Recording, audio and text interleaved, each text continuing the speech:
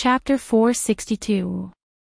Then, without waiting for Superman to stop, Diana stretched out her hands and grabbed Superman's red cloak. Using all her strength, her feet, knees, waist, and arms, she spun a few times on the ground at high speed. Then, she suddenly released her hands and smashed Superman onto a rock. Boom! With a loud bang, more than half of the mountain that was hit collapsed. Rocks flew everywhere, and a strong vibration was transmitted to the ground. Thea and Louise, who were miles away, could feel the obvious vibration. "Will Clark be okay?" Louise asked nervously. Thea had supervision and was very engrossed in watching. Only then did she realize that Louise couldn't see anything even though she was craning her neck. She used magic to control the ground under her feet to fly into the air and cast a long-distance vision spell on Louise. After thinking about it, she still had to ensure Louise's safety when the two of them fought until the sky fell and the earth cracked. Louise was watching a battle of this level as an ordinary person. If it were someone else with fewer tricks up her sleeve, they wouldn't be able to protect her. Thea used her light ring to conjure a small house. The two of them sat in the house and watched the fight outside. Thea was very proud of her conjuration. Even Superman's full-force attack couldn't break it. It was more than enough to resist the aftermath of their battle. This level of wrestling couldn't even be considered a warm-up. Only Louise showed a panicked expression, but when she saw Thea's calm face, her nervousness gradually subsided. Superman didn't stay in the mountain for long. He smashed the surrounding rocks with a punch, flew up, and fired a heat ray at Diana from afar. The two of them were miles apart, and the heat ray wasn't fast enough to catch them off guard. Diana took 2 steps to the side.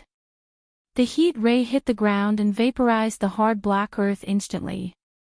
However, Superman didn't stop the energy output of the heat ray. He shook his head slightly and swept to the side. Diana immediately realized that she had miscalculated.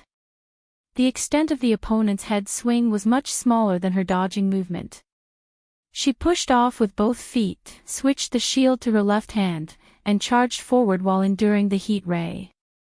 She tried to close the distance between them. The heat ray hit the shield and made a sizzling sound. Although this was a high-energy ray converted from the solar energy in Superman's body, it was still a little weak in front of Diana's divine shield. Diana didn't just blindly fight back. She made some feints from time to time while running. She switched back and forth between straight and diagonal lines and tilted her shield. She tried to attract Superman's attention with some small tricks. Realizing that Diana wanted to engage in close combat, this was exactly what Superman wanted. He stopped shooting heat rays and grabbed a mountain rock that weighed several tons with both hands and threw it at Diana. Such a large rock, even if one ignored the force it carried, the huge kinetic energy it carried was extremely powerful. The rock was huge and fast, sealing off Diana's left and right paths for her to dodge. Retreat. Diana's unyielding character made her never consider retreating, especially in battle. Even if she knew that it was not good for her, she still chose to face it head-on. She stomped hard on the ground and leaped into the air like a sharp arrow. The boulder hit the ground, and the powerful kinetic energy produced a magnificent shock wave. The planet that was originally full of ditches was smashed into a large crater. However, no one cared about the planet. Superman firmly seized the opportunity and increased his speed to the peak. He approached Diana in the roar of the sonic boom. Diana's weakness of not being used to aerial combat made her a little slow. She could only raise her shield to block Superman's thunderous blow. The invisible wave centered on the two of them spread from mid-air in all directions. The center of the two of them was still a long distance from the ground, but the aftermath of the shock still made an irregular round crater on the ground. Thea saw this scene and nodded secretly. Not to mention Diana's background, Superman's strength did not exceed her expectations by much. If her future enemies were at this level, although she might not be able to defeat them, it would not be too dangerous.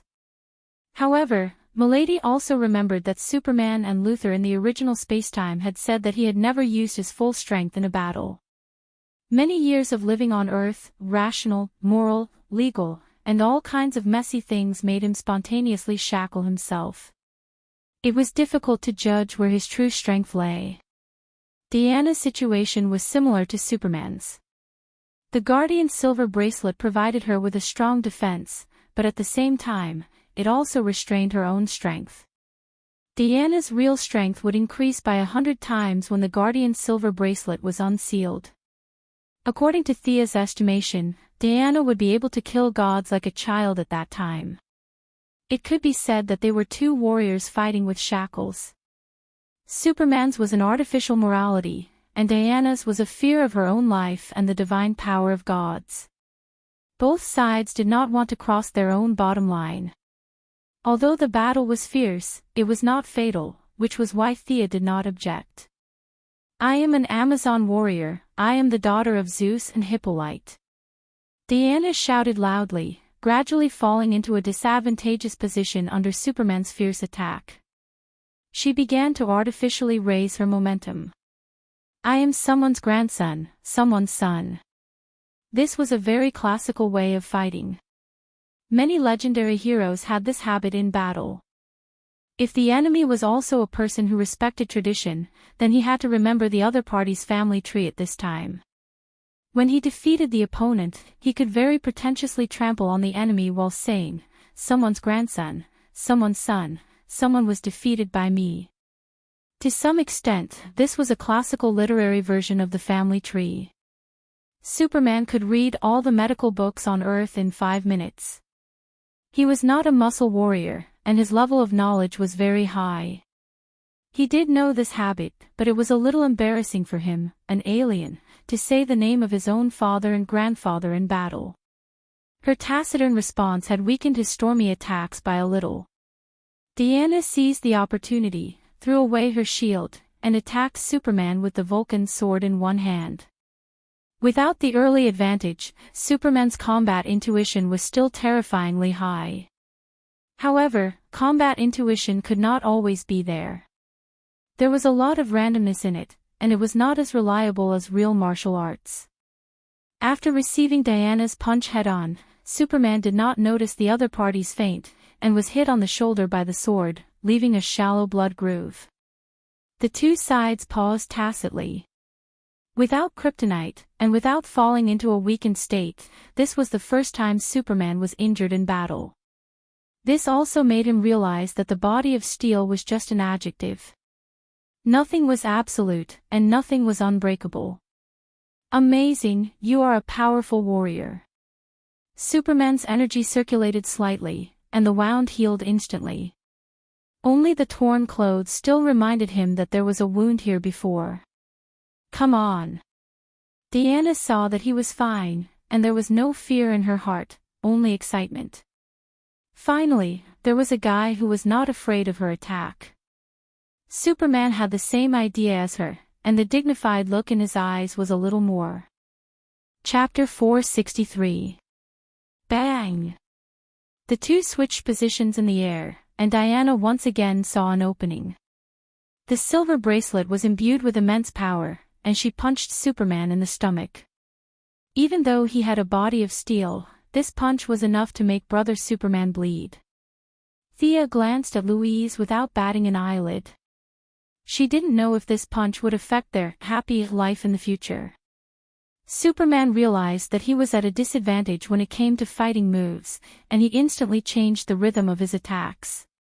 He began to use his powerful physique, and instead of pursuing any moves, he used pure strength to drive his speed. His fists rained down on Diana like raindrops. As he became more serious, the frequency of his punches increased, and the yellow sun's energy absorbed in his body naturally overflowed. On this dim planet, it looked like a sun that was gradually heating up and glowing. It was getting brighter and brighter, as if a wheel of fire had risen from the horizon. Diana also refused to show weakness. She threw away the fire god's sword, and her silver bracelet of protection sensed her fighting spirit. Although it was not unsealed, a steady stream of divine power began to fill her body. She did not have the scorching heat of the sun, only the belief of protection. Streaks of silver light appeared on the surface of her body and hid in her body, and she attacked Superman. One of them shone brightly, and each of his punches carried great power.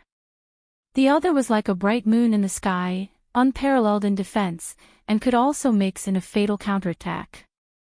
After fighting in the air for less than a minute, they landed on the ground.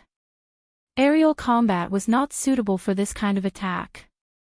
Every time Superman threw a few punches, Diana only needed to fly back a few centimeters to make Superman's attacks useless. Similarly, Diana's attacks were the same, and it really went against the original intention of sparring. Entering the ground battle, Diana's martial arts skills were finally displayed to the extreme. Each of her attacks carried a burst of cold light, bright and hazy.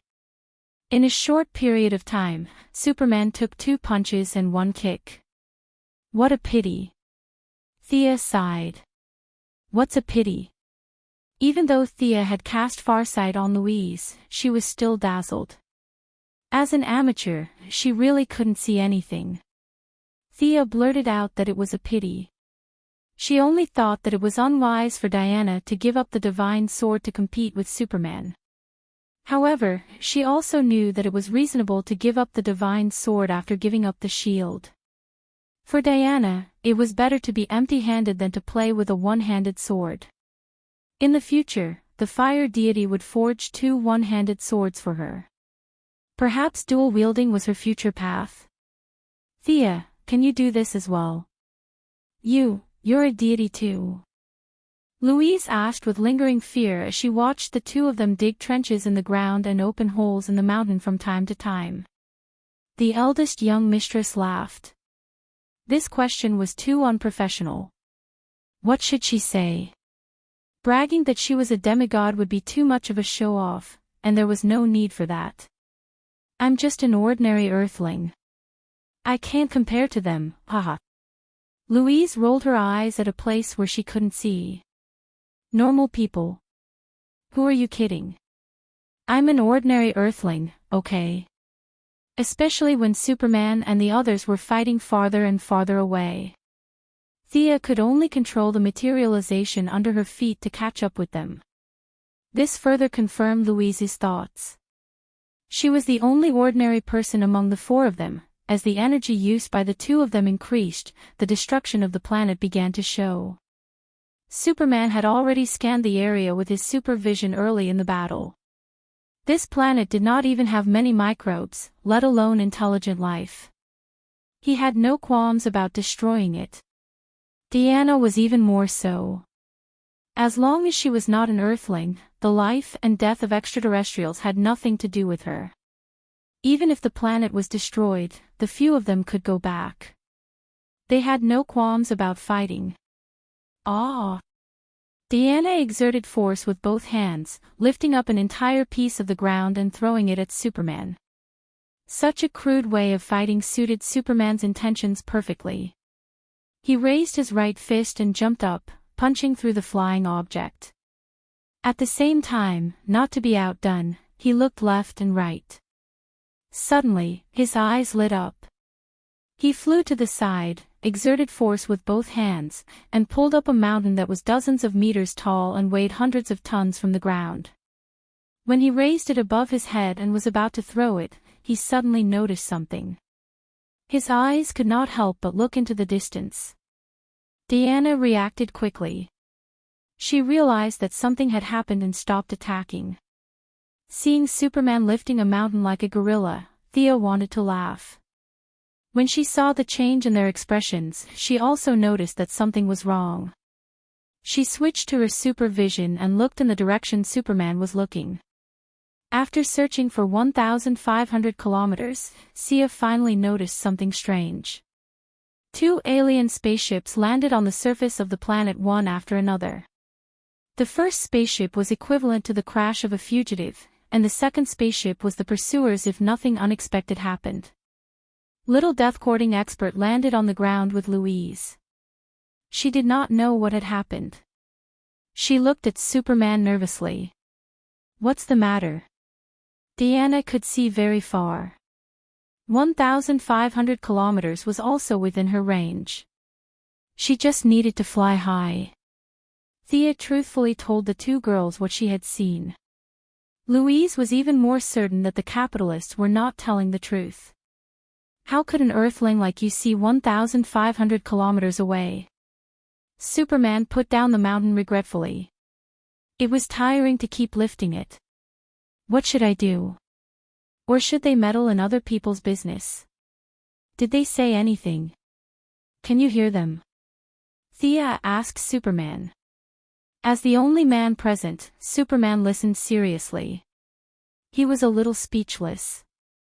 I can hear them, but I don't understand their language. So troublesome. Thea let out a long breath. Even running to a deserted planet to watch a show could cause such a drama. This proved that Superman and Diana were very lucky to be the children of the world. If she was here alone, she could just retreat. Diana might be able to take care of the matter in front of her. Even if she was thousands of kilometers away, she might not care. Unfortunately, Superman and his wife were also in the group. These two were enthusiastic people. They were the kind of people who could not sleep if they did not take care of other people. Thea could only bite the bullet and join in. She glanced at the 30 or so people in front and behind. They were all armed with technological weapons, but she could not tell how strong they were. She could understand a few mainstream alien languages. If she really could not, she could translate through the light ring. The only thing that limited her was that her hearing was not that good. She softly chanted an incantation and released Morgan Le Fay's reality simulation. She then released a water mirror spell, projecting the movements and voices of the other people onto the mirror. It was convenient for her to translate in real time. She saw a group of people chasing after the person in front. The person in the back shouted from time to time. The person in front was tightly covered. There seemed to be lead in his clothes. It was impossible to tell who he was. Theo listened for a while and smiled bitterly. She could not understand. She could only take out the light ring. After listening for a while, she said to them, "The person in front is the Princess of Tamarin. She's called Corian. The people behind are the soldiers sent by her sister to kill her."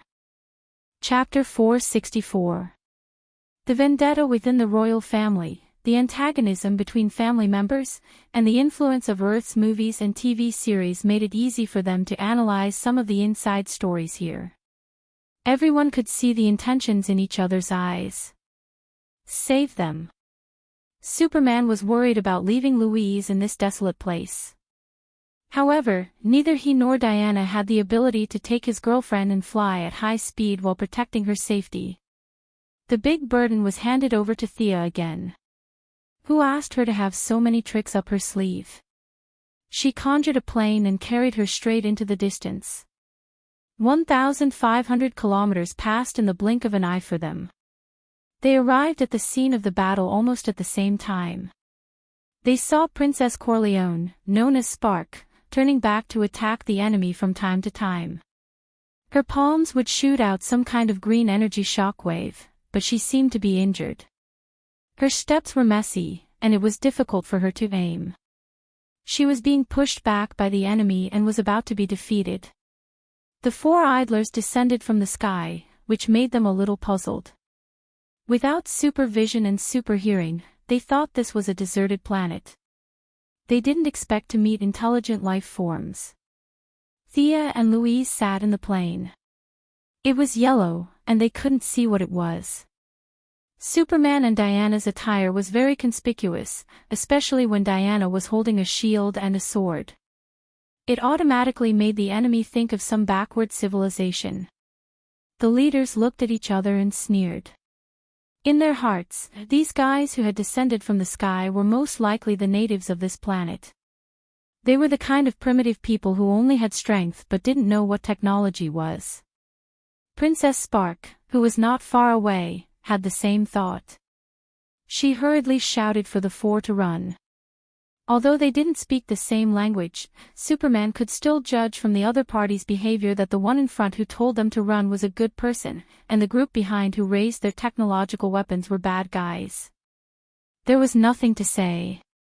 Fight! He was already a little angry when a good battle was interrupted. There was no need for him to tolerate this group of ignorant people. However, he still had a sense of propriety. He didn't even use 30% of his true strength. Diana was also unhappy with the way the pursuers looked at her. She also rushed forward unhappily. By the time Thea wanted to help, she discovered that the enemies were already lying on the ground. The two of them played around and defeated all the pursuers. Amidst the wailing sounds, the only one left standing was Princess Starfire. Princess Spark took off her helmet, revealing a head of red hair and orange skin. If one ignored her skin color, this woman could be considered a great beauty according to Earth's aesthetic standards. Thea translated a few sentences, but she soon realized that the princess was too talkative. She was a little annoyed by her repeated questions. Why don't you just learn it yourselves?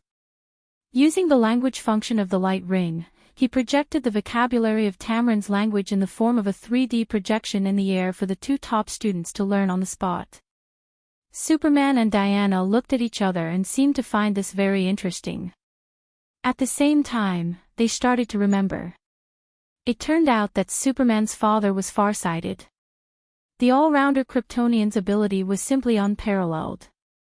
Even the scholar-type Kryptonians couldn't learn as fast as him. Tamarin's language, which was much more difficult than Earth's language, was mastered by Superman in less than 30 seconds. Diana relied on Athena's wisdom as a blessing. It didn't mean that she was Athena. Although she was also learning with all her might, she was still slower than Superman by more than 2 minutes. Although he was a little slower, mastering an alien language in 2 minutes still surprised Louise.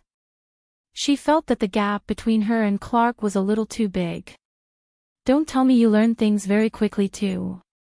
While Superman and Diana went to ask Starfire, she whispered to Thea. Thea was now approachable and seemed to be full of hope. She was a completely different person from the cold and arrogant person she was when she was being interviewed. To be honest, Louise felt that it was easy to deal with her now. Vaguely understanding what she meant, Thea chuckled. I don't have such a strong learning ability. It took me 5 years to go from college to a doctorate. Louise nodded to herself. Although going from college to a doctorate in 5 years was quite an exaggeration, it was still within her acceptable range. Superman didn't finish off the enemies on the ground. Starfire was also a typical righteous person who didn't want to kill her own people. After Superman invited her to stay on Earth temporarily, she thought about it and agreed. With the battle interrupted, the few of them lost interest. Thea directly teleported back home and helped Princess Starfire find a place to stay. Only then did they say goodbye to each other. Is there something you need? Diana asked softly after everyone left. There is something. A guy who I'm not sure if he's a friend or an enemy left me a message. I have to go and help him, Thea said with a gloomy expression. Knowing that she didn't want to go into detail, Diana didn't press her. The two kissed and said, "Come back soon." Thea nodded, put on the yellow light ring, and flew out of the atmosphere. When she came to an uninhabited planet, she opened the communication channel of the yellow light ring. A 3D projection that was as tall as a human appeared. It was Sinistro. After a uniform input of energy, the projection began to speak. Thea Quinn, when you see this video, I will no longer be in this world. Although working with you isn't pleasant, it won't be annoying. The projection paused for a moment. It seemed that the original owner's emotions were fluctuating while recording this message. I don't know who will do this to me. Is it the Guardians, Hal Jordan, or someone from the Yellow Light Corps? Everything is unknown. I've experienced glory and was once the center of attention. I was the kind of hero that the Green Lights thought of. Now, I'm considered a traitor, a tyrant. These are all trivial matters. I only know that I have to protect my home planet, Kaluga. That's a responsibility that's higher than my life, higher than anything else. The Yellow Lantern Corps is shrouded in fear. When I'm not in this world, their existence will destroy my home planet. Help me take care of Kruga. From today onwards, the Yellow Lantern Corps will be yours. Arkilo and Lisa Dracker will pledge their loyalty to you. They are elites who can control fear. You have to be careful of Mungo's son. He is a man with great ambition but little talent. My departure will definitely give him an opportunity to take advantage of. I've never been wrong about people. I know you'll help me. After the video ended, Sia snorted in displeasure. Sinisto was asking for help, yet he had put himself on such a high pedestal. He didn't even say a word of thanks from beginning to end. However, he did know Thea very well. She really wouldn't reject such a request that was almost like a dying wish. Strange, if he's no longer in this world, why didn't that part of the yellow light ring return to me? Did it blow up directly, or did someone tamper with it? Her first suspect was the little blue guardians who had lived for hundreds of millions of years. These guys had unfathomable strength. It was hard to say if they were controlling something behind the scenes. Chapter 465. The planet controlled by Jared was not far from Korriga. Thea ordered the official members of the Light Ring, the Dead Man, and Fiora to meet up with her there. She tried to find Sinisto's last traces based on the faint connection she had with the lamp ring. This was the wreckage of a planet. Countless cosmic dust was floating here, and from time to time, there were boulders that could not bear the weight and broke into pieces under the influence of gravity. Thea followed the guidance of the light ring and gradually approached this area. There were still many traces of battle here, and emotional energy was still filling this place. On one side was the green light of courage, and on the other side was the yellow light of fear. The green light was not unfamiliar to her. It was the one that she had worn for a short time, the one that Hal Jordan had inherited from Aubin Sue. The yellow light was even more familiar. It came from the same source as her light ring. It was Sinisto. She looked into the distance and did not see any corpse. When she was about to explore deeper, a figure suddenly flashed not far from her side.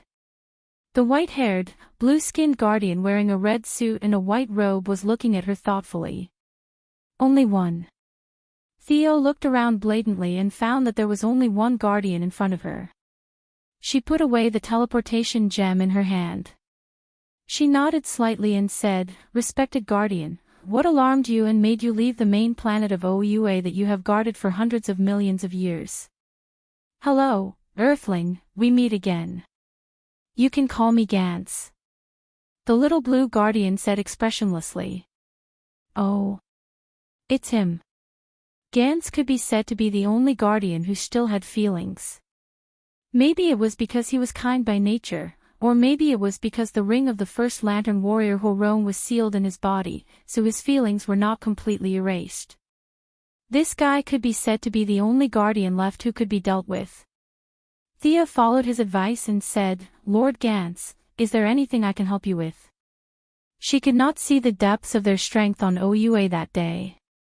Now that she was a demigod, she finally had some understanding of the strength of these guys. Strong.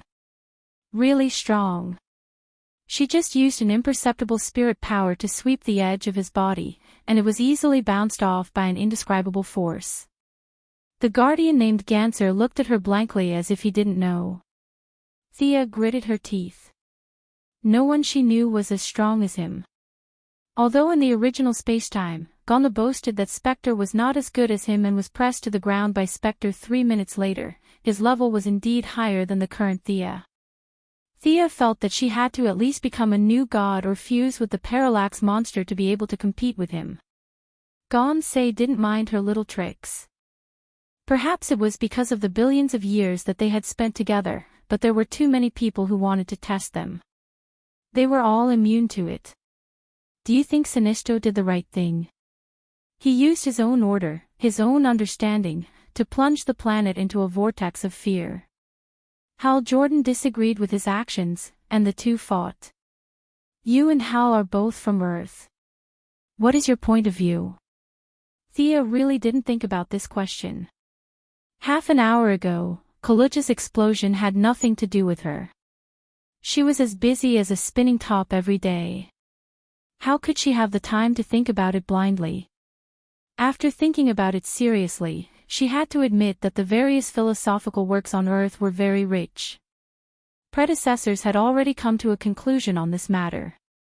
She just had to modify it slightly and add in some of her own understanding to become a new theory.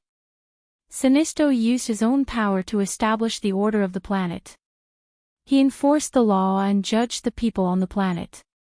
He required everyone on the planet to live according to his plan. From birth to death, he arranged everything neatly. Earth has a special term for this kind of thing.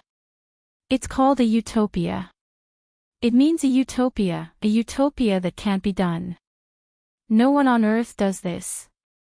Without the intervention of supernatural forces, the ancient sages only tried this utopia in some small colonies.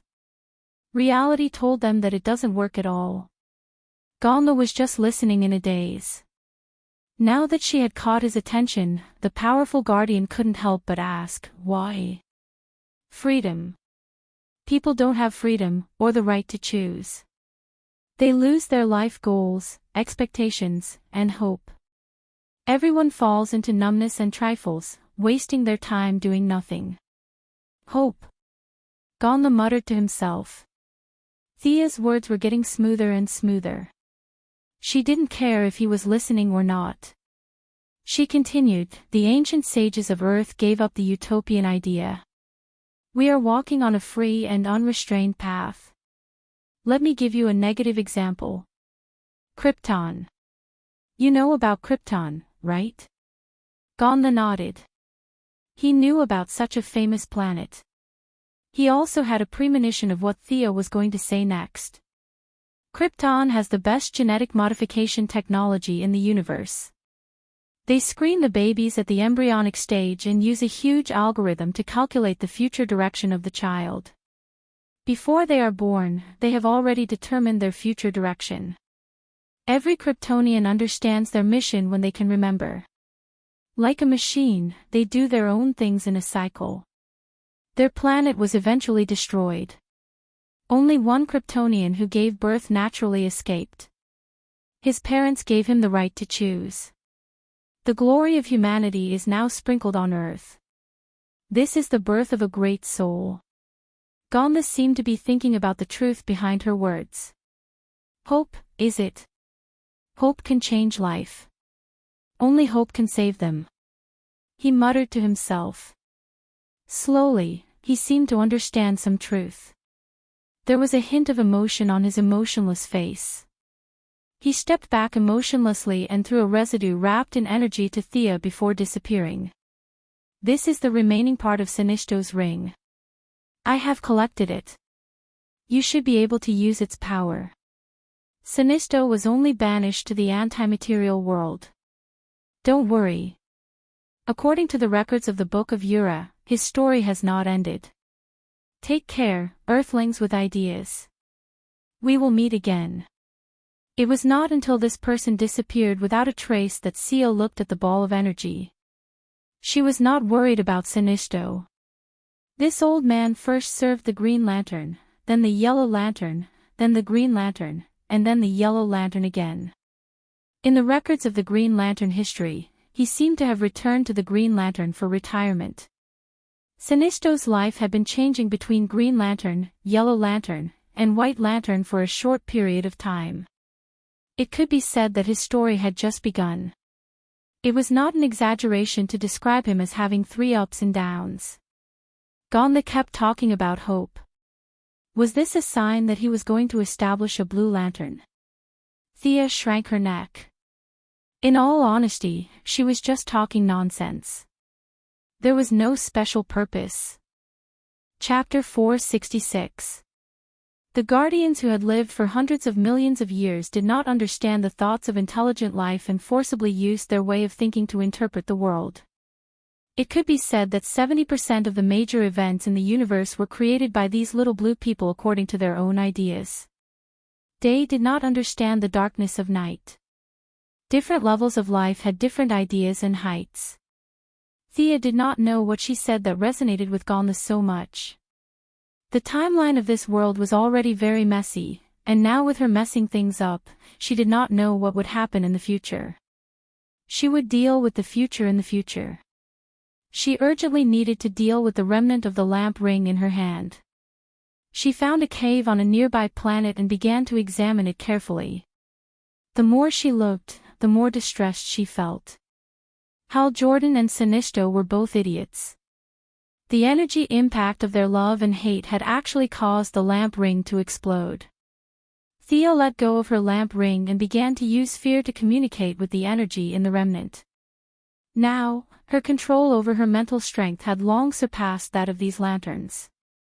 They were all one-off businesses. Everyone's mental strength was what they were born with. Without training, it was as much as it should be. It would almost never grow after the day they were born. They themselves lacked mental power and relied on the so-called willpower to control emotions. Those with strong willpower like Hal Jordan could finish his apprenticeship in 3 days and beat his master to the anti-material world in 5 days. Other professions had a step-by-step process that was easy to learn but difficult to master. Lanterns did not need to accumulate experience at all. In fact, there was not much difference between a lifetime of work and 3 days of work. The difference was obvious at a glance. This was because they did not have the help of mental power and could only rely on their own willpower to withstand the emotional impact. Thea now felt that these little blue guardians were pretending. With just a little contact, Thea could tell that Gonla had cultivated mental power or some kind of higher internal power. They knew that mental power had a promoting effect on the lanterns, but they pretended not to know and watched the lanterns use their own will to break in with the world's will.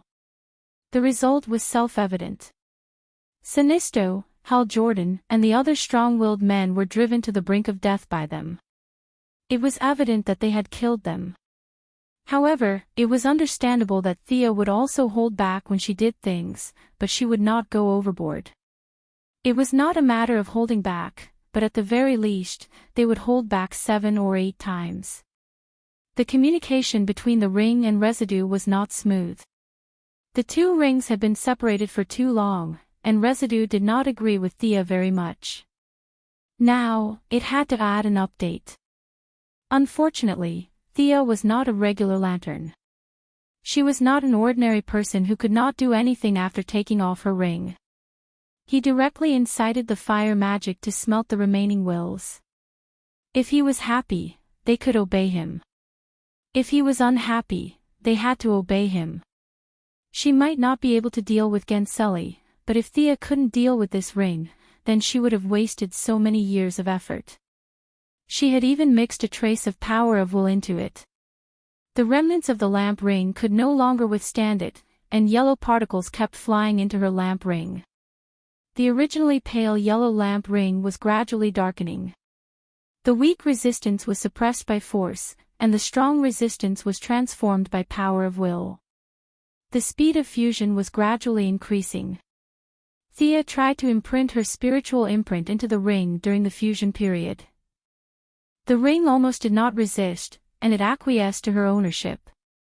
With this imprint, her control over the ring had deepened a bit. Even if Sinistro jumped out now and shouted himself hoarse, the ring would not listen to him. If you want the yellow ring, you have to remake it yourself. After 4 hours of hard work, all the residue was absorbed, and the color depth exceeded Sinistro's that day. The ring exuded a golden sun-like light, and Thea immediately closed her eyes to feel it. Materialization, protective shield, high-speed flight, wormhole, these basic functions were all there. Her original ring's functions of phase shift, space warp, teleportation, and Kryptonian recharge were all retained. Instilling fear, which originally occupied half of the abilities of both of them, was also completed. However, she could already use this ability with magic, so it was not very meaningful to her now. Energy twin, environment playback, invisibility, light refraction, cell regeneration, energy absorption, and other functions were all retained. The energy twin function was not explained clearly, so she tried it on the spot. The lamp ring would release an energy clone the size of a person at a designated location. When the energy clone was in existence, the body would remain still, while the energy clone could move at extremely high speed. After the emotional support was removed, the clone would return to the body, and all the knowledge it had learned would be transferred to the ring bearer.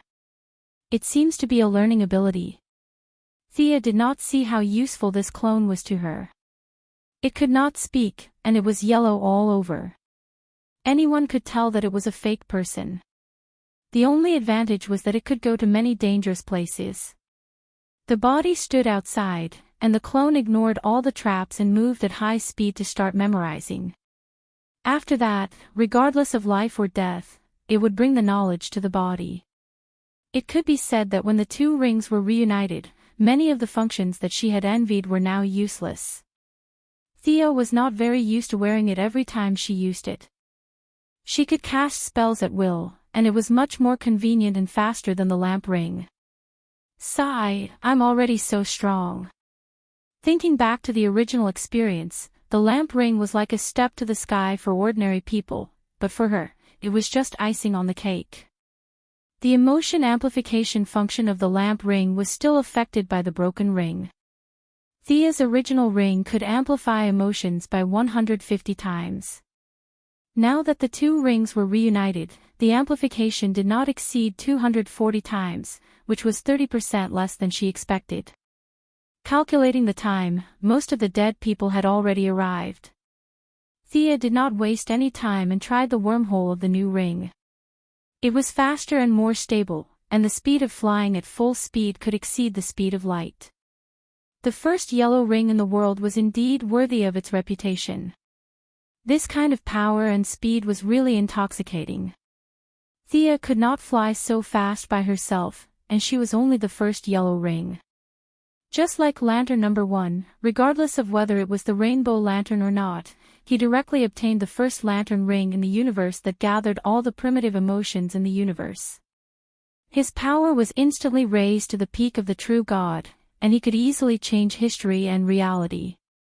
It could be seen that the impact of emotional energy on one's will was simply crushing. Thea did not want to be a slave to emotions, but she did not give up eating for fear of choking. The lamp ring was just a tool to her.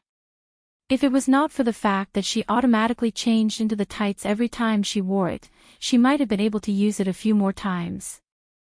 Now, it was dispensable. When she arrived at Gritter's planet, the three official members of the Yellow Lantern Corps, Deadman, Fiora, and Gritter, were waiting for her. Sia briefly explained the situation. Taking into account that Sinisto had recruited a large number of soldiers in order to fight against the Green Lanterns of the 3,600 sectors in the later stages of the war, the current Yellow Lantern Corps of Korriga had at least 1,000 people. More than 1,000 temporary workers who had not been confirmed by the Book of Parallax. Chapter 467. 1 man against 1,000 men sounded very majestic, and the visual impact was very strong. However, it was best not to use it if the difference in strength was not as great as the difference between heaven and earth. There were countless strong people in history, such as Darkseid and Thanos. They were all arrogant and brave, but they were all pushed down by the righteous side and rubbed against the ground. Although Thea did not think much of the Yellow Lantern soldiers, she might not be able to win against hundreds and thousands of them. Unity is strength. This was applicable in 99% of situations. It was unrealistic to attack by force. Kruge's civilization level was not low. Even if it was not comparable to Krypton, which was a level 8 civilization, it was at least level 6. Unlike Earth, where aliens could come and go as they pleased, it was like a market. Kruge had a defense system. Although there was a large population on Kruga, their civilization level was only slightly higher than the natives. Space warships were out of the question. Fiora had gathered some neutral mercenaries in the universe and had a few warships, but the character of the mercenaries was hard to predict. They could be used in a favorable battle, but with such a large number of enemies, it was possible that they would defect to the enemy directly. The enemy had more people, and their defense system was intact. They had fewer people, and they had to attack. There was only one choice in front of Sia, and that was to organize a small team to carry out a surprise attack, as had been done countless times in movies. She instructed Fiora to get the few people on Earth. They could not fight in space, but their fighting ability on the ground was off the charts. She began to contact Sinisto's supporters in Kruga. The more guides there were, the better. The first person she contacted was Lisa Draka, who claimed to have a certain precognitive ability. Unfortunately, she could not get through. She also knew Akiro, who was mentioned by Sinisto. He was a tall and burly blue-skinned alien. He was the training officer of the Yellow Lantern Corps. Akiro had once gone to Earth alone to gain Thea's approval. He was loyal and honest. Although he was a barbaric guy, Thea had a good impression of him. Unfortunately, she could not contact this guy either. Needless to say, it must be because of Sinisto's disappearance. His ambitious subordinates had defeated his loyal subordinates. She could not contact the members of the Light Ring. Fortunately, she had other means to contact others. Asona, can you hear me? Telescopic vision, supervision, imaging technique, and the light refraction and projection function of the Light Ring. Spells, abilities, and the three abilities of the Light Ring were integrated together and began to communicate across light years. Who? The purple alien woman on the other side of the camera was a bit surprised. She stared at the water curtain that suddenly appeared in front of her and asked tentatively. Thank God you're still alive. I'm Thea, remember? I'm Sinistos. Thea thought for a long time. Was she related to Sinisto? It was almost unrelated. I'm Sinistos, colleague. We've met once before. Thea could not think of anything good to say, so she could only give a vague answer. The purple alien woman nodded calmly. I have a deep impression of you. Sinisto complained many times that you took away his supreme power. Thea almost vomited blood. She knew that Sinisto had said something bad about her behind her back. Although this woman was not a member of the Light Ring, she was the highest commander of the Koruga Defense Force. At the same time, she was also Sinisto's lover after his wife died. The two must have talked about her after they did something indescribable. That was why this woman had a deep impression of her. Having an impression was better than not having one. How's the situation in Koruga? Sinisto left me a message. Is there anything I can help you with? The purple woman, Asona, said stiffly. Koruga does not need another dictator. Sinisto betrayed his people and betrayed me. Koruga does not need any lanterns, green or yellow. We don't need any. After that, she threw something that looked like a weapon at the water curtain. However, it was useless. Thea's water curtain was invisible. If she did not cancel it, no one could do anything about it. After throwing things for a long time, Asona threw a tantrum and looked at the water curtain with a serious face. What do you want? I want to fulfill a promise.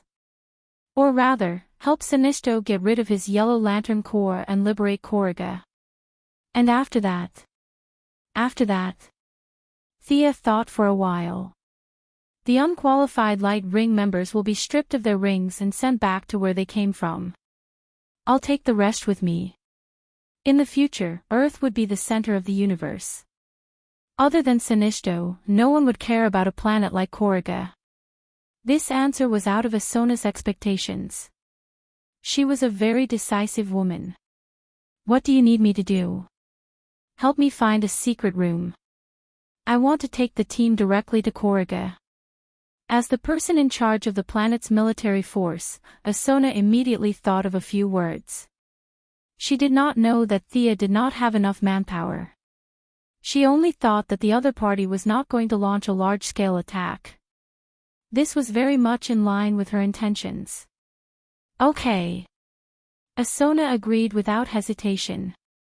Before ending the call, Thea told her, collect information about the core. See you later. After that, she began to set up a long-distance teleportation circle. The Light Ring's foundation had increased greatly, so there was no need to abandon it. At the same time, she was also worried that Asuna would do something bad to them. The teleportation circle was reinforced with magic and emotional energy at the same time. It could last for a long time and the channel was stable.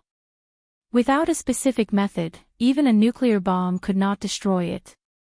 The few people from Earth quickly arrived. The somewhat awkward electric lady still put on her imitation light ring. The suggestion spell was constantly affecting her. Death Knell and Poison Ivy were fine, but this was the first time Father Midnight had come to an alien planet. Especially when he saw many primitive natives carrying the chubby Grutter to meet up with them, he was even more surprised. Is this guy also my companion? Fiora stood alone beside Thea and watched her make the teleportation circle. Death Knell and Father Midnight came from a mixed background, so they had more in common. After that, Grutter joined their conversation. On the other side, Death Knell was bragging with Poison Ivy and Electric Lady. They also brought some people with them. There were alien subordinates recruited by Fiora and native warriors controlled by Grutter. Death Knell also brought more than 100 elite soldiers and his daughter, Rose Wilson, who was also a powerful warrior. Another thing that caught Thea's attention was that Death Knell had recruited a psychic. She was an earth lady who could control soil and rocks. However, she was too young to be used as the main force. As for her subordinates, she did not think too much. Those who could catch her eye were all powerful people. It was normal for them to want to develop their forces. Just like what she said to Gonde, there was only motivation when there was hope. Chapter 468. Each of them had about 500 subordinates. In order to allow some of the bigger guys, such as Grud, to pass through, Sia had increased the height and width of both sides by a lot. From afar, it looked like a miniature version of the Dark Portal. This portal was also an experiment for herself. She gathered emotional energy into her magic power, and the materialized materials were connected with magic power. At the intersection of magic power, the portal would appear for protection. Traditionally, the materialization of a lantern would dissipate immediately without emotional energy. Thea first inputted some of her emotions and then wrapped the portal with magic power. Even without her support, the portal could still last for half a day. Everyone, let's go. Don't move the natives. Kill anyone wearing a yellow coat who attacks us. Thea carefully checked the coordinates and then turned back to order. According to the plan, the dead would go first. Even if Athona changed, he would be able to possess her and control her. Then, it would be Fiora and her subordinates. The shrewd female adjutant was capable of fighting and carrying and could deal with any situation. Then, it would be the warriors from Earth and Grud. Thea looked at the last to make sure there were no mistakes. Then, she stepped into the portal. On the other side, the battle scene did not appear. It seemed that Athona was a very trustworthy person. Thea walked out of the crowd. Although she did not like the clothes, she was here to take over the army today. She still changed into the somewhat shameful tight combat suit. What's the situation now? Thea asked Athona, who was also fully armed. The defense of this planet was too comprehensive. The interference of metal and various electromagnetic interference were affecting her supervision. She wanted to find the central power source of the yellow lights, but she could not find it even after looking for a long time. This close friend of Sinisto looked at Thea's yellow combat suit.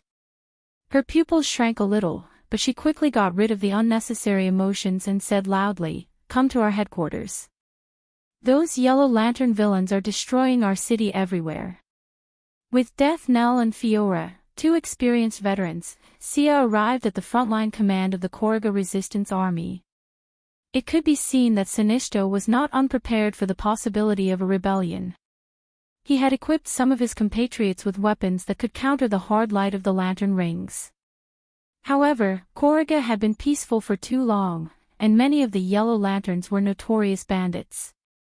The rebellion army lost 15 cities in an extremely short period of time, and a large number of elites died in the first wave.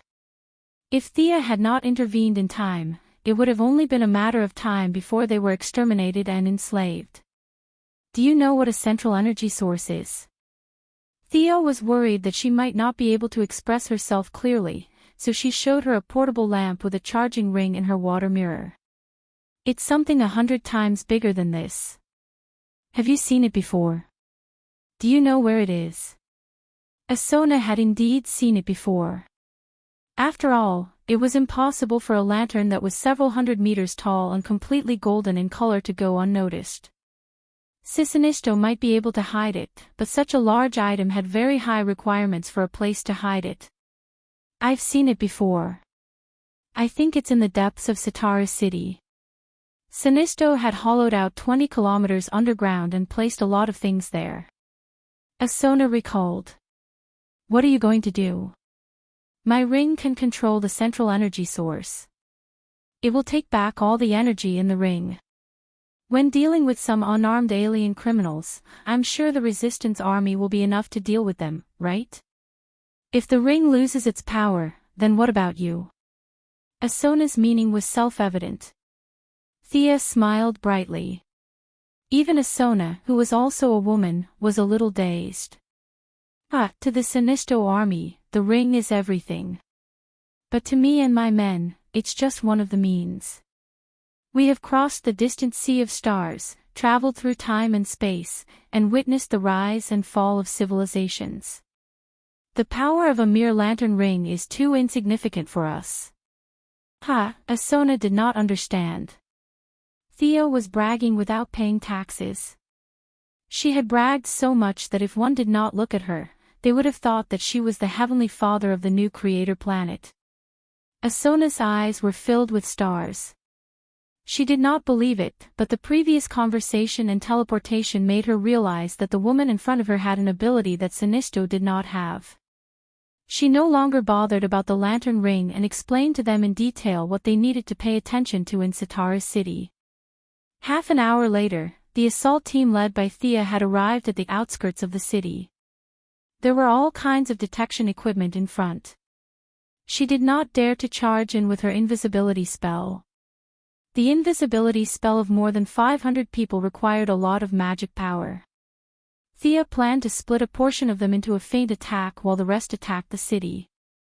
Death Knell stopped her and gestured for the Earthen Girl to come forward. The Earthen Girl, who was only 8 or 9 years old, was now being dragged to an alien planet to fight. Most girls would have fainted from fear, but this girl was quite strong. When she saw Death Knell looking at her, she nervously pressed her hands on the ground. Rumble, a very dull sound was heard. She controlled the soil and kept flipping it up. The solid ground seemed to be playing a game with her. Several tons of soil and stones flew out automatically.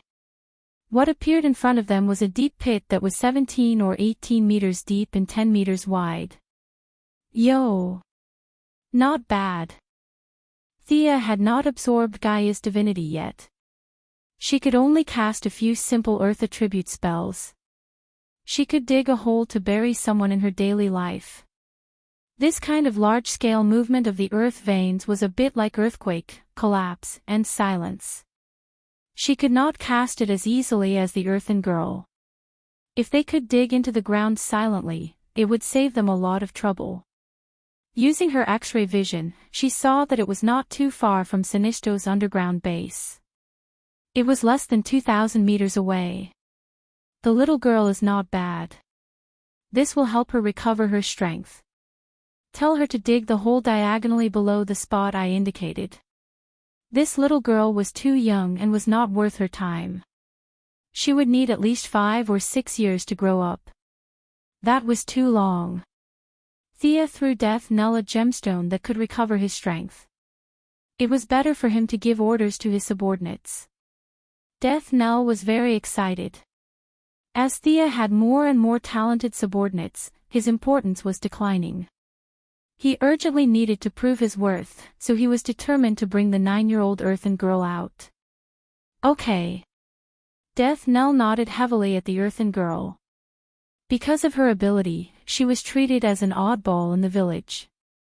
If Death Knell had not saved her, she would have been burned to death by the villagers. Seeing Death Knell signal, just like a manga character, he was filled with motivation as he desperately needed recognition. His eyes shone brightly, and his psionic ability was fully activated. Following Sia's mark, he dug deeper. The young lady did not feel guilty about hiring a child as she constantly controlled the earthen girl. 10 degrees to the left. A little more. Chapter 469. After 10 minutes of hard work, a tunnel that was 1,000 meters deep and 10 meters wide was opened. The Earthstone lady's ability consumed her mental strength and stamina. Her stamina was replenished by the technological potions, and Thea helped her activate part of her mental strength. Considering that she was still young, she did not spoil her growth and only improved her mental strength a little. After checking the bottom of the tunnel and confirming that there were no traps, Thea led the 500-strong tomb raiding team into the underground palace. No, Sinistro's Bat Cave. They did not see any traps along the way, but they encountered a lot of security devices. The disadvantage of having too many people was unavoidable. One of the mercenaries accidentally stepped on a trap, and the wall immediately rang with a rapid alarm.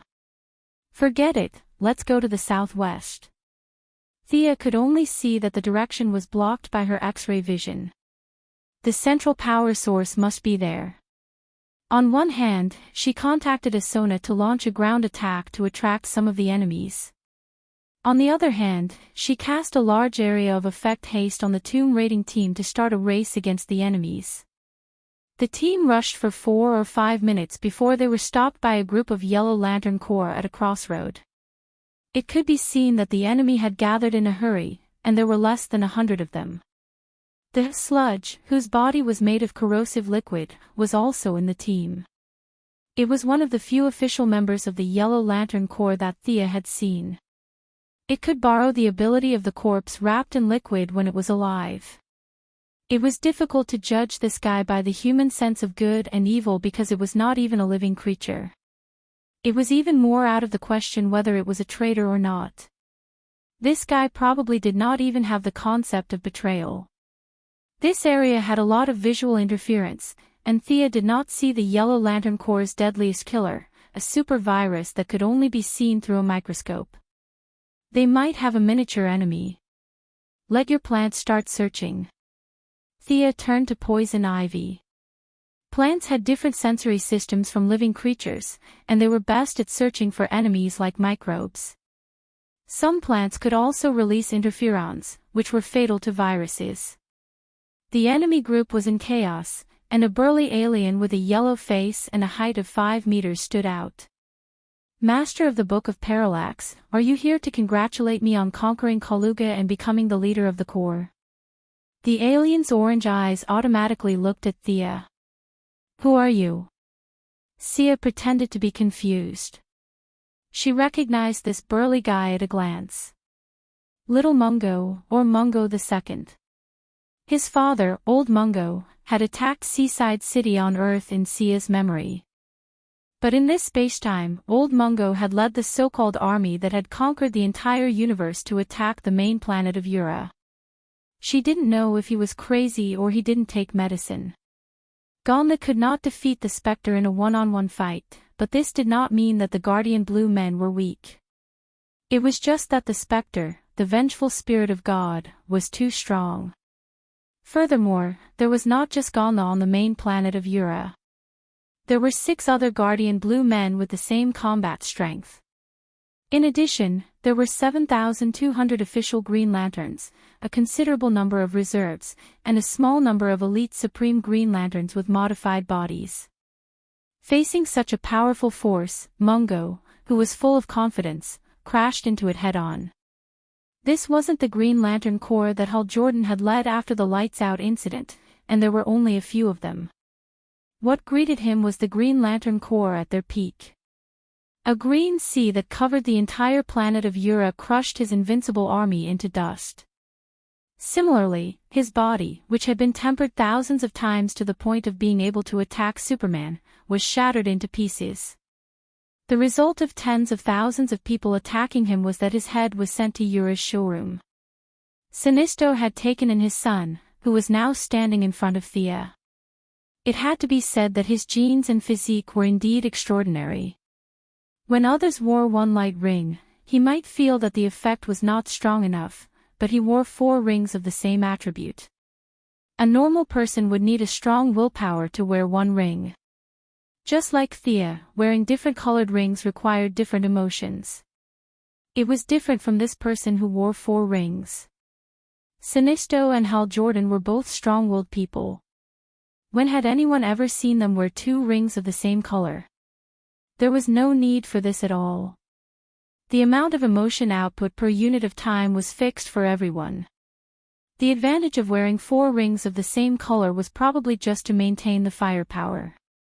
When one light ring's energy was depleted, the next one would be replaced. Or one light ring could be used to attack while the other one was used to defend. At least, Thea could only think of these functions. There were some advantages, but the disadvantages were huge. The emotional consumption of the ring bearer was also doubled, so it was not universal. In Thea's opinion, Mungo II was a little neglectful. The strong body and mental strength he had inherited from his father had been used on the light ring. The original spacetime was also a traitor, and he was killed by Sinisto, who had tampered with the light ring. Thea did not have such means now, but in her opinion, it would not take too much effort to deal with this guy who had abandoned his family's secret arts and switched to playing with rings. His father could fight Superman head-on, so his body's genes should be very strong. In a while, she would have to control the intensity of her attacks. It would be best to preserve the body for reference. Mungo II did not know that his background had been exposed.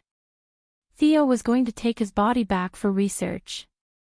As if he was about to quarrel with someone, he shouted anxiously, "I am Mungo, the ruler of Koruga, the emperor of the universe tomorrow." Thea sneered. Her laughter was a little harsh. Mungo, whose self-esteem was severely hurt, stretched out his waxy left hand, and a hammer made of fear energy smashed towards Thea. Interesting. His opponent wasn't brainless. His attack was still worth watching. 4 layers. Thea glanced at it and saw that this manifestation was a little confusing. It looked very ordinary from the outside, but it was actually a set of 4 manifestations.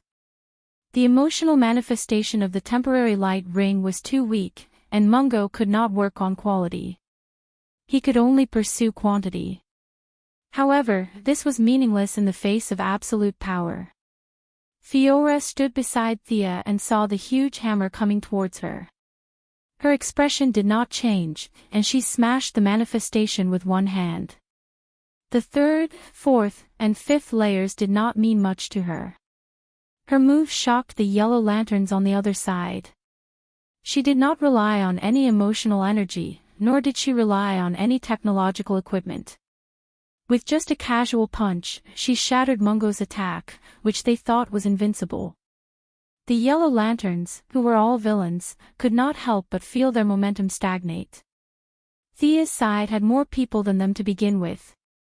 With this, the yellow lanterns were even more vulnerable. Leave the big guy's body intact. Kill the rest. Thea said lightly. As soon as she finished speaking, the electric lady, whose temperament had changed drastically and who had a tendency to be violent, rushed out first. This underground base had a lot of electrical equipment. She rushed directly into the midst of the enemies, and a silver-white electric current began to wreak havoc in the crowd. Chapter 470. Poison Ivy had planted a large number of plants on the battlefield while they were talking. Now, under her control, the plants broke through the ground. The Yellow Lanterns were used to fighting in the real world, so they were caught off guard by the plants and the Electric Lady. Some of them were electrocuted, some had their bodies corroded by the mucus from the acidic plants, some were swallowed whole by the man-eating plants, and some had their hands and feet entangled by the vines. There were all kinds of situations. Death Knell was not to be outdone. He dodged the yellow lights and charged in from the side. In his left hand was a titanium alloy sword, and in his right hand was an acid attribute magic sword that he had obtained from the Church of the Cold Flame. Many of the aliens looked very abstract, and he did not care what the enemies looked like. He just slashed at their necks, wrists, and ankles. His physical fitness had long surpassed the limits of the human body. Coupled with his strange footwork and proficient martial arts, many Yellow Lanterns were cut down by him like a whirlwind just as they realized that there was someone around them. Midnight Daddy cast 2 group spells. His magic was not as strong as Thea's, so the effect was barely satisfactory. Suddenly, he saw a sludge that looked like a sludge monster trying to run away. There was a corpse hidden in its outer membrane, but Midnight didn't care. The corpse looked like an alien, and it had nothing to do with his ancestral spirits on Earth. He chanted a spell and forcefully controlled it. Not to mention, the ancestral spirit of Earth was quite powerful. It used magic to communicate with the corpse, and under the influence of its psychic ability, the corpse extended a bone claw from the body of the sludge. The sludge that was running away was severely injured, and a large amount of liquid in its body flowed out from the wound. Midnight Daddy followed up with another attack. He put his palms together and caused the corpse to explode inside the sludge. This official member that was personally recruited by Sinisto and registered by Thea exploded into a puddle of acid. Its weak cell walls could no longer sustain the loss of energy in its body. It fell to the ground and did not move anymore. Thea took out the Parallax book. Following the death of the sludge, as an official member, there was a record of its life in the book. Its life history slowly emerged with its death. This thing was originally born on a barren planet. In an accident, an unlucky interstellar traveler spaceship crashed on this planet, and its corpse coincidentally fell into its body. Only then did it slowly gain self-awareness. Even with the Parallax book, it was difficult to determine whether the consciousness in the sludge was the consciousness of the unlucky interstellar traveler or the remnant consciousness of the barren planet. However, its corpse was also very valuable for research. Thea first used her ring's high authority and magic power to stop Huang Ring from looking for a new ring bearer. She had no choice but to do so. If she killed one, Huang Ring would find another. That would be an endless cycle. Fortunately, there were only a few official rings, and the rest of the temporary rings did not have the ability to find new ring bearers. Thea had just wrapped up the corpse of the sludge when she saw another ring fly into the air. Who died? She looked to see if it was someone from her side, but the ring did fly out from the battlefield. There was only one truth. The member of the Ring of Lanterns that could only be seen with a microscope, the deadly virus Dispolus, was dead. A virus that had evolved to such a degree of self-awareness should have a lot of research value. Unfortunately, this thing was too small. Who knew what equipment Sinisto had installed underground? Thea's supervision could not be used at all. She stared for a long time but could not find the guy's corpse. The most important question was, the sludge was killed by Midnight Daddy. Who killed this thing? It could not have been trampled to death, right? Thea used part of her magic power to control the Ring of Lanterns that was about to fly away. She looked at the records in the Parallax book. It was indeed dead. Thea asked her friends, but no one knew how this thing died. Maybe it was killed by the plant's enhanced interferon. The botanist, Poison Ivy, put forward her opinion at the right time. Thea searched everywhere but to no avail. She could only agree with this theory. In fact, she was more inclined to think that this guy was knocked out by the interferon and then was trampled to death by a guy with a big foot in the battle. The two sides were fighting in full swing. She could not stop them. They all raised their feet and let her look for the cockroach. She sighed slightly. There were so many viruses in the universe. It was not easy to evolve one with self-awareness. Was it easy? It was such a pity that he died without being able to display any value. The situation on the battlefield was one-sided. The most eye-catching one was the Lightning Lady. It was hard not to notice her from the sound and light effects. Silver-white electric current was constantly being thrown out by her. She used to be a live streamer and had very few fights. She also wanted to throw some lightning bolts coolly, but her accuracy was worrying. She also had problems controlling her power. She was clearly aiming at the enemy in front of her. The enemy had also conjured a shield.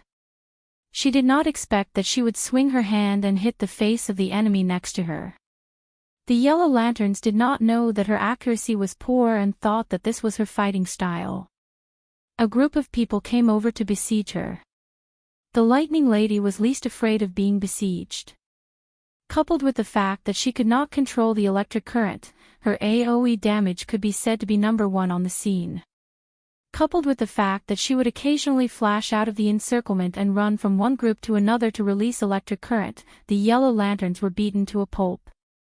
Not everyone could be like Sinisto and Thea, who could create a giant to protect their entire body. Most people could only conjure a part of their body armor. Everyone was suffering from the electric current. Unless they were a special life form, there were not many who were immune to electric shocks. I can't fight like this. Originally, when he saw that Thea did not make a move, and the seemingly fierce Fiora did not join the battle, Mungo too, who considered himself the Emperor of the Universe, also stood still. Now, he felt that he had to make a move. Although it was a little embarrassing, he was still prepared to get rid of the Lightning Lady who was the biggest threat to his side. He took a step forward and was instantly stunned.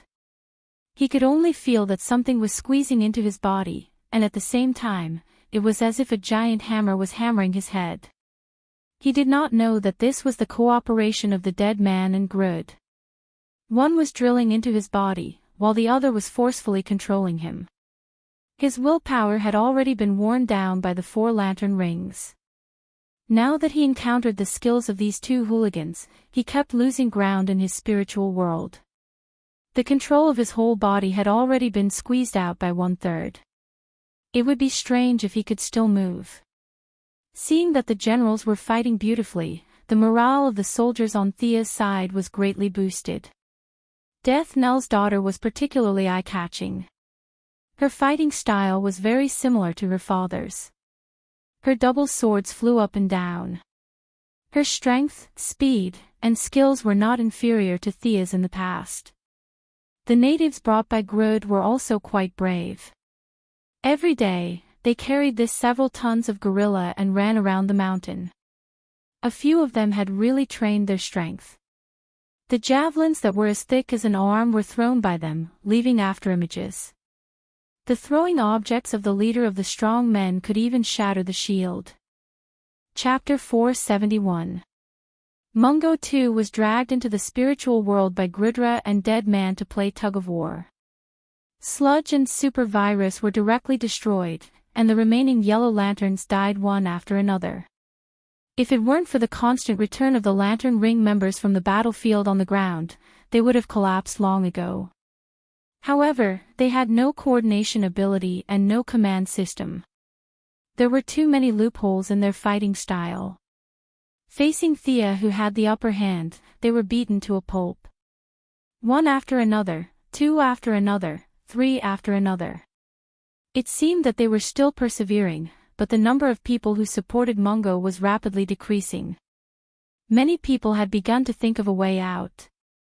Seeing that the situation was good, Fiora, the adjutant, as the highest combat power second only to Thea, personally came out. On the battlefield, enemies and allies were mixed, and powerful moves were not suitable to be used. This was a little restrictive for Superman's Supergirl, who could punch a hole in the ground and break a mountain with a kick, but Fiora didn't have this problem. Her combat skills were already very delicate. The Kryptonian combat skills she used back then were no longer suitable for her body that had skyrocketed. However, she still had her combat experience.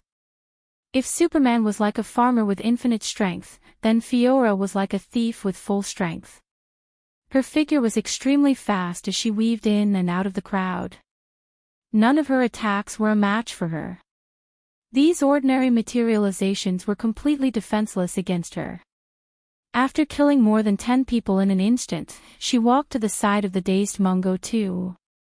She signaled to Dead Man and Grudra in the distance, and the two people, orangutans, withdrew the control at the same time. Mungo was dizzy and didn't understand what was going on. He saw Fiora grabbing the top of his head with one hand and his chin with the other. With a crisp crack, the giant's neck was directly broken by her. His tenacious vitality prevented him from dying immediately. His lips moved slightly as if he wanted to say something, but unfortunately, his vocal trachea was destroyed. He tried for a long time but couldn't say a word. The lantern ring on his hand was still shining, as if he wanted to do something. However, the loss of vitality also took away his willpower. His vision became more and more blurred, and he vaguely saw himself becoming the Emperor of the universe. In the end, he completely died in his imagination. If it was a fair fight, Mungo 2 wouldn't lose to Fiora by much. However, the reality was just that helpless. The two gangsters had forcefully controlled him, and he didn't even have the chance to reveal a single bit of his strength before he was directly killed. Thea was very satisfied with the cooperation of her subordinates. They skillfully defeated the boss on the other side, and she didn't even need to do anything. This man is a warrior. He deserves a proper burial. Thea put Mungo's body away after she finished speaking. It was definitely inappropriate to talk about dissecting the enemy in front of her subordinates, so she told a little white lie. When the remaining Yellow Lanterns saw that their new leader was dead, they no longer had the will to fight. Some of them quickly summoned their aircraft and fled in all directions. Some of them even surrendered and waited to be taken in. Thea was not obsessed with moral cleanliness. She had a lot of bad people under her command. Regardless of whether they were good or bad, she would take them all in and screen them out later. She didn't send anyone to chase after them. As long as she took control of the central power source and took back all the energy from the light rings, these people would be in for a good show. The lucky ones might fall directly from the sky, the weak ones would fall to their deaths on the spot, and the strong ones would fall to their deaths. The unlucky ones would fly out of the planet into space, and their rings would suddenly lose power. Those who didn't have the ability to survive in space could only wait for death. As for those who ran the fastest and had the worst luck, it was possible that their rings would lose power as soon as they entered the wormhole. Thea really didn't know what kind of horrible things would happen to them. The resistance forces were scattered. Under the guidance of a few people who led the way, the large group entered the passage without any obstructions. After walking for a short distance, Thea saw the incomparably huge central power source of the Yellow Lanterns. It was the same shape as the usual charging lanterns, but it was 100 times bigger. How uncreative. She looked around the huge power source and was a little dissatisfied. Back then, Sinisto had spent a lot of effort to accumulate that small ball of yellow energy to such a large size. However, this shape was a little speechless. The central power source of the Green Lanterns on Ura's main planet also looked like this. However, this was mainly because the little blue people didn't have any artistic cells. After billions of years, their brains had become rigid. You, Sinisto, can't be that unimaginative, right? It was exactly the same except for the color. From this, one could see how deeply the Green Lanterns influenced Sinistro. You're here. Why is it you? Thea separated a bit of her mental power into the central power source and accidentally bumped into the creature inside. The Parallax Demon's main body was sleeping inside. He didn't expect to meet Thea, who wasn't afraid of him. Thea also didn't expect this guy to be hiding in the central power source. The Parallax Demon didn't have any good way to deal with this human who had feelings of fear but wasn't afraid of him. The Parallax Demon was afraid of the existence that she was afraid of. The Parallax Demon didn't dare to conjure the images of those powerful unknown existences to scare Thea. A very strange paradox made him feel a little helpless, and he could also see that the strength of Thea's spiritual power was much stronger than before, and there was a huge difference between her and a mortal like Sinistro. He asked casually if he wanted to possess her or if he wanted to have a strong power. You don't want either. Fine, I'll go back to sleep. You go do your thing. Thea didn't care about this kind of external fake power at all. The Parallax Demon also looked uninterested. After a simple routine, the Parallax Demon fell into a deep sleep. Retract all the energy in the light rings, Thea ordered decisively. The golden central power source received the highest order and began to roar silently. The entire planet could see yellow light gathering there.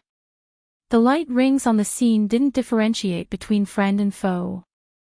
Except for Thea's own ring, all the energy returned to the main power source.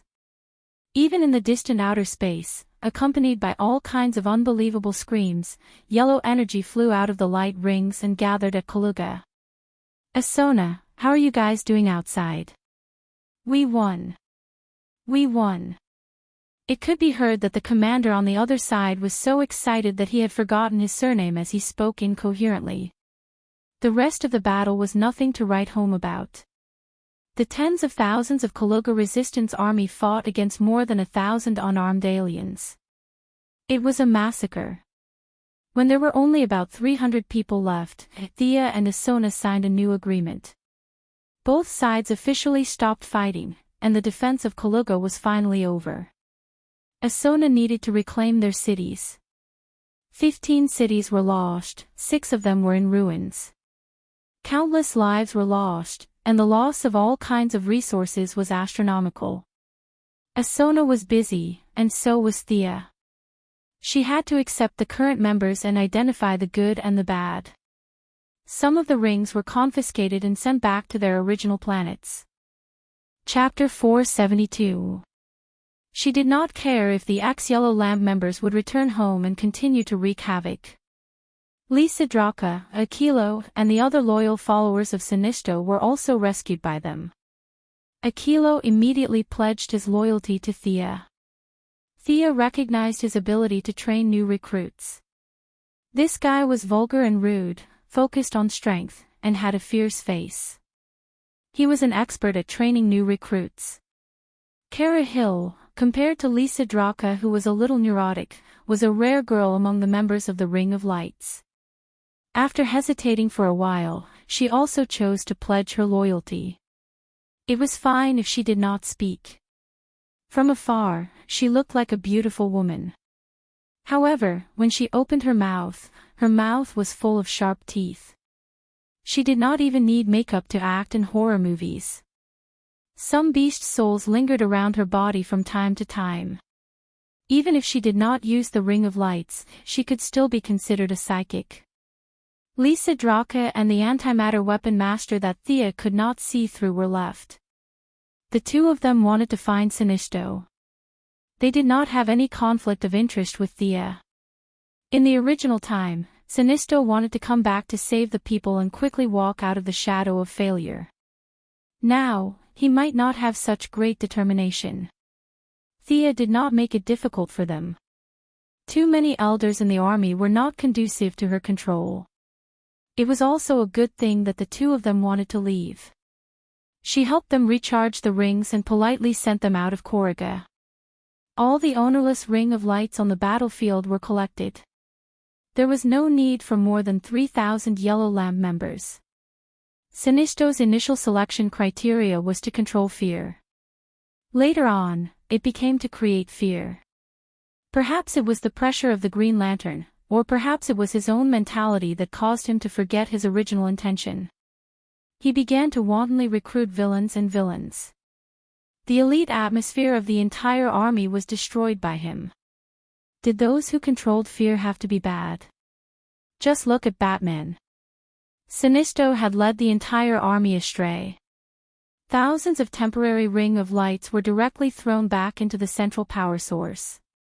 The return of energy made the Parallax Demon very excited. Such a beautiful environment made it have the urge to sleep for another 500 years.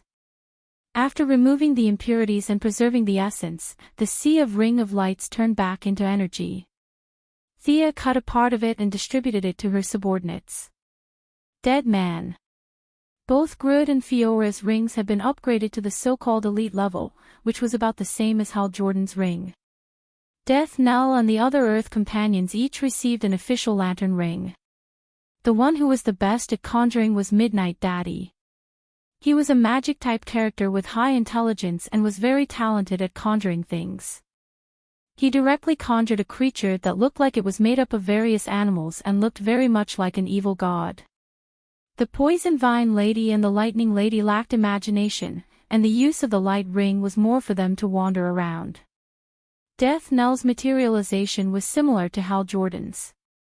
They were all machine guns, rockets, planes, tanks, and so on. Their original imitation lantern rings did not conflict with the official lantern rings. Perhaps it was because she and Diana had magically modified them that the lantern rings did not recognize them as their own kind. The group rested in Koruga for 3 days. Including those who did not participate in the robbery and those who were loyal to Sinisto, as well as those who were originally from the battlefield, the remaining 1,000 or so in the army were reduced to 300 by her. A large number of unrelated people were thrown out of the army by her to stay where they were. Although the number of people was reduced by nearly 70%, they were more united and registered one by one. The scene of the entire army being temporary workers was gone forever.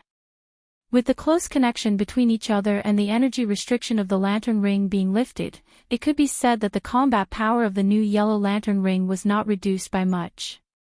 The reorganized Yellow Lantern Corps began to withdraw from Koruga. Koruga belonged to Sector 1417 of the Green Lantern Ring. With the death of Sinisto, the new Green Lantern Ring would soon take office. Theo was not ready to fight against the main planet of OUA, so the right thing to do was to lead the team and leave. She said goodbye to Asona. Seeing that she was very cooperative, Theo left her a communicator so that she could contact her if she had any trouble in the future. Death Knell and Grud's men chose to return to their original planets. Thea began to consider the new base of the Yellow Lantern Corps. It was definitely not suitable to bring them all to Earth. Many people here were wild and difficult to tame, and there was no way to control them on Earth. The only way was to make use of their strengths and gain benefits for herself. What could these people do? They were all big and burly, and there was no way they could help the old and the young. It was even more impossible for a group of people who only had muscles for brains to do some technical research. Referring to the red light and orange light conventions, it was a good idea to find an area and dominate it. There were not many places in the universe that the Guardians could not control, but at least there were a few. Thea did not go to those remote star regions. It was not in her interest. Her plan for the future of the Yellow Lantern Corps was to be mercenaries and collect protection fees. She could find neutral locations to collect protection fees, and take on missions on a daily basis. She could train her troops and earn money, so why not? Of course, she had to be careful when choosing this target. For example, in a place like Apocalypse Star, where the people were simple and honest, even with the Mother Box technology, Thea did not have the guts to collect protection fees. The target she chose was a trading company called Ibn. This was the closest translation from Earth's language. In fact, Ibn was an interstellar alliance that focused on trade, not a shell company that could kill 3 managers with a brick. They were located in Sector 0571, and the information recorded in the light ring was Oasis Bay Starport, which belonged to Ibn Trading Company. It's really big. Fiora, who had seen a lot, could not help but exclaim. Yes, it's a good place. Thea also felt that the flying object that was slowly moving in space was too magnificent. They had modified the entire planet and used the planet's core as the power source of the spacecraft, turning the entire planet into a supersized space battleship. The central area was the original planet, about 20,000 kilometers in diameter. Countless city buildings stood on the planet's surface, and there were various kinds of aliens on the ground shuttling back and forth. As the name suggested, the port was for ships to dock. However, they did not dock ships, but spaceships of various civilizations. There were parking aprons tens of thousands of kilometers around the planet, and all kinds of weapons that Thea did not recognize were densely packed as far as the eye could see. This was the crystallization of technological weapons. It was impossible to deal with without a large-scale invasion. Fiora and the other Kryptonians had always been taking whatever they saw. Seeing that Thea was a little tempted, she asked softly, "Are you interested in this place?" Thea did not answer directly. "Let's go down and take a look first." Most aliens came in spaceships, and it was rare to see a uniform like them flying through the wormhole. The person in charge of the port was very knowledgeable. He knew about the Green Lantern Corps, but he had never seen these people in yellow before. However, he did not want to offend them, so he still welcomed them. "Welcome, friends from afar. I am the ambassador of Ibn Trading Company in Oasis Bay Starport." An alien creature that was not much bigger than a squirrel came in front of them in a spaceship. His tone was friendly, but the 2 rows of robots standing behind him did not look very friendly. Chapter 473. Of course, Thea couldn't say that they were here to collect some protection fees. Now that they saw that their spaceship was very good and impressive, they were fated to be with them. They planned to take it by force and use it as their base in the future. She pretended to be harmless and chatted with the squirrel-like ambassador for a while. She realized that they could communicate and the squirrel-like ambassador wouldn't violate the port's neutrality principle. There were tens of thousands of aliens coming and going here every day. Some had good tempers and some had bad tempers. He didn't have time to meddle in other people's business. After explaining a few things to take note of in a friendly manner, he left with his people. The guards seemed to be robots. They should be controlled by the main computer. Fiora kept communicating with Thea in the ring. "Don't worry. Arrange our people, Jared." Thea threw a banana at the head of the gorilla who was looking around.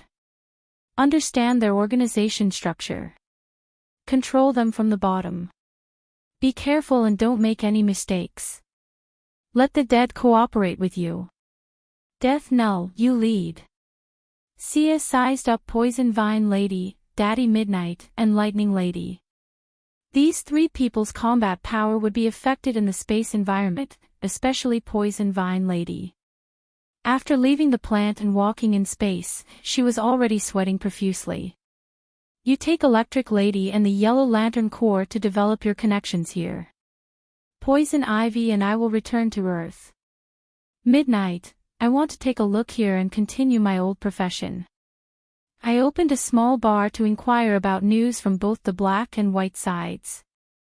Also, I can find a lot of magic equipment here." Old Man Midnight spoke first. The corpses that had exploded in the mud were pieced together by him.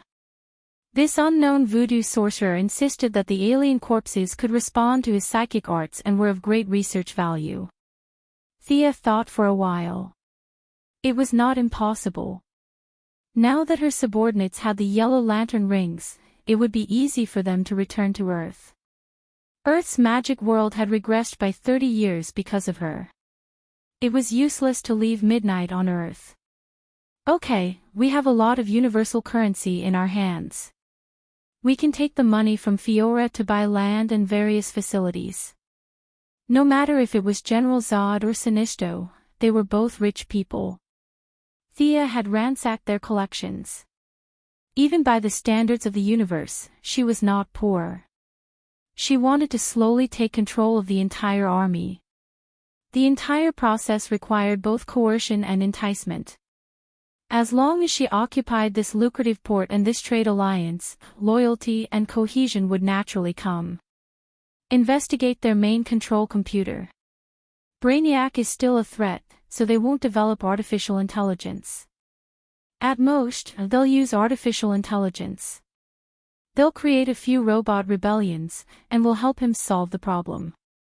After that, we'll be able to turn the tables. A few of his confidants knew about Gideon and nodded. Everyone split up. None of them were 1 or 2 years old, so they didn't need Thea to guide them step by step. The few people from Earth got rid of their initial fear and found that these aliens were not a big deal. Thea strolled around. Although it was called a port, it was actually a planet. With her supervision, she scanned the surroundings. There were very few residents here.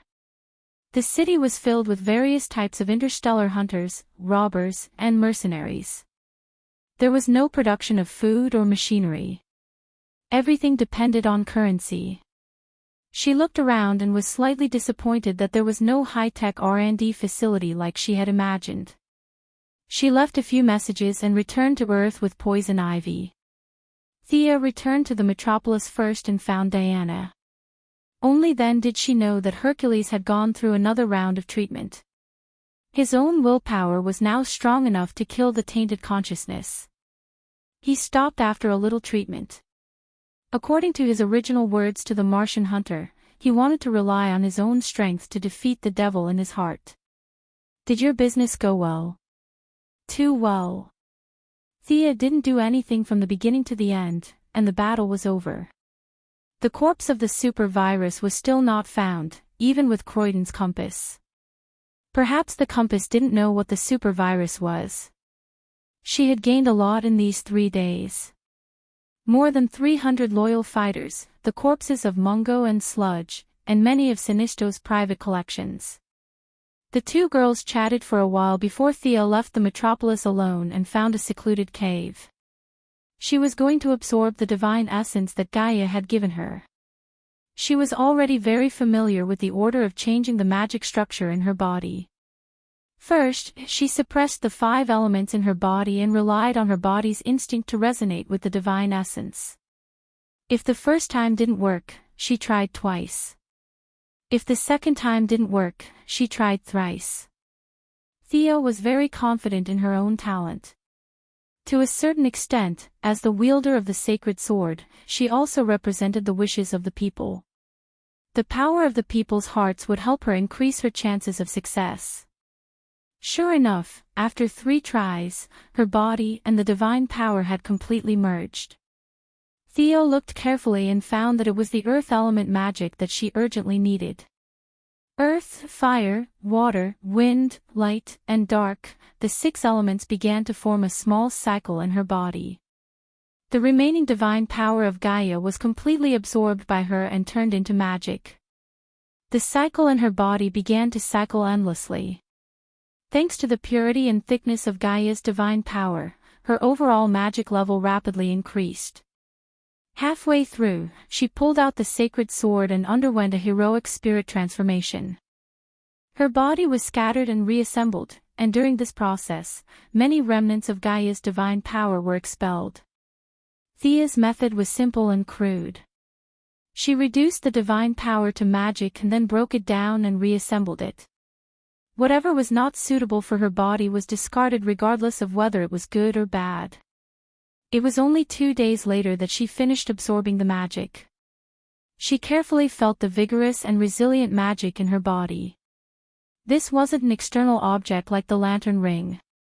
The power in her body was now the purest magic in her body.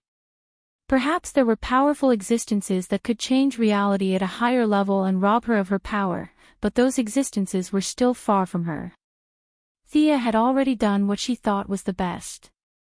It seems to be a little more than I expected. After casually casting a few spells, the 6 elements were no longer restricted. The recovery and consumption of magic were also reduced by 30%. This was the benefit of having all 6 elements. At this time, her magic had already recovered to the level before she cut off her doppelganger. The previous problem of her body being stronger than her magic had been solved. Magic had once again returned to the top of her list of abilities. This made her feel quite gratified. Otherwise, it would be really embarrassing to be a mage who swung her fists every day. The increase in magic only guaranteed her future direction and height, but there was no qualitative change in her current combat power. She needed more magic or divine power. Let's not talk about whether she could win or not. The attributes of the gods were too simple, so it wasn't her best choice. Black Adam and Shazam were the 2 targets that she had never given up on.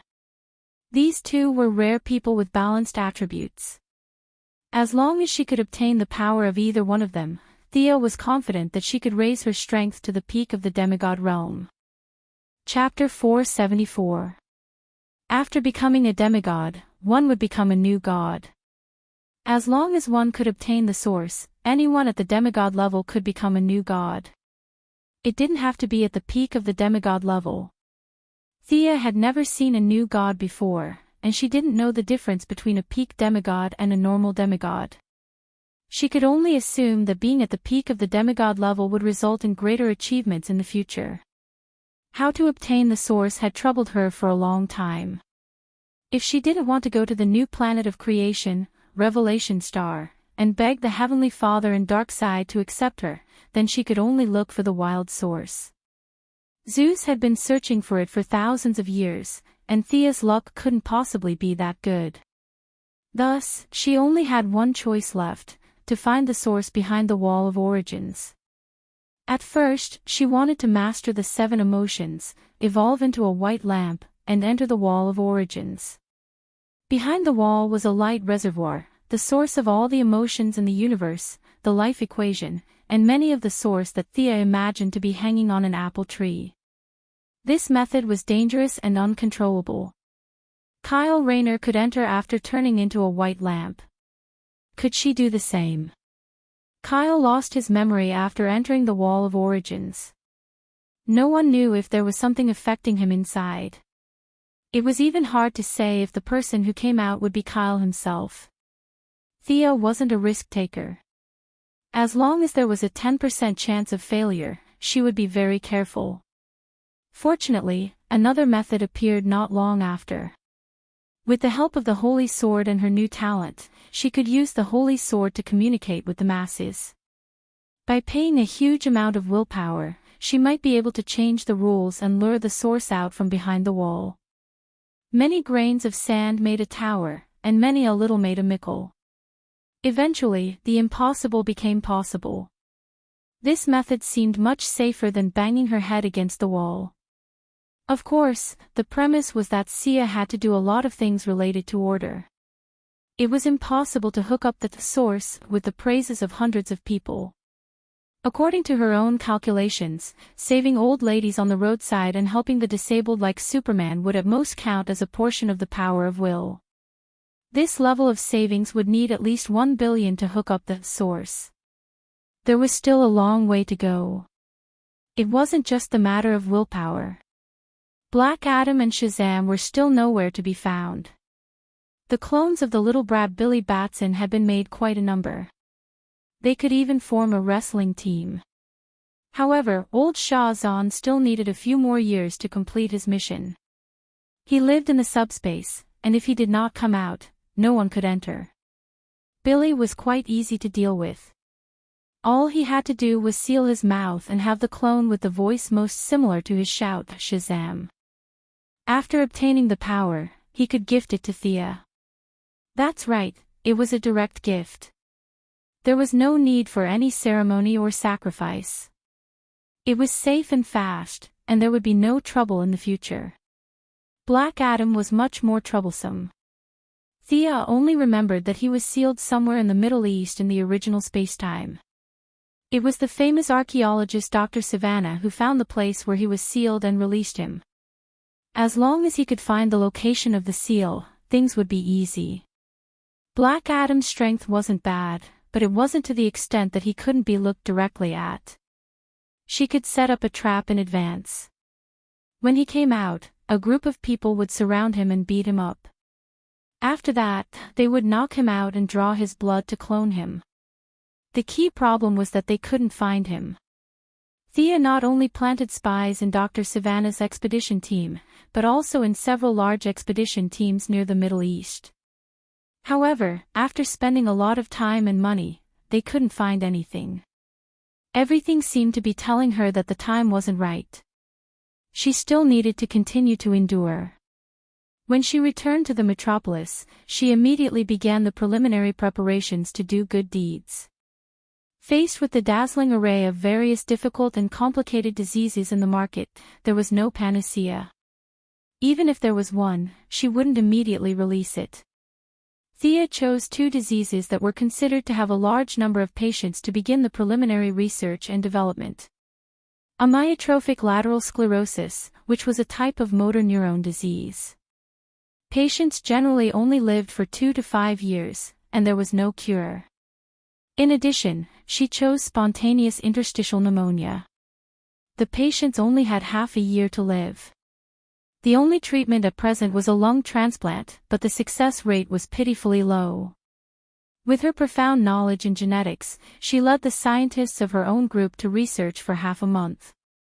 The 2 new drugs began to enter the clinical stage. Compared to Luther's advanced technology, she was only developing 2 special drugs.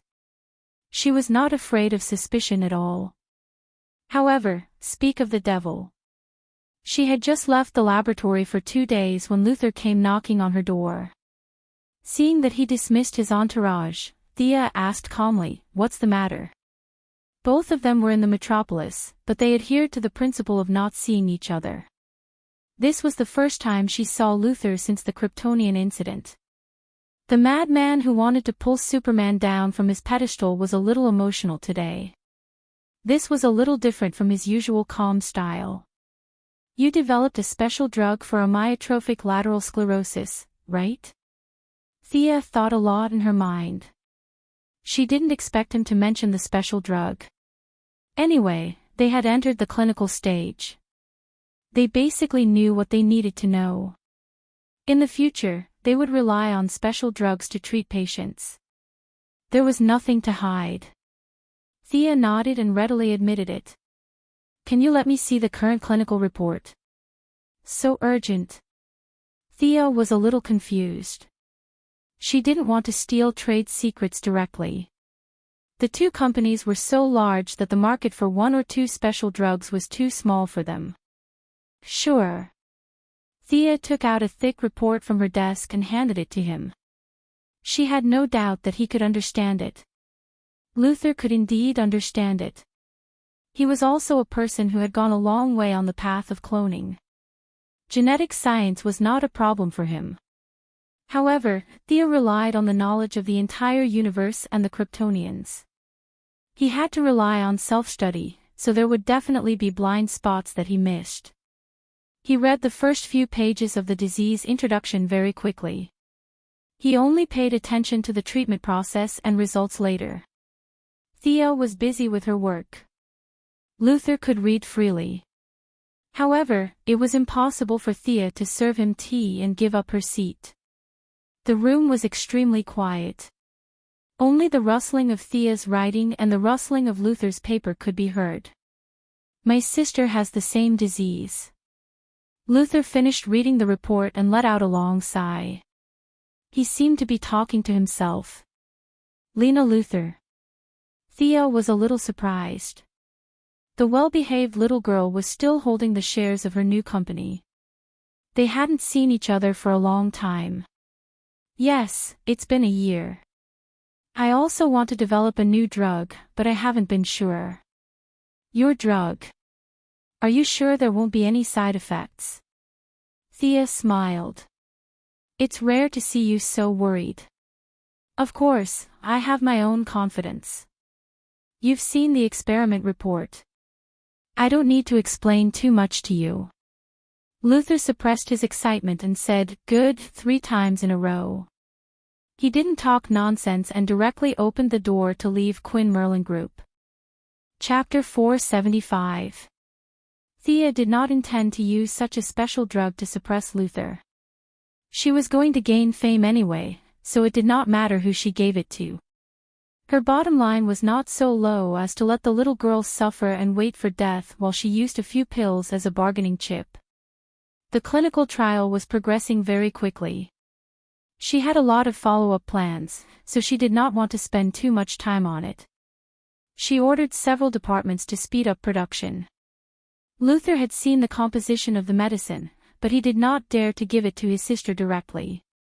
He also hoped to see her special drug on the market. Many patients were treated as guinea pigs. He had to wait and see for a while. The more patients there were, the more confidence he would have. Quinn Group's public relations was focused on the new product, and Luther was quietly pushing it from behind. The two of them worked together, and the various procedures were completed very quickly. Countless social elites helped the government to promote the magic of the 2 special drugs. The president urgently sought help from his staff. He almost thought that the whole country had contracted these 2 diseases. He was relieved to know that only a few people had contracted these diseases. He had to give face to the elites from all walks of life. Even if it was a poison, he had to approve it. He skipped the layers of approval and directly signed the approval for the special drug to be on the market. It was a terminal illness in modern medicine, but it was not a big deal in the field of genetics. They only needed to slightly adjust the internal structure of the gene. Thea's special drug had been on the market for a week, and the 2 diseases had been classified from terminal illnesses to the level of colds and fevers. Seeing that countless patients had been cured without any sequelae or complications, Luther bought a bunch of medicine for his sister. The little girl, who was originally lying in a wheelchair, regained basic mobility after 3 days. She was completely normal after 5 days. The little girl, Lena Luther, did not have as many concerns as her brother. She personally went to thank him. The 2 of them were very polite and complimented each other. Because of their opposing sides, they did not talk too much. However, from Lena's words, Thea could tell that Luther had made progress in his research on Doomsday. As for Supergirl's uncle, Norn, and the other 3 Kryptonian elites, they had all been killed by Luther. As a result of the battle of wits between the simple Kryptonians and the Earthlings, they had offered up their bodies and all their knowledge. It took Luther a lot of time to digest this gift. Now that the seed had been planted, all that was left was to water it and wait. With the corpses of the Kryptonians and the genetic technology that he had pieced together, it was not difficult to develop the remaining Doomsday genes on his own. After all, this was the super biochemical weapon that the Kryptonian scientists had developed based on their own bodies. The characteristic of the biochemical weapon was that it could be spread widely, and its structure was not difficult to construct. With Luther's intelligence, he could easily discover the huge opportunity of breeding in the Kryptonian cells. In this time and space, there was no pseudo-artificial intelligence on the Kryptonian spaceship to remind him. He probably did not know the name Doomsday, but it was enough to know that this biochemical weapon could harm Superman.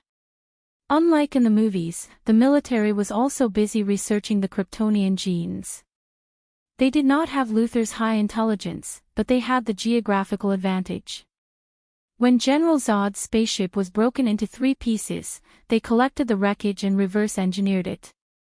Coupled with the little information left in the spaceship, they managed to achieve some initial results by relying on the strength of numbers. What surprised Thea even more was that the military had forcibly conscripted the mad scientist, Dr. Avio. Without caring about the cost, they had started Project Demogorgon. A large amount of manpower and material resources had been poured into this project. It could be said that they had carried the spirit of seeking death to the extreme. Thea could stop Luther, but the military was more troublesome. These people were stubborn. Only when they saw the power of Doomsday would they be able to extinguish the fantasy in their hearts. Thea's plan was to sit back and watch Doomsday cause a ruckus. Then, she would come out and clean up the mess. She wasn't the one who planned this, nor was she the one who supported it. No matter how she looked at it, she had nothing to do with Doomsday. The scales of order would only reward her for bravely jumping out at the crucial moment, and would not blame her for it. However, she was not going to just sit around and wait. Some basic preparations still had to be done. She had collected a lot of kryptonite in the early stages. It was more than enough to make a few weapons. However, she did not completely trust her memory. Reality had changed too much. If she did things according to her fixed thinking, it would be troublesome. She began to carefully study Doomsday's cells. She had done so several times. She could not understand why Doomsday, who resembled the holy warrior of the DC world, could not use the same move twice. It should be known that Doomsday was able to withstand Darkseid's Omega Ray in the later stages. Omega Ray represented the source. Doomsday's body could evolve without limit. Every time he was killed, he would be immune to the previous fatal damage when he was resurrected. This ability was not something his body possessed. It was provided by the continuous evolution of his cells. Sia's research showed that each of its cells was actually a tiny individual. Doomsday was more like a collection of wills. Its body relied on a special kind of energy to pile up all its cells, forming a powerful individual that the world saw. From the looks of his cells, did this guy have a soul? On the surface, he did not have a soul in the traditional sense. However, the collective will formed by the many cell wills was extremely chaotic. This made him immune to most control magic in the world. Thea tried to duplicate a few of his cells. She found that they fused very quickly. However, they devoured each other to evolve. The madness revealed by this made her a little scared. This was not a creature that should exist in this world. The Kryptonian scientists had not come up with a countermeasure for tens of thousands of years. She also did not plan to destroy it in the path of science. The advantage of having all 6 elements was that Thea could cast any spells. She could even cast some more powerful combination spells. The cell's ability to absorb the 4 elements was top-notch. They hated the light element, and did not like the dark element either. Thea experimented with both light and dark spells. Finally, she found a spell that worked. It was Aging, a spell that combined the dark element, wind element, and water element. The vitality of the cells affected by the spell decreased visibly. In order to resist the spell, the cells would release all the vitality in the cells in an instant. For a short period of time, the vitality of the cells would be boosted. After that, the output of magic would increase, and the cells would quickly die due to exhaustion. After experimenting with a few spells, she also tested the power of emotion. The emotion of fear was the same as the will of death and destruction in the cells. Doomsday could not replicate the emotion of fear, which was contrary to its basic form of existence. However, fear could not do anything to it. Chapter 476. The last test was the Holy Sword. In theory, the crystallization of the will of all living beings could kill Doomsday. Thea tested it 3 times in a row. Even the reborn cells of Doomsday could not figure out the principle of the Holy Sword. It could not be simulated or replicated at all. The only drawback was that the Holy Sword would consume too much power to deal with the crazy will, and it could not kill it completely. Thea felt that Doomsday probably had something similar to the source in it. It symbolized the idea of destruction in the universe. As long as this behavior existed, it would never die. The Holy Sword was the last step. If the kryptonite failed to kill it, Thea thought of a safe way to seal it. This was the traditional method summed up by countless heroes in the process of dealing with the Great Demon. The space technology of the Kryptonians was not top-notch. Hundreds of people could escape from their so-called shadow area if they were slightly affected by the energy waves. Thea just looked at it and gave up. The infiltration of the neutral port in the oasis was still going on secretly, but it was not a problem to buy a few high-tech cages at a high price. Fiora sent her 3 different types of sealing devices in a day. Thea's plan was to use high-tech, the lamp, the ring, and magic together, and then throw it into the corner of the universe. Originally, the Wall of Origin was a good choice, but she was afraid that it would cause other unforeseen events. If this thing evolved to the extent that it could break the wall, who in the universe could withstand it? The sealing devices of several civilizations had their merits. To combine these technologies with Thea's own ability, she still needed to do a lot of preparation. It was not Sia to write down her good deeds in her diary without leaving her name. She did not have such high awareness, not to mention at such a time when she needed a lot of praise.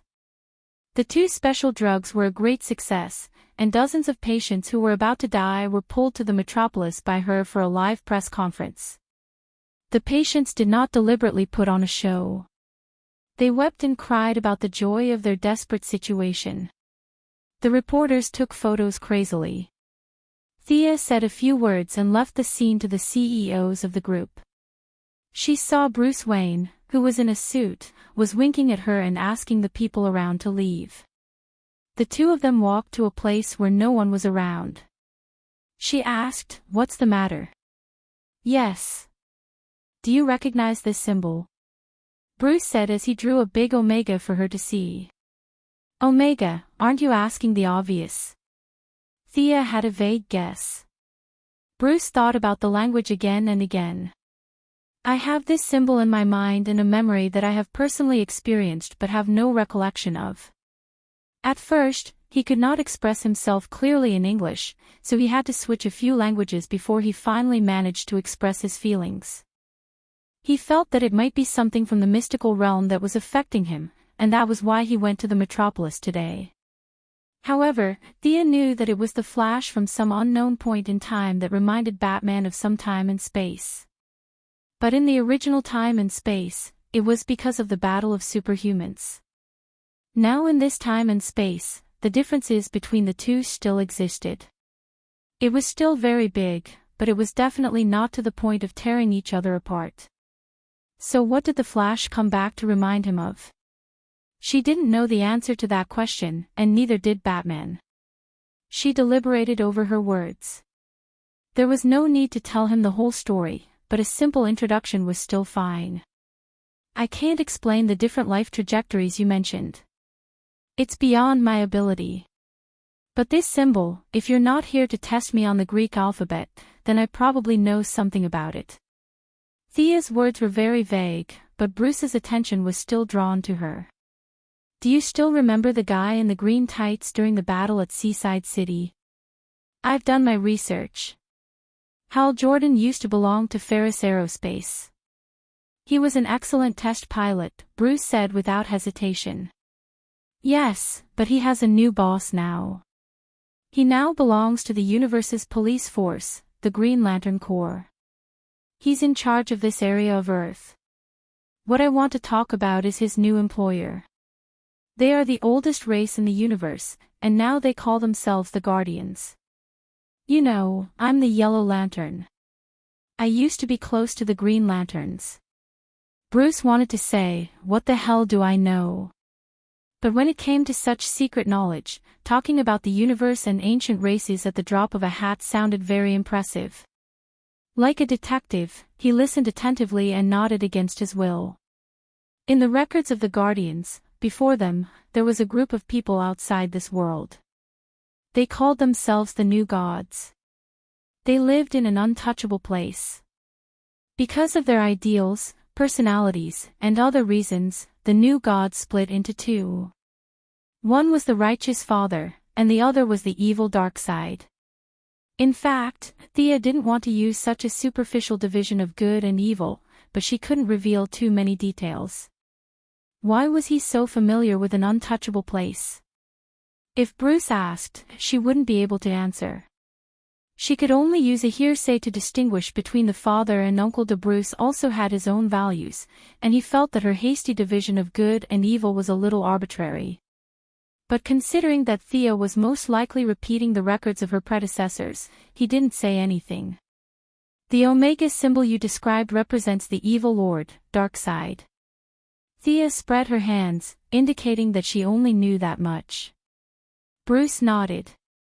Thea didn't explain in detail, but his doubts were finally answered. If he was asked what his relationship with Darkseid was, he would say that he had nothing to do with it. The two of them had nothing to do with each other. Bruce was protecting his own land, and Darkseid was spreading evil across the universe. These things were completely unrelated. If it weren't for the war with Darkseid, Thea would have had the same thoughts as him. They were on completely different levels. Earth was no different from an ant in Uncle Daw's eyes. Who knew what was wrong with him to invade Earth? Bruce felt that it was not a bad guy from Earth who did this to him, so he was much more relieved. The only questions he had were buried in his heart, waiting for the truth to be discovered in the future. The two of them chatted for a while and said goodbye to each other. Thea's life returned to normal. On the surface, she was still working on solving the incurable diseases of mankind. In the past, this would have been a big deal. But now, whether it was Luther's Cadmus project or the military's Yamatron project, they were attracting the attention of people with ulterior motives. A huge amount of money and technology had been thrown into the water. The big shots were on tenterhooks every day. They hoped that they would produce results, but they were also afraid of a devastating disaster. Eldest Mrs. actions of researching a special medicine when she had nothing better to do was really not within their scope of concern. The few of them only paid attention to it verbally and lightly brushed it aside. Chapter 477. After probing twice, she found that everything was calm and there was no response from the higher-ups. Sia directly announced a new treatment plan for cancer. Together with her new medical cabin, as long as the patient was not dying, the cancer cells would be completely killed in one day at most. It was a worldwide shock. There was no doubt that the Nobel Prize in Medicine would belong to her. Her name had already entered some medical textbooks, and patients all over the world who were suffering from terminal diseases saw hope. In a short time, a huge amount of willpower entered the balance of order. The young lady was so beautiful that she walked with the wind. She and Diana learned from each other all day long and suppressed each other for the first time, achieving a glorious result of both career and love. She relied on her own technology to gain great popularity, and the Quinn Merlin group also rose. More than a dozen scientists in the medical department did not sleep every day to compare experimental reports, for fear of mistakes. Many young people also came to apply for jobs. It was fine if the pay was low, but they wanted to add the name of the Quinn group to their resume. Scholars and scientists from all over the world came to visit. The Quinn group set up a reception department of hundreds of people to deal with learning discussions and exchange experiences from all walks of life. Compared to Luther, who hid underground every day to do his experiments, Thea's reputation suddenly reached the level of Buddha. She did not slack off and gave speeches everywhere to increase her reputation. Even the medical staff who lost their jobs because of her medical cabin did not dare to publicly scold her now. Her reputation was too high. At this time, Thea was in the Buckingham Palace in England. She was interviewed by the Times and said the content hundreds of times. She changed a few words and said it once with emotion and emotion to complete the task. After the interview, Thea also met the Queen of England. The old lady looked very kind, holding her hand and chatting. The old lady did not know that she was lucky. If this was still a feudal society, the young lady would have pulled out the sword of victory and pledge and asked to inherit the throne of England.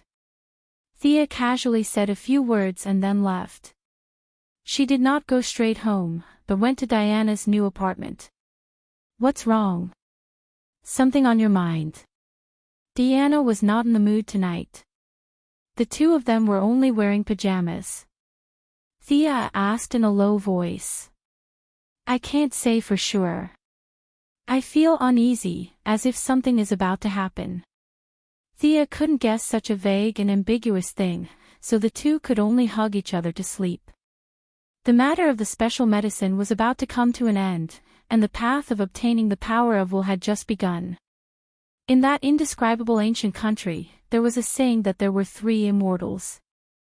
To establish virtue was to establish morality. To establish virtue was to say something with penetrating insight. Neither of these two were suitable for today's utilitarian era, but to establish merit was feasible. In fact, the starting point of Luther and the military's plan was also related to this. They were either billionaires or high-ranking officials, so they didn't have many pursuits for themselves. This was why they came up with the so-called Cadmus plan and the Yamadan plan for the future of humanity. The starting point was good, but their actions were too self-centered, and they didn't really put the welfare of the ordinary people first. They never considered what ordinary people lacked. Instead, they considered what they should give to ordinary people. This so-called democratic system was, in fact, an elite system for the minority. Thea herself was also a beneficiary of this system. She didn't have the sentiments of those great sages who claimed to change certain realities. She could only do what she could to make the lives of ordinary people better. Physical illness was the first step, and cultural dissemination was the second step. Ordinary people on Earth were too backward. They didn't care about dark side, and many people were unwilling to believe in the existence of aliens. They stubbornly followed their own path of life, working, studying, and living. This was the current situation of ordinary people. Thea hoped that through her own efforts, she could change the minds of ordinary people. Aliens weren't as bad as in the movies. Many alien technology products were very convenient and should be introduced. She even encouraged some scientists to go out instead of cooped up in the laboratory thinking about how to blow up Earth. The road had to be taken step by step. At the very least, some ideas had to be changed. Otherwise, it would be too tiring for her to be the only one leading the way. She couldn't drive a car to work in the morning and take a maglev back home at night. The technological leap wasn't that fast, so she needed some time to adapt. As for the new breakthrough, the scene of Superman and Diana learning the Tamaran language gave her some inspiration. Learn the universal language. General Lane and the others had just taken their seats in the Alien Management Committee when Thea dropped a bombshell and asked them to discuss it. The meeting this time was very important. The black man, Digger, had come as a temporary service member and handed over documents to the representatives. He was also a little nervous because as a middle-level member of the administrative committee, he was also required to learn the common language. God had mercy on him, he only knew English and a few Afghan phrases like surrender and kneel down. Learning something as high-end as the universal language was giving him a headache. He was having a headache because his perspective was too low. The other participants understood the implications, especially when the military was trying to crack the Kryptonian spaceship. Language was a stumbling block, and they were the ones who were most affected by it. Looking at the bitter faces of these people, Sia wanted to laugh. Her memories as a transmigrator made her realize how terrible it was for all the people in this country to learn English. It was the cycle of life, and now it was time for them to taste the bitterness of it. As for asking all the aliens in the universe to speak English, even the most arrogant and irrational general in the military wouldn't say that. Everyone, we will have to leave Earth sooner or later. The era is advancing rapidly. Learning the language and communicating with the aliens on an equal footing should be the responsibility of the committee. Thea easily put the project on her shoulders. The white people who slaughtered the Native Americans had the most right to say what would happen if they didn't communicate with the aliens. Dr. Quinn, what do you mean? Joan Finch was a 50-year-old middle-aged woman who represented the government in Kentucky. She had no problem convincing her constituents, but she couldn't help but tremble when she was in a weak position and had to communicate with the aliens. Thea saw her sallow face and knew that she had misunderstood. This pure politician probably thought that she was going to attack with a spaceship. What I mean is very simple. It's just a preliminary preparation. Based on the principle of voluntary participation, we will neither advertise nor ignore it. We will publish a set of teaching materials in the name of the committee. Anyone who wants to learn can buy them. The middle-aged woman's face regained some color. General Lane and Steve Trevor were both patients with persecutory delusions. For them, it was always good to be prepared. Unless Earth conquered the universe, learning the alien language was a hurdle that couldn't be avoided. Chapter 478. The committee's daily expenses were in the hundreds of thousands, so the learning materials that were mentioned didn't cost much. Several people agreed with Thea's proposal, but each of them went back and told the big shots behind them about today's far-reaching, small matter. The few big shots had higher expectations. Perhaps some of them only wanted to preserve what they had, but this was not something they could change. When the aliens came knocking on their door, they would be the first to suffer losses. Compared to Luther and the military's method of focusing on making big weapons, Sia's method of silently moisturizing things made people feel comfortable. It was not difficult to guess their thoughts. If Luther succeeded and wanted to use force to gain more power, who among the politicians would give him a place? Or let him wipe out everyone and become a dictator? Thea's method was very popular with the politicians, and no one stopped her.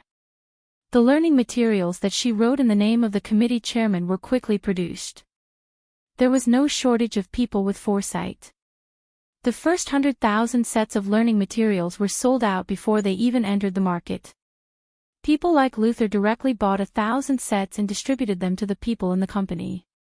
Those who couldn't learn were directly kicked out. Bruce Wayne also bought a few sets and prepared to give them to the Bat team. Leaders of various countries, foreign affairs personnel, spy organizations, whether it was the king or the president, more or less bought a few sets.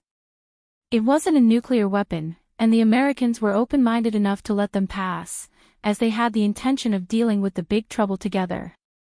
After that, Thea urgently produced more than 100,000 sets. This time, the sales were relatively weak.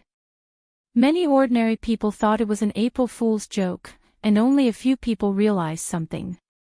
But after all, they were the minority, and their opinions were quickly drowned in the laughter of the crowd. Thea didn't care too much about this. Fixed ideas were not so easy to break. The seeds of hope had been sown and would slowly grow. Seeing that Batman's team was not tired of learning, the young lady didn't forget her own brothers.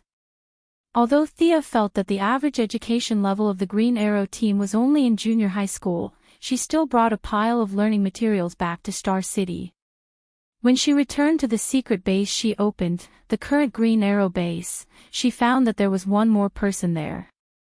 Roy Harper, Thea's lover in the original spacetime, was currently being trained by Oliver. It's so lively. Thea wanted to laugh when she saw the bustling scene in the base.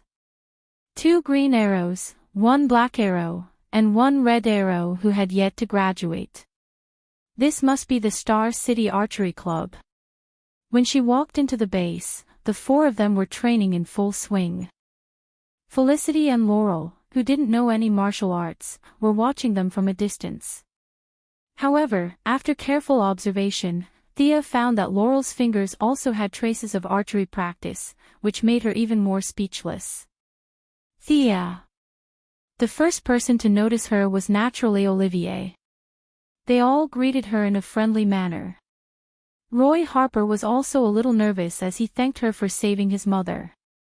When she passed the study materials to them, their expressions were a little strange. Felicity, Laurel, and Shadow had all graduated from university, so they weren't under much pressure. They flipped through the pages seriously. Olivier, Tommy, and Roy Harper were all bad students. The first 2 didn't study hard, and the last one didn't study hard because his family couldn't afford to. The 3 of them had very poor foundations. Even though Sia had made it easy to understand when she wrote it, they still had bitter expressions on their faces. Thea felt that they could all learn. Olivier and Tommy's bodies had been modified by God's blood and genofluid. Their learning ability had surpassed the average level of smart people. As long as they put in the effort, it would be easy for them to learn. They chatted briefly. Thea found out that Olivier had met Batman through Laurel and Barbara's recommendation. Both of them had similar beliefs and experiences. Plus, Thea was a senior superhero. As a senior superhero, Batman told Green Arrow a lot about his experience. Green Arrow, who had been wavering, finally decided not to kill. After seeing the training of the third-generation Red Robin, he also had the idea of training an assistant. After that, the brave and tenacious Roy Harper came into his sight. After getting the approval of the team, he began to train the young man. Under the relentless attacks of the archery club, the security of Star City had recovered. Olivier even defeated the Death Archer in a one-on-one battle and handed the captive of the Death Archer to Amanda, who came after hearing the news. With their series of victories, the underground forces of Star City were forced into hibernation. After leaving the Green Arrow team, Thea went to see Moira. Her mother had entered the second year of her second term as the mayor of Star City. The mother and daughter had a few intimate words. Moira had already let go of her daughter. She had flown too far and too high. Do you think my next step should be the Congress or the White House? Moira enjoyed the feeling of power in her hands. She knew that Thea now had great influence. She wanted to hear her daughter's opinion. If Moira had asked this question a few years ago, Thea would definitely have told her to stay in Star City. The outside world was too dangerous. But now that her vision was broadened and her strength had skyrocketed, the threat of the secular world and the universe to her was rapidly decreasing. There were definitely many who were stronger than her, but she was not very afraid. In the past, she thought that even if the sky fell, the tall people would shoulder it. Now, she thought that even if the sky fell, they would shoulder it together. So she decisively answered Moira, "President, run for president." What was the point of being a senator? Although the president's power was limited, it was still awe-inspiring. Ordinary citizens basically knew who the president was. If you asked them who the senator of their state was, few would be able to answer. Moira herself was not weak. Her 2 terms as the mayor of Star City had ended. Her political achievements could blind many people. Plus, she was a woman, the first female president in the history of the United States. This attracted a lot of attention. Women's affinity was an important guarantee for the future uniting of the Earth's human beings into the interstellar era. When mankind carefully stepped into space, what they needed was not an iron-blooded strong person. That was purely courting death.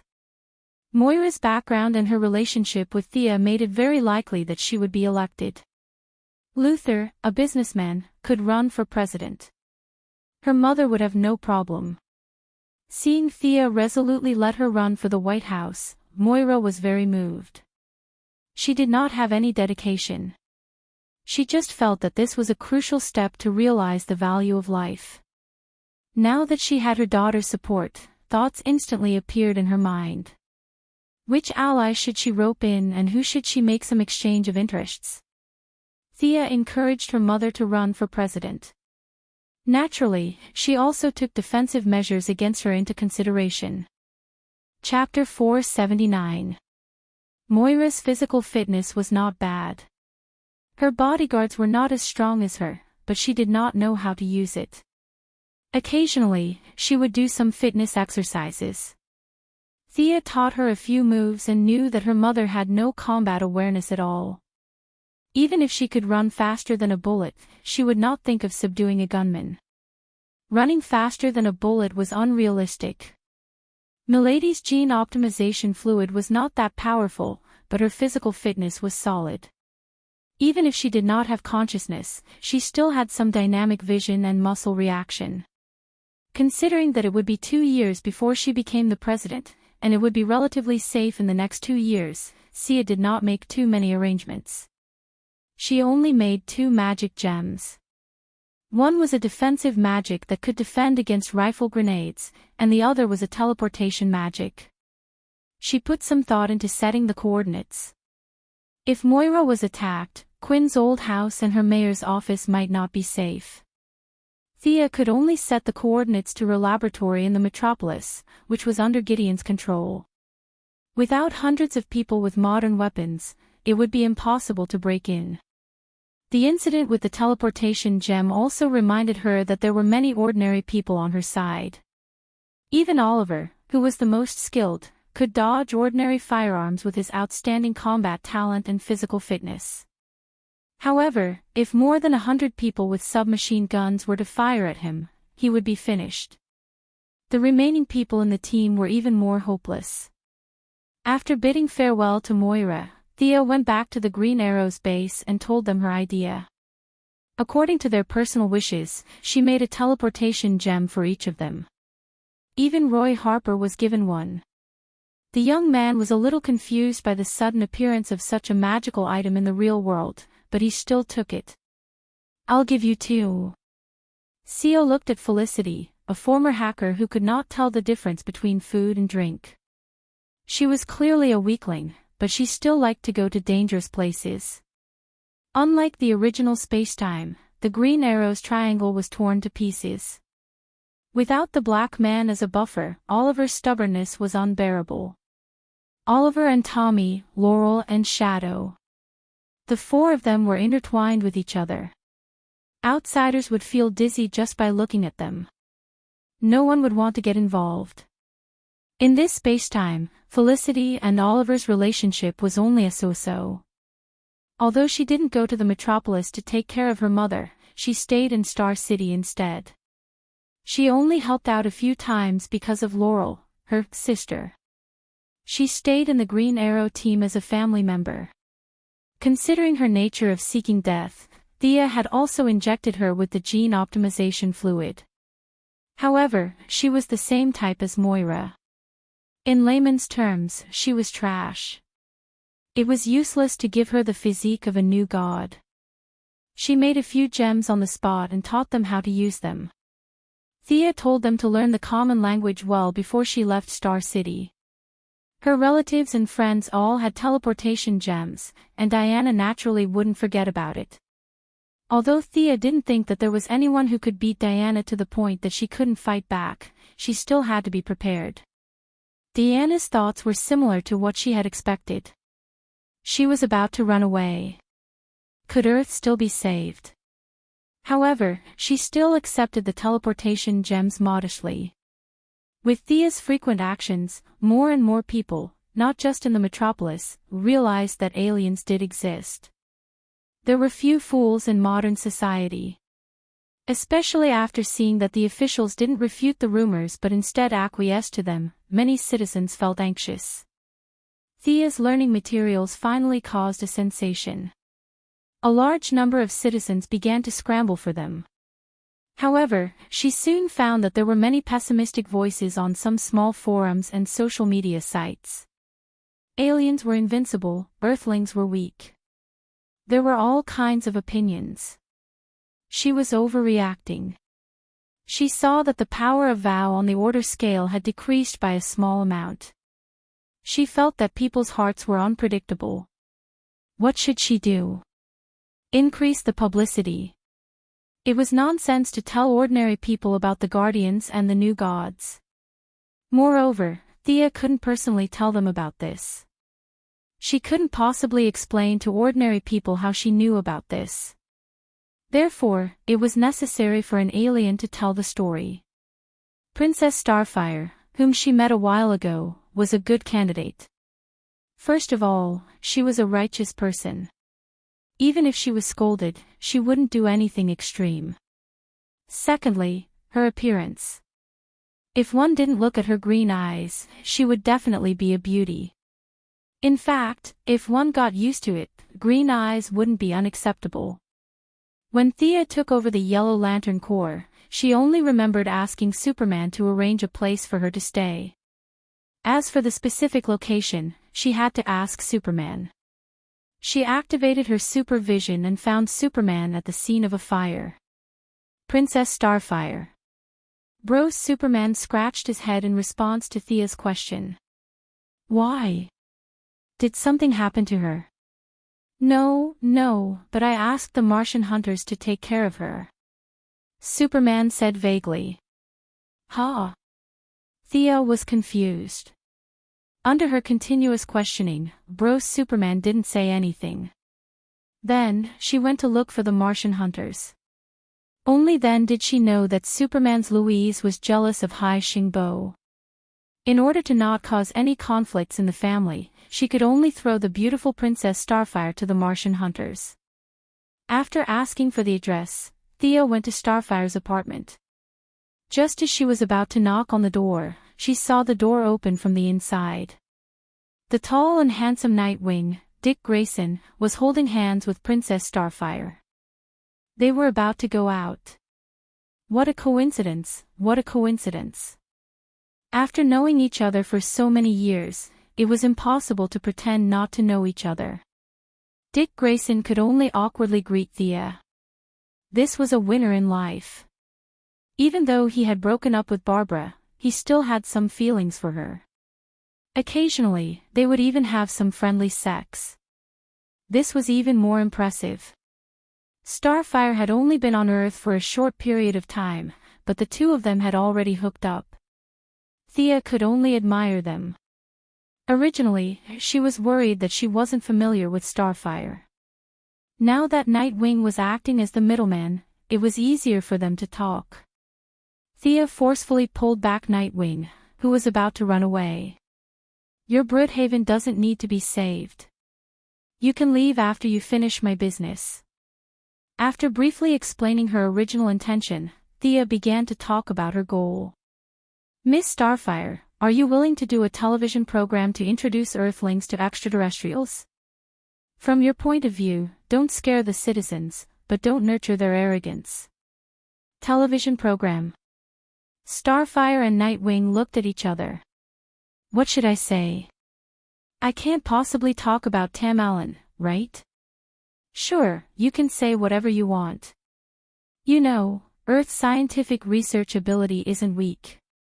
We can bring many extraterrestrial technological products to Earth. At this time, you just have to help promote it. However, in the early stages of the program, there will likely be some negative comments. You have to be mentally prepared. Chapter 480. Spark had come to Earth alone, but she was a playful person. Otherwise, she would not have met Nightwing, who was running around the streets. As a righteous person, she could not rob others even if she did not have any income. Now that Thea offered her a job opportunity, she thought about it carefully. Seeing that Nightwing did not object, she agreed. The TV program definitely couldn't be made boring. If Spark were to read the script on stage alone and talk about extraterrestrials, and the wonders of extraterrestrial technology, no one would watch it. She also had to find an assistant. This person had to be an Earthling with good looks and not afraid of aliens. It would be best if he or she had some experience in recording TV programs. With so many conditions, there were not many candidates, but Thea soon found a suitable candidate. The former anchor lady was recalled to Earth by her. You still want me to do the program? The former anchor lady was a little frustrated. She was forced to do it to make a living.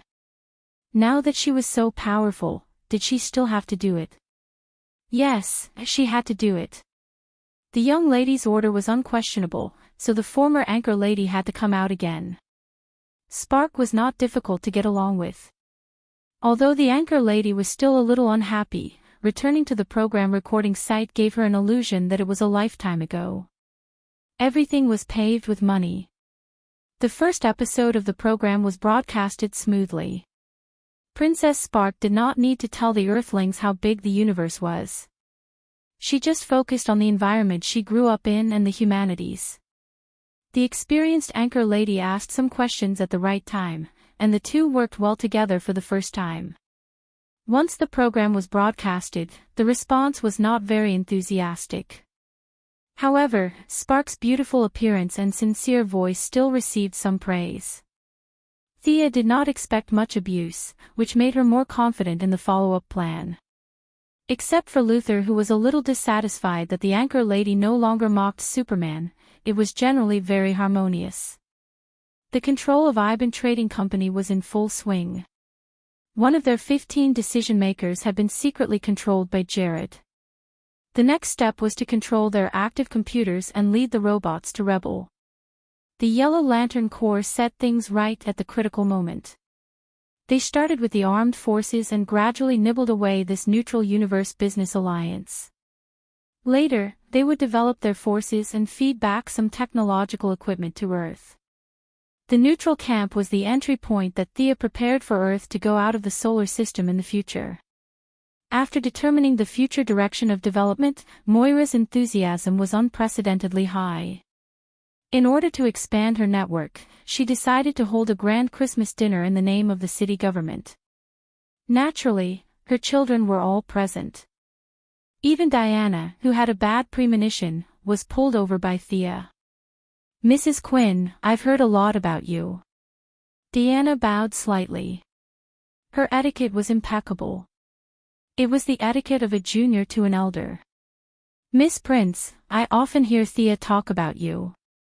Moira was well aware of the relationship between the beautiful woman in front of her and her daughter.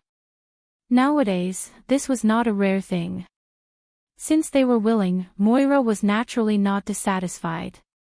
She gently held Diana's hand and said a few words. Soon, other guests arrived. Thea pulled Diana aside. "Your mother is very elegant. She's an amazing person." When Diana saw that a woman had achieved something, she thought that the woman was a good person. This idea was deeply ingrained in her mind and could not be changed.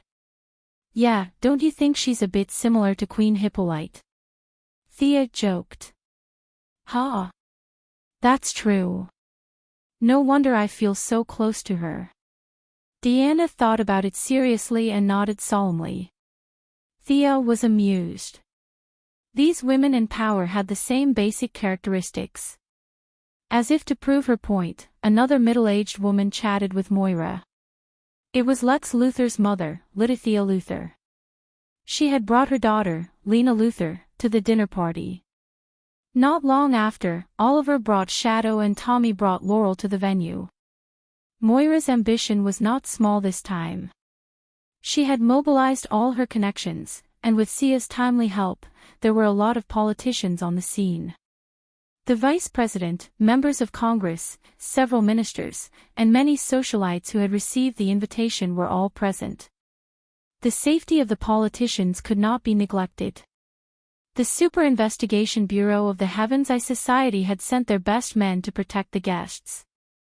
The Martian hunter, who pretended to be cool every day, was also present. Not only was he present, but the Gotham tycoon Bruce Wayne and this year's Pulitzer Prize winner, Clark Kent, were also present. Thea's eyelids twitched when she saw them. However, they had to pretend not to know each other. This was a severe test for Diana and Superman, whose acting was slightly immature. There were even more irrelevant people, such as Catwoman and Louise Lane, who were relatives, and Damian and Raven, who were there to eat and drink. Thea even saw Spark and Nightwing whispering to each other, which made Barbara, who came with her father, unhappy. Barry Allen, who did not have much combat power, Felicity, a few friends from the Star City Laboratory, Caitlin Snow, her fiancé Ronnie Raymond, and Cisco Ramon were all present. Some of them were Oliver's friends, while others were Thea's friends. With so many young people gathered together, it was quite a lively scene. Seeing Thea sizing up the venue, Diana was a little puzzled. What's wrong? Did something happen? Of course, Thea could not say that with so many heroes with the luck of protagonists gathered together, she would not be surprised if a dark side jumped out in the next second.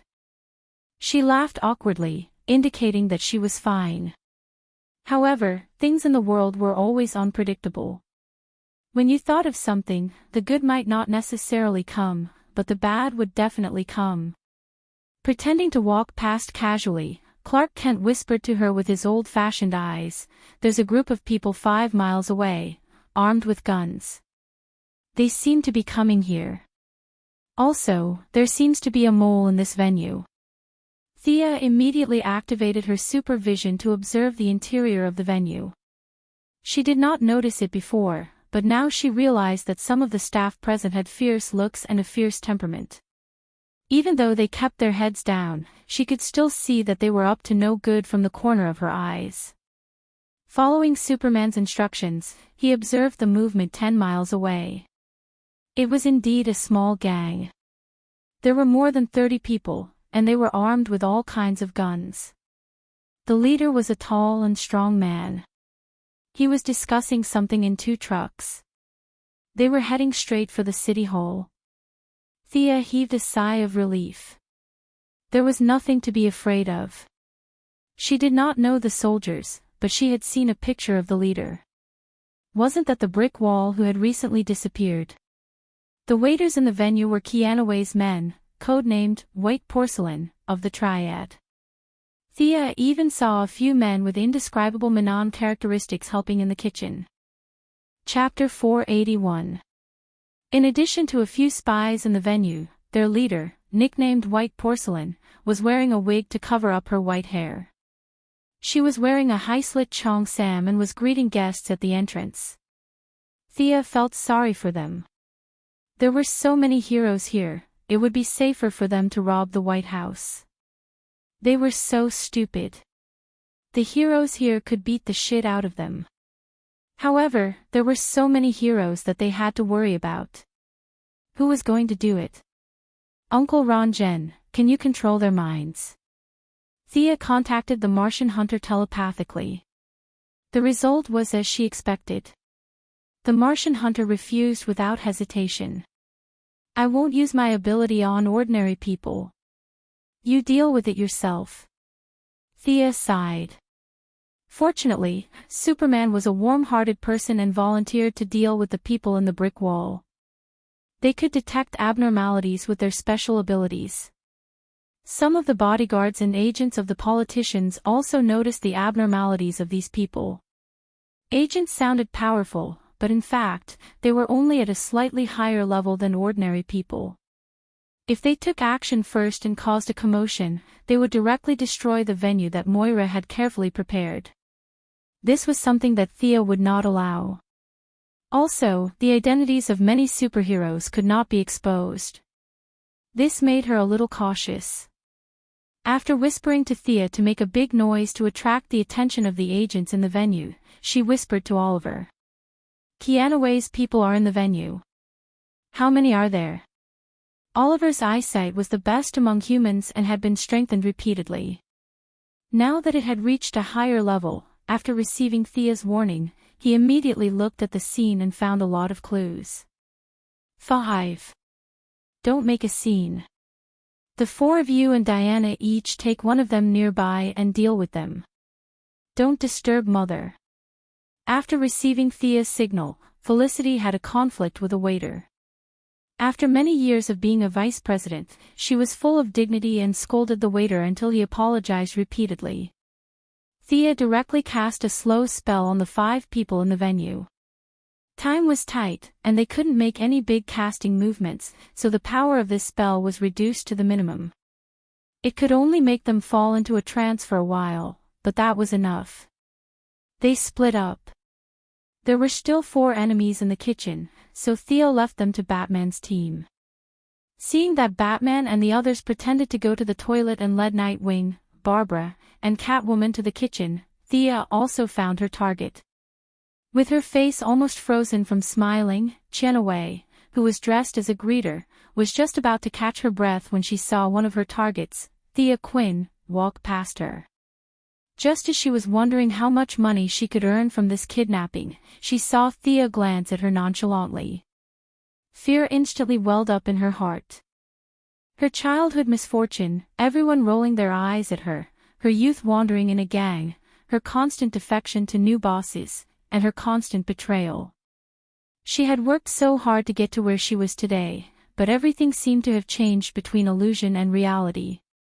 All her previous experiences were like a dream. She had walked through her life again. A few subtle changes made her feel like she had fallen into an abyss. She was no longer the leader of the triad, but a beggar by the roadside waiting for death. She was still hiding under the bridge in the cold wind, a pitiful person waiting for help. This can't be real. This can't be real. She murmured softly, but her voice was so soft that she couldn't even hear it. Her willpower was not bad. Thea nodded slightly. Many ordinary heroes and villains had stronger willpower than those with superpowers. This was the difference between suddenly gaining power and gradually gaining power. However, this was meaningless. She was now using a new application of supervision and fear. It was an allusion to the Taoist's dream of golden millet. However, those were all good dreams. Her modified version was a nightmare, and each time was worse than the last. Qianwei quickly entered her third dream. Her consciousness was stuck in the memories of the past. Subconsciously, she was scared out of her wits. She could no longer tell if her previous glory was still there. Unparalleled fear was rapidly growing in her heart. Finally, after the sixth dream, her willpower was defeated. Her eyes lost focus, her legs went soft, and she fell straight back. For her, a long time had passed, but in fact, only a second had passed in the outside world. As she fell to the ground, Thea, who happened to pass by her, directly grabbed her. She may be malnourished. I'll help her to the side to rest. Facing the curious eyes of the other greeters, Thea explained. They did not suspect anything. This was the metropolitan hero, the winner of the Nobel Prize in medicine. She was a super rich person. There was no need to lie to them. They did not know the truth, but they felt that Thea was very humane and a good person. They all looked at her with admiration as she carried Qianwei away. As she began to move, the few people in the banquet hall also moved. In a real battle, no one was afraid of this group of nameless soldiers. However, if they did not want to attract attention, they would need to be prepared. Oh, sorry, I stepped on your foot. My hand slipped. Is your clothes okay? With all kinds of messy excuses, he dragged out all the enemies who had been affected by the slow spell and were dizzy out of the hall, then tied them up and knocked them out. Batman and Superman also moved quickly. In order not to expose the true identity of the heroes, everyone chose to knock the enemies out. The banquet was in progress. They could not leave for too long. Moreover, with more than 40 people tied together, it was too easy to be discovered. Thea directly tied them together and threw them into the portal. On the other side was Oliver's lair. They pretended that nothing had happened and returned to the banquet hall to eat and drink. It was as if the group of more than 40 people did not exist at all. The Christmas banquet was extremely successful. Moira could not stop smiling. There were still many people who understood her intentions. Many people expressed their support for her candidacy. She was so excited that she drank a lot of wine. After the banquet, Thea sent her home and then rushed to Oliver's place to see the results of his interrogation. Superman and Batman did not participate in Star City's affairs. Diana also went home early. Only Oliver's Green Arrow team was left at the scene. Oliver was helpless about his enemy's idiocy today and sent him to his door as a Christmas gift. He had already caught them, so it was impossible to let them go. However, he wanted to know the purpose of the other party tonight. Was it because his true identity was exposed or for other reasons? However, his subordinates did not know anything. No matter how they tried to scare them, it was useless. Brickwall and Canaway were in a deep coma, so there was no way to ask. When Thea arrived, the Green Arrow team was fully armed and wearing masks. They were splashing water on Canaway's face. She did not look at the poor person who accepted her new version of a pipe dream, but looked at the brawny Brickwall. This triad member with a little superpower seemed to have a bad brain. Thea saw the battle between Superman and them from afar. This guy actually let Superman punch him, so as to test his endurance. In the face of such a sincere request, Superman was a little surprised, but he did not refuse. He used 10% of his strength and gently hit him. Then this guy became the miserable state in front of Thea. Chapter 482. The chest area of his dark black jacket was shattered, and there was a huge fist print on his chest. His special ability allowed his body to slowly recover, but the injury was too heavy, and it would take a lot of time for him to recover to his peak condition. On the other hand, Keanue's eyes had rolled back, and it was all thanks to Thea. She was lost in her dreams, and she didn't know which was her past and which was an illusion. She struggled in self-denial and finally lost consciousness. In layman's terms, she overused her brain in a short period of time, and it crashed. Keanue's self-consciousness immediately noticed the abnormality after retracting the fear she had set up. She had a deep impression of what she had experienced, and every detail was unmistakably real, which was a sharp contrast to the false and empty nightmare. She wasn't a beggar on the street, nor was she a tragic and indescribable woman. She was the leader of the triad. Keanue's consciousness instantly took over her body. Although she was extremely weak and dizzy, she still tried to stand up to defend against the enemy's attack. "Who's there?" Like a patient with a high fever, she stood up shakily and tried to open one eye. When she saw Green Arrow's bow aimed at her, her heart sank. "What are you doing at the city hall?" Oliver, who had a voice changer, pulled the bowstring and asked sternly.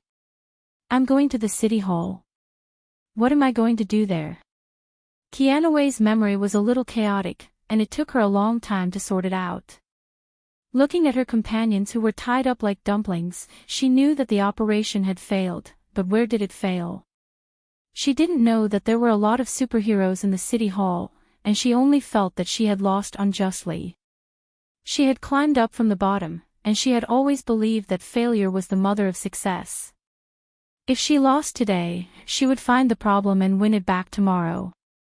This had always been her creed. But today's operation was really inexplicable. If it was said that the Green Arrow Party had defeated her, she would not believe it at all.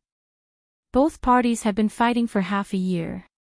If the other party had the means to silently capture her, how could she have survived until today? But a wise man knew better than to fight when the odds were against him. She knew too well that she had to admit her mistakes and stand properly when she was beaten. "We're going to kidnap some city officials and extort a sum of money." Oliver was a little incredulous. "You're so courageous that you're going to challenge the world's superheroes, just for a little money?" There was a hint of doubt in his tone. "That's all." Keanue looked at him, puzzled. Her mind spun rapidly as she analyzed the information Oliver had revealed. However, before she could think clearly, she saw a white light flash and she fainted again. Thea knocked her out. "It seems to be a coincidence. This girl only knows about the city government's Christmas dinner." She thought it was just an ordinary event in Star City. She didn't expect so many politicians to be there. Oliver could also understand what his sister meant. Moira still had 2 years left in her term as mayor. Today was just a small preliminary test. There was no big publicity. These two unlucky bastards did not know that the vice president and a bunch of senators were present. The so-called democracy and equality were all nonsense. Kidnapping a clerk was a criminal case. Kidnapping the vice president was no different from treason. The vice presidents and members of parliament arrived late. Their informants did not see these people. If they had known the details of today's meeting in advance, they would not have courted death. After the farce was over, Oliver was in charge of whether these unlucky guys would be sent to the police or dealt with. Sia went directly to Diana's apartment in London. It was late at night in London. It was quiet all around. Only the occasional barking of the neighbor's dog could be heard. The dog was immediately appeased by its owner. The crime of disturbing the public was not a joke. At this time in the quiet room, a slight fluctuation woke Thea up. It was the fluctuation of space transmission. Her first reaction was that someone was going to sneak up on her. Then she thought that this movement was not small. The probability of a sneak attack was not high. With her skills, there were not many people on Earth who could defeat her. Besides, Diana was still by her side. Even if Superman came to kill her, she would not be afraid. Diana's reaction was not slow either. The two of them sat up at the same time and looked at the uninvited guest vigilantly. The translucent transmission wave spread out, and a young woman stumbled out. She had short blonde hair and was wearing a shirt, shorts, and a pair of slippers. She held a key tightly in her hand. She looked around in panic. She seemed to sense something and looked at the other side of the bed. Four bright eyes were staring at her. "Hi, Diana." The young woman did not know Thea. She only felt that the woman's eyes were too sharp, as if she was trying to see through her organs. It was a little funny. How could a human's eyes see through their organs? The sudden arrival of an unfamiliar environment made her very nervous. Fortunately, she soon found a familiar face. She knew Diana. "Zola. Why are you in my house? I remember that you went back to your hometown." Diana did know this girl. She was a very kind person and had worked for her foundation for a while. I'm at my family's farm." "Do you know my farm?" "It's in Virginia. But a strange blue-skinned man came and said that he wanted to protect me. Then we were attacked. He gave me the key, and I'm here." The woman named Zola told Diana the whole story incoherently. She didn't know why she was telling Diana the whole story. She just said it naturally. "She's my employee, or at least my former employee. I think I should help her," Diana explained to Thea. Thea could not say anything. She could only chuckle. The woman in front of her had an identity that even she did not know. She was the reincarnation of Athena. However, Thea could not find any trace of divine power in her. She was just an ordinary person. Her physical characteristics were not obvious. After a while, people would realize that she was pregnant. The result announced to the public was that the stallion, Mr. Zeus, was old but not old. He had given Diana and the others a new brother and sister.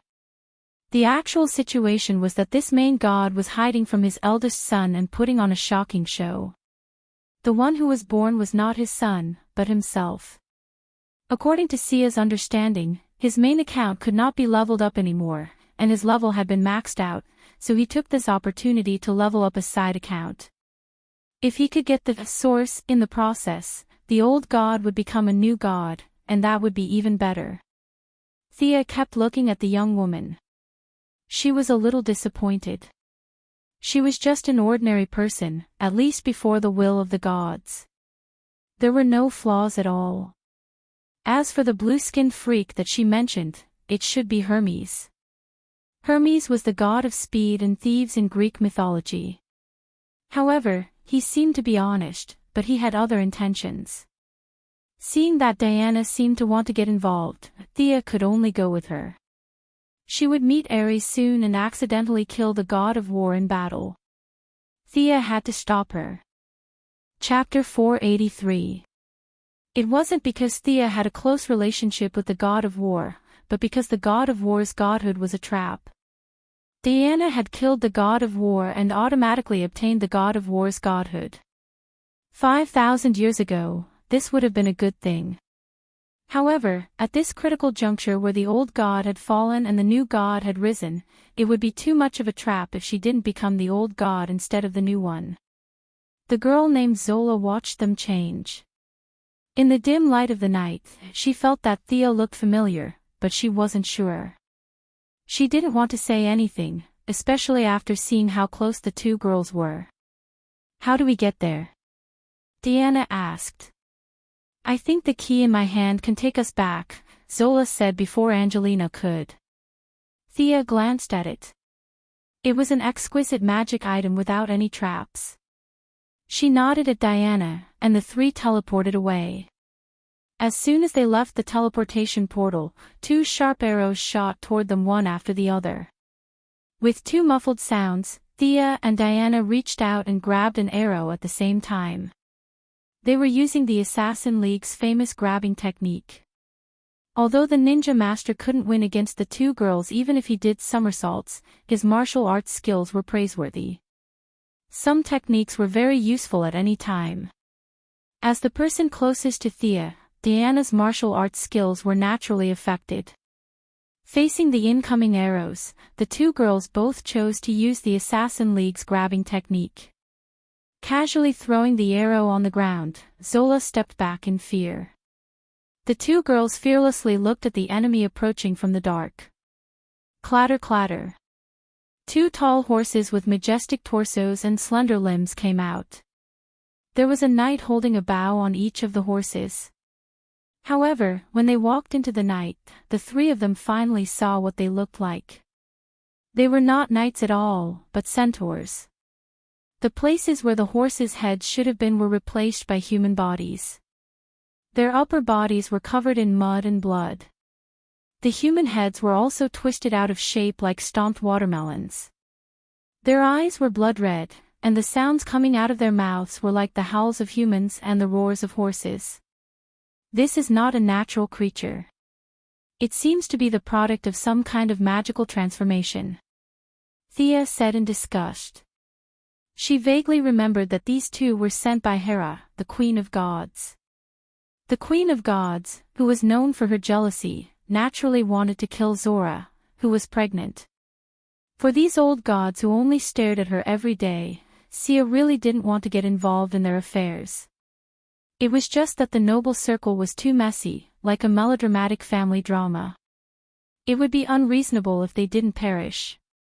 However, Diana couldn't run away. According to Hippolyte's original words, this was her innate responsibility. Although Thea didn't want to, she could only helplessly jump in.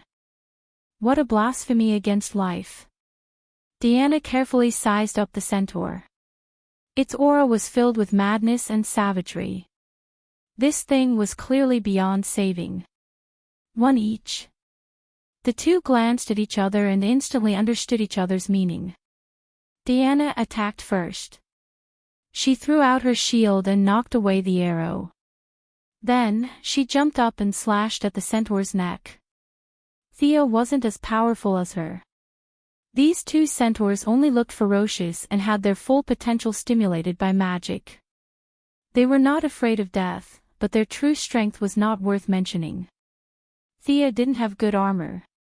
Unlike Diana, who was fully armed, she had only changed into casual clothes. She had many tricks up her sleeve and didn't really want to fight with these dirty centaurs. She opened her jade-white left hand, and a chain made of lightning whizzed out and smashed at the centaur's head. The centaur, who only had killing in its mind, realized that it couldn't take the attack head-on. It half-knelt and lowered its body, dodging the chain. At the same time, it drew its bow and shot another arrow at Thea. "You want to compete with me in archery?" Thea didn't know whether to laugh or cry. Such a crude magic creation wasn't worthy of her shooting back. "Go back." With a beautiful irony spell, the arrow quickly changed direction in the air and flew back at an even faster speed. The centaur was caught off guard, and the arrow pierced through its body. Thick, dark blood flowed out continuously. Sia was unforgiving. The lightning chain that she had thrown out earlier was remolded by her, and a spear surrounded by lightning was thrown out by her. She wasn't too sure about the centaur's fatal points, but aiming at the head was usually the right choice. Poochie! The lightning spear pierced a large hole in the center of the centaur's head. The centaur looked like it was drunk as it spun around on the spot.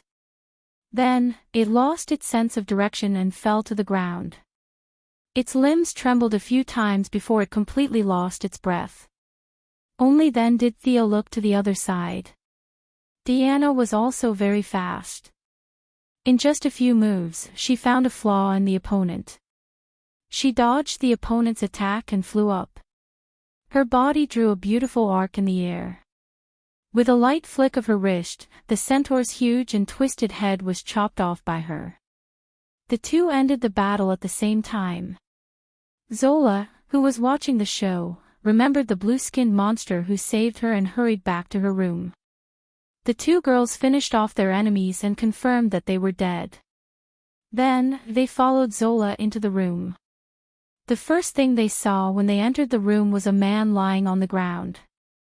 He was blue all over and dressed in tattered clothes like a beggar. The most eye-catching thing about him was that he had a pair of bird claws where his feet should have been. This was Hermes. However, this god who was famous for his speed wasn't in a good condition. A crude spear that was similar to the one worn by the two centaurs outside the door pierced through his body. The god of speed was lying on the ground, his breathing barely discernible. He's really good at acting. He really put in a lot of effort to make this family drama go smoothly. Sia thought to herself. She could tell with a few casual glances that the other party was really injured, and very seriously at that. This Hermes was much weaker than she had initially thought. Although the two centaurs at the door were powerful, it depended on who they were compared to. They were definitely invincible against ordinary people, and any slightly more powerful hero could kill them. At least, Thea felt that Oliver wouldn't have to spend too much effort to deal with the two centaurs. If he called his archery club over, he would be able to kill them without any losses. The two magically modified centaurs were such weak opponents, but they had almost killed the god of speed and thieves of the Greek pantheon. Who would believe it if they told others? Divine power couldn't be offended easily, but it didn't bother to hide it either. Hermes was faking it, but his true strength was indeed so low that it hurt people's hearts. Even though he tried his best to hide it, one could still estimate his general strength. Thea felt that she could fight 3 or 4 opponents of this level even if she counted his hidden strength. It was important to know that he was one of the 12 main gods at his peak and had once blessed Diana. Now, his divine power was like a candle in the wind, let alone Diana. He could die if he used a little more strength. Chapter 484. Thea felt that she really didn't understand their thoughts. You're already like this, why don't you just lie down in your god's kingdom? Why do you have to jump out and cause trouble, and then show everyone what it means to struggle at death's door? Thea, see if you can save him. Diana still had some feelings for these gods who had blessed her in the past. She checked Hermes' wound and found that it was very serious, but she wasn't worried. She was originally very talented, and she had also received Morgan Le Fay's magic experience. There was almost no one in the world who could surpass Thea in healing. Diana was very confident in her lover's ability. Who? Hermes, who was lying on the ground with his eyes closed and pretending to be a dead dog, was seriously injured. He didn't know that Diana not only came according to his plan, but also brought another person with her. He had a bad feeling in his heart. This person who suddenly came in might ruin his plan, and this made him very anxious. But now he was seriously injured. Previously, he had pretended to be unconscious. It was unrealistic to immediately jump up to see who this unexpected participant was. No one was more stupid than the other. When the time came, the other person would know that he was pretending, and now he didn't have the strength to jump up. Under his imagination, he had to pretend to be unconscious. This was really a test for his acting skills. He was very anxious, but he had to suppress his consciousness in the depths of his mind. As long as his body showed a slight tremor, Diana would be able to find out that he was pretending to be dead. After all, he also had Athena's blessing, and it wasn't so easy to fool him. Then he heard a clear female voice reply to Diana, and then a warm magic wrapped around his wound. Hermes realized that his plan was in vain. This plan had just started, and there was a huge change. Diana had a demigod who was good at healing. Who was this guy?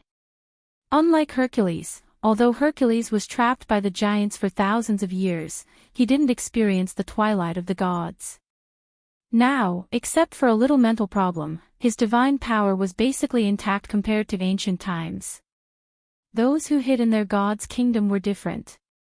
They became gods with the help of faith, and the connection between their god's kingdom and the secular world was too deep and tight. After sleeping for so many years, every minute and every second in the material world was actually wearing down their foundation. It was like a slow suicide. When they finally woke up from their sleep and learned that Zeus, the god king, had disappeared, several gods who were unwilling to die had a new plan. Compared to their heyday, their strength had fallen greatly. Although Poseidon, Hades, and the other big shots were living a tight life, they still had some food at home, and they could last for a long time. As the god of speed and thieves, Hermes couldn't. He didn't know that a year later, there would be something called the god of speed that would deny the meaning of his existence as the god of speed at the level of the rules, resulting in his complete fall. He vaguely felt that he had very little time left, and an invisible sword had fallen on his neck. He was both a chess piece and a chess player. He wanted to survive in the chaos, but his plan was very good. He considered several possibilities and even designed several emergency plans. However, he never expected that such a big change like Thea would jump out in the first act. There must be someone who knew about the relationship between Thea and Diana, but this group of old gods who had just climbed out of their god's kingdom didn't know. They were proud and arrogant. Hermes didn't have much divine power left. He just roughly checked the information and began to put on today's big show. Thea's divine power was that of a real demigod, and there was a vague shadow of the Greek divine power. This couldn't be faked at all. Hermes had to do a deeper analysis. Could it be that old woman Hippolyte had deceived all the gods? At that time, Diana wasn't the only child, but two. Otherwise, it really didn't make sense. In an era when the gods had retired, other than Diana, there was also a young and lively demigod wandering in the world. This was too incredible. Although it was incredible, a warm and vigorous magic power that was full of vitality directly healed his wound. It was not suitable for him to lie on the ground and pretend to be a dead dog. Hermes regretted it so much that his intestines turned green, but he still pretended to be in a trance and opened his eyes. You are. Although he was mainly looking at Diana, from the corner of his eyes, he still glanced at Sia, who had a stern expression and an outstanding temperament. Her calm gaze seemed to carry a bit of scrutiny. Thea's eyes met Hermes's eyes. The god of speed and thieves felt a little scared. How could this be? No matter how weak he was still one of the main gods. How could he feel scared? He must have thought too much before and felt a little guilty. Hermes didn't know that his feelings of fear had already merged with Thea's eyes. He thought that he was just thinking too much. His eyes flashed and he subconsciously avoided Thea. Although he felt that there was a big mistake in his plan, he still tried to continue the act. He staggered a few steps and found that Thea had healed him very well. Both demigods had sharp eyes. It was not a good idea to pretend to be a cripple. He cleared his throat. You are Diana, the daughter of the Amazon. I've seen you before. You shouldn't have come here. Take this girl and run to the end of the earth. Otherwise, she will die in front of the god queen. His words were prepared in advance, but he regretted it as soon as he said them. Thea naturally caught his flaw and said very sincerely, You are Hermes, the god of speed. Your speed is the best among the gods. We will cover you. Take this woman and leave first. Hermes wanted to give himself 2 tight slaps. He was indeed an idiot. What should he do now? Say that he was not fast enough. Humans could brag, but he was a god. If he said that he was not fast enough, he would be finished in minutes. There was no room for discussion. This was the limit of the rules. If he said that he was not fast enough, it was equivalent to giving up his clergy. The consequences were too serious. Just as he was thinking of a solution, Diana's interruption saved him temporarily. God Queen. The God Queen you're talking about is Hera. Yes, Hera's power is everywhere. Her jealousy is also unparalleled, so... He did not continue. What should he say next? Thea laughed out loud. She was everywhere. What was he bragging about? He was just borrowing the power of the divine artifact. Olympus had a divine mirror that observed everything in the world. This was the source of his understanding of everything. Since the beginning of the battle with the centaurs, she had felt a vague prying. Hermes felt that Thea's laughter was a little harsh. Young man, don't underestimate the God Queen. She has unimaginable divine power. Is that so? Through continuous measurement and reverse monitoring, Thea had a rough idea of the other party's location. He seemed to be in another plane. Was that the public area of the Greek gods, Mount Olympus? Chapter 485. She used her supervision to the extreme, and a huge amount of magic power poured into her eyes. With the help of her opponent's artifact channel, her gaze pierced through the space barrier and made eye contact with the middle-aged, luxurious woman in peacock feathers. Hera, the god queen who was watching them, didn't expect to be attacked. The orange energy with fear hit her directly. Even a god couldn't resist fear, especially someone like her who didn't even have 1/10 of her original strength and wasn't known for her strong will. However, her immortal life still gave her a huge bonus.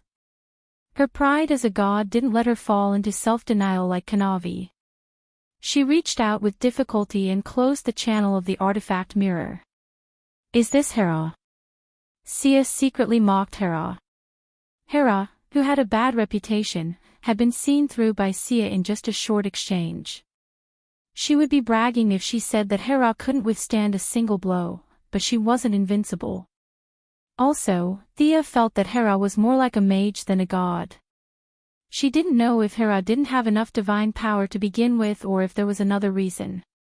She wanted to teleport over directly, but Hera reacted quickly and decisively closed the channel. The location of Olympus was not the same as the traditional concept of space. Without an accurate coordinate, she did not dare to rashly teleport. The feeling of being watched disappeared. Other than Zola, who was still a normal person, everyone could feel it. Hermes didn't know what happened, but he knew that Hera didn't stop watching because she was kind and valued peace. Seeing that Diana was staring at him and was about to throw Zola to him, Hermes had a lot of thoughts. He actually came up with an excuse. He immediately said, "I'll take Zola, but Hera has already noticed Paradise Island. You have to remind your mother to be careful." Then, he pretended to leave. As expected, Diana immediately became alert when she heard the name Paradise Island. She grabbed Hermes' arm and asked nervously, "Paradise Island? You mean Hera has already seen my mother?" When Thea heard Hermes mention Paradise Island, she knew that things were bad. Hera had just lost, and it was inevitable that she would go to Paradise Island to vent her anger. Hera had turned the Amazons into snakes and turned Hippolyte into a stone statue. Who knew what choice she would make in this time and space, and it was better to be safe than sorry. Hippolyte and the others couldn't stop Hera at this time, even if Hera's strength was greatly reduced. If Diana wanted to go home, she couldn't stop her at all. She even had to agree, which made her sigh secretly. Hermes, who felt that Diana had fallen into his trap, wanted to howl at the sky. After spending a long time and countless brain cells dying, things finally returned to normal. "Thea, I want to go back. What do you think?" Diana hurriedly asked for her lover's opinion. Thea certainly couldn't object, but she also wouldn't jump into the enemy's ambush unprepared. Being able to win was one thing, but fighting to the death was another. She would be a fool if she didn't make use of her helpers. "Excuse me, how many gods have awakened now?" she asked the god of speed and thieves, who was known for being well informed. Asking for information was his business scope. If he didn't know anything, it would be too suspicious. Hermes was a little hesitant, but he still answered, Hera, the god of sun, Ares, the god of war, Eris, the goddess of strife, and Pluto and Neptune should have awakened. This guy only said most of it, but he didn't say anything about Demeter, the goddess of agriculture, who had colluded with him. He also didn't mention the goddess of moon, who had been Thea's boss for a short time, but Thea didn't feel the signal of the goddess of moon's arrival. Did she feel that she had enough divine power and didn't get involved in this matter? Thea felt that this was good news. After all, the goddess of moon still had a relationship with her, and it was always not good to fight with her. Ares. Diana didn't talk about Ares as if he had killed her father like 100 years ago, but her face didn't look too good either. Thea was analyzing the strengths and weaknesses of these people. The world had been peaceful for a long time, and coupled with the heavy blow 100 years ago, Ares's recent situation was worrying. The goddess of strife and the goddess of agriculture were not famous for fighting, and the only thing they needed to be wary of was the god of sun, Apollo. Unlike the goddess of moon, whose belief was scarce, the sun was an important prerequisite for the survival of the Earth species. Even if it wasn't ancient times, and no one in modern society believed in the god of sun, the accumulated belief still existed. As for his combat strength, Thea was a little uncertain. If the two of them fought against 4 or 5 weak gods at the same time, it was really difficult to predict the outcome. Especially with the combat strength of the god of sun, she couldn't guarantee that she could defeat him. Fortunately, this world was full of surprises. 30 years ago, an alien spaceship landed on Earth and showed the Earthlings what the Kryptonian style was.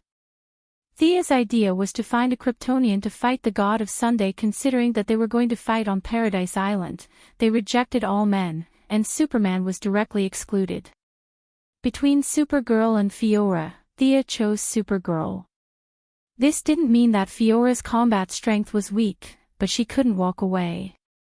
In addition, Fiora's personality was too old-fashioned, and she wasn't suitable for the equally old-fashioned women of Paradise Island. On the contrary, the silly and ignorant Supergirl was very suitable, and Thea remembered that she had been to Paradise Island in the original time and space, so there shouldn't be too much of a problem. She told Diana that she was looking for reinforcements. She wasn't quite sure why Thea was so cautious, but they had been lovers for many years, so she chose to believe her. She also knew Supergirl, but they weren't familiar with each other. Thea quickly contacted Kara Danvers, who was studying in Nathaniel. The two had a good relationship. Thea treated her like a younger sister and often took her out to eat. She had to say that Kryptonians and Psions had something in common: they could eat too much. Just casually treating her to a meal, and the number of swiping a credit card was chilling. Ordinary rich people couldn't afford to eat like that. Kara Danvers came quickly. She was wearing blue tights, red boots, and a red cloak with a big S on her chest. Thea imitated Superman's clothes. Although they weren't as good as the one that Superman's father gave him, they were still of good quality and were more than enough to deal with ordinary battles. How is it? Isn't it very cool? Speaking of which, this was Supergirl's first time wearing her exclusive equipment in a battle. She flew very fast, and when she arrived at the location, she did not land immediately. Instead, she flew 2 rounds in the sky with her red cloak before landing. After greeting Diana, she asked Sia happily. Thea had plenty of ways to deal with this kind of older loli. She coaxed and praised Supergirl until she burst out laughing. Hermes's expression was a little strange. At first, he didn't know what he was waiting for and thought that Diana had seen through his trap. He pretended to take Zora away first several times, but Diana stopped him and hoped that they would act together. Only then did he relax. Then, he learned that there were reinforcements, so he could only wait quietly. Chapter 486. The arrival of Supergirl puzzled Hermes even more. There was no doubt that this girl did not have any divine power. Although Hermes' strength was now extremely weak, he was still sharp because of his past achievements. It was true that she did not have any divine power, but this woman was too strong. Her body was surging with energy, and her body structure was perfect to the extreme. Furthermore, this fellow's flying speed was extremely fast. Even when Hermes was at his peak, he might not be much faster than her. Would this woman be the culprit that would kill Hermes in the future? Hermes felt that he had tricked Diana into coming out today because he did not check the almanac. Accidents kept happening one after another. Thea did not pay much attention to Supergirl's thoughts. She discussed with Diana in a low voice. No matter what the road ahead is, we can crush it with our strength. Let's go back to Paradise Island first. Supergirl was very excited when she heard that they were going to Diana's hometown. When she knew that they might encounter enemies, she was even happier. The Kryptonian genes in her had been ignited by Fiora.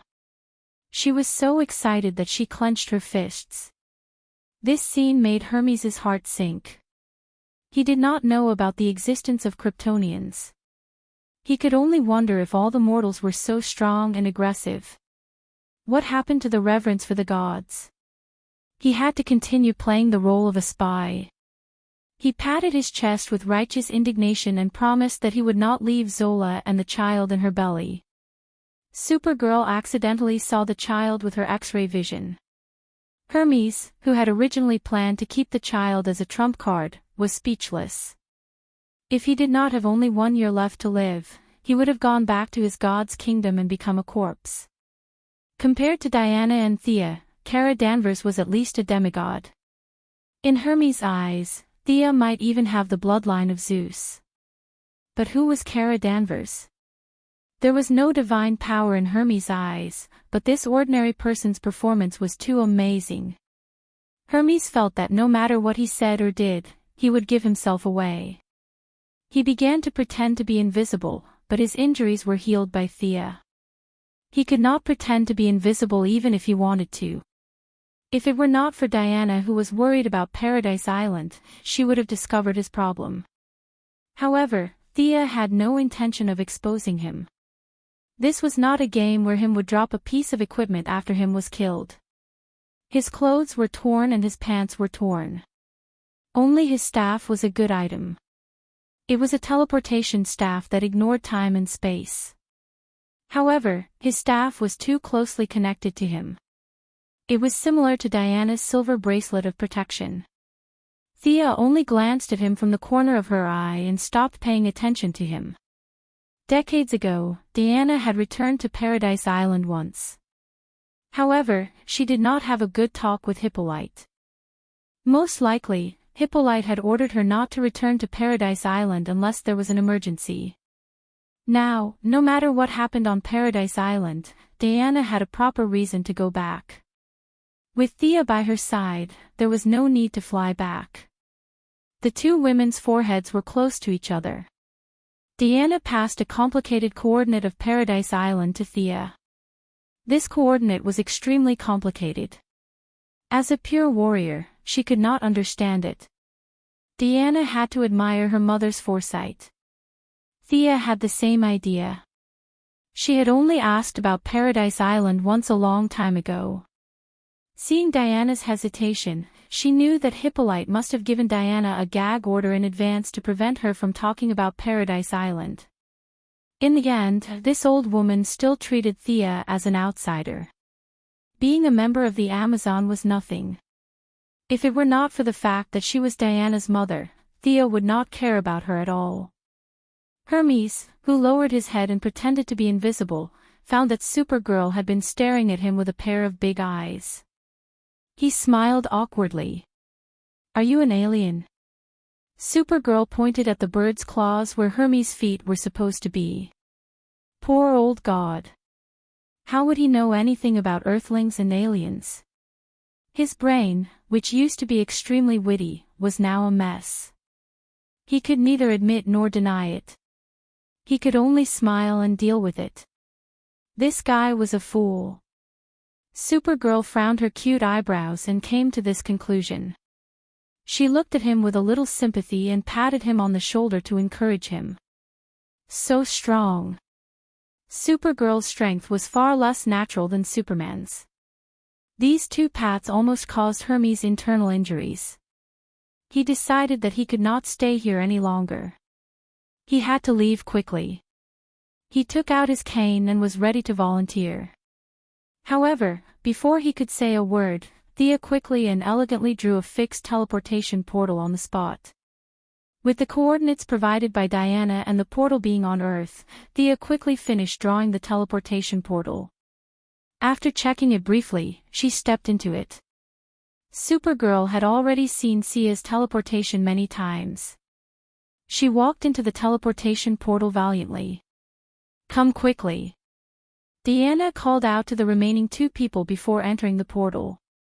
Zola did not know where she was going or what she had to do. However, Thea, Diana, and Supergirl all looked kind. Compared to Hermes's beggar-like image, the three girls were more believable. Zola followed them and went through the portal. Hermes wanted to cry but had no tears. What was this? He could tell that Diana did not take him seriously at all. She would not trust him either. However, he still had to continue this act. He swore in his heart that they would regret it later. He put away the ferocious expression on his face and returned to his weak self. He also followed Zola through the portal. As soon as he walked through the portal, he heard Supergirl, who seemed to be his nemesis, yelling about how warm the beach was and how beautiful the mountain was. Diana was delighted to hear that. Who wouldn't say that their hometown was good? Diana was already very friendly to Supergirl, and now she was explaining in detail to her. She talked about how she had climbed the mountains there when she was young, and how Antiope had trained her in combat by the sea many years ago. She even mentioned that this place wasn't far from the place where Steve Trevor had crashed.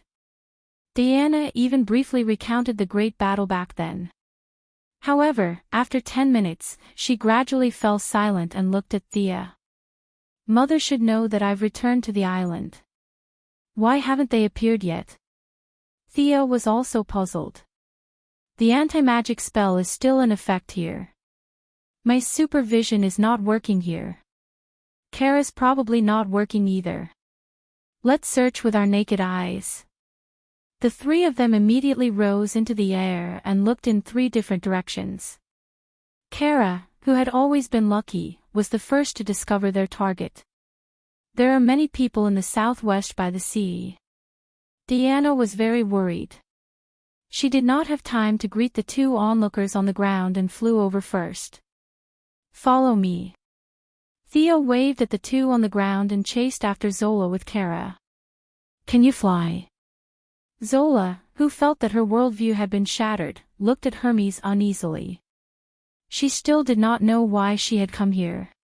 She only knew that the fanatic Superman impersonator had looked at her stomach and said that she was pregnant. How could it be so exaggerated? She did not even notice it. How could that woman in blue tights and red cloak see through it?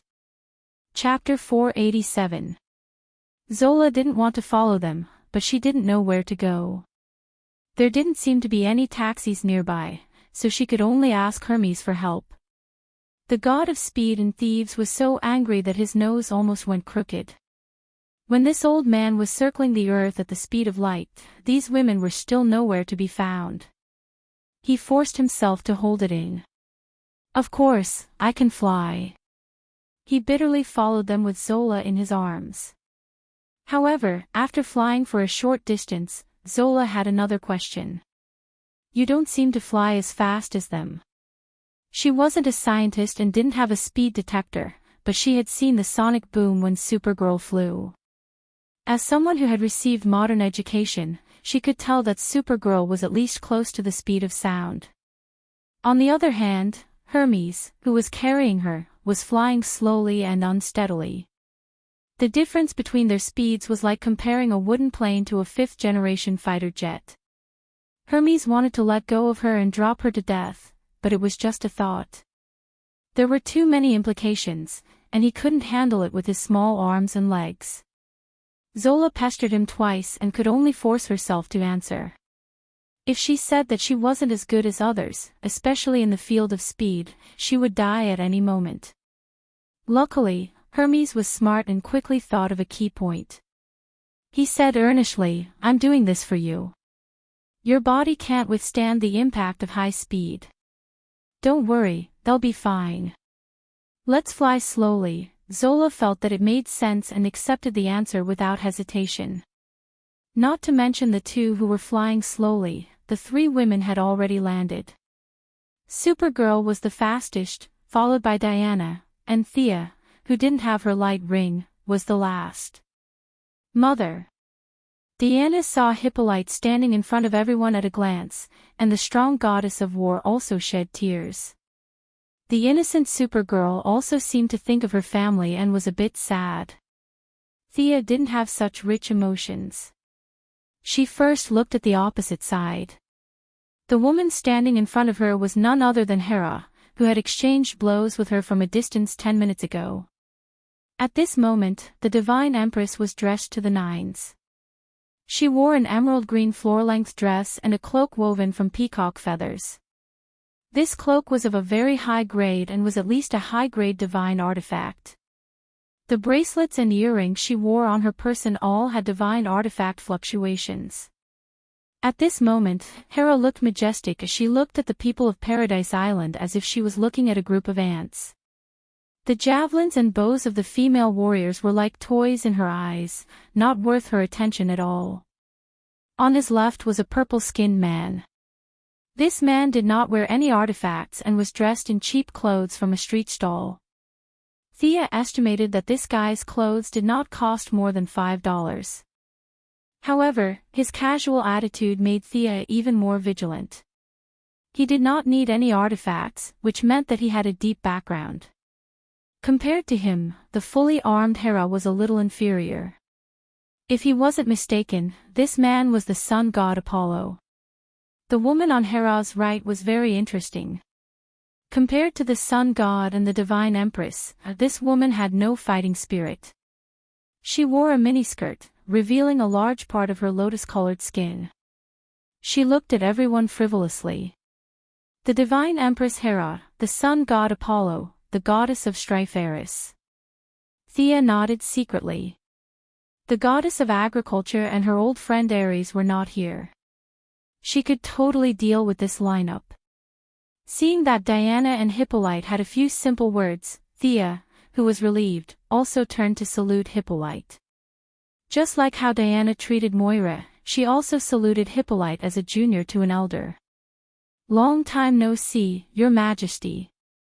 Your body is still healthy. Congratulations. You too, partner of Diana. You are also my child.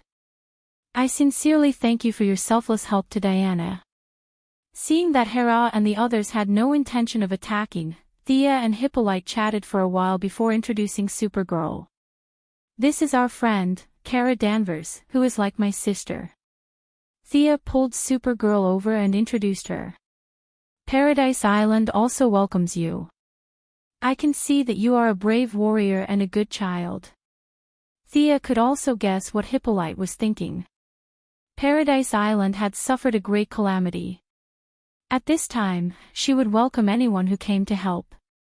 Moreover, Supergirl looked silly and simple, which was more in line with the Amazon tradition. "Have you discussed the order of death? Hades is waiting for you." Hera spoke first in an overbearing manner. "Who is going to talk to her?" Thea and Diana glanced at Hippolyte and found that the queen was a little ashamed. As a mistress, she was indeed a little guilty when facing the main wife. It didn't seem appropriate for Diana to talk. As the daughter of Zeus, at least nominally, Hera had jurisdiction over her. The people of the present generation didn't care, but the ancient Amazons were very restrained. Now that she could talk to the guardian of the universe, Thea didn't have any scruples with the improvement of her strength. She stepped out first. "Your Majesty, no one will die today because of the battle. I am very sure of this." Her words caused Hera's gaze to shift from Diana. She sensed a little and found out. Wasn't this the person who fought with her 10 minutes ago? At that time, things happened in a hurry. She didn't even see clearly whether the enemy was a man or a woman. Now, she could finally take a closer look. There was no doubt about the level of a demigod. However, Hera couldn't tell which divine system the other party was from. It seemed to have the shadow of the Greek divine system. She could also see traces of the Egyptian divine system. She couldn't make a judgment for a while. Thea had transformed into a hero spirit several times. She had already converted all the divine power. Without tracing back to the source, she couldn't see clearly. Right now, she was like a newly born demigod. Even Hera, who grasped the authority of the gods, couldn't see through her origins. However, the arrogant Hera still glanced at her. You can't save them, even with the help of that Amazon. Hera glanced at the two demigods.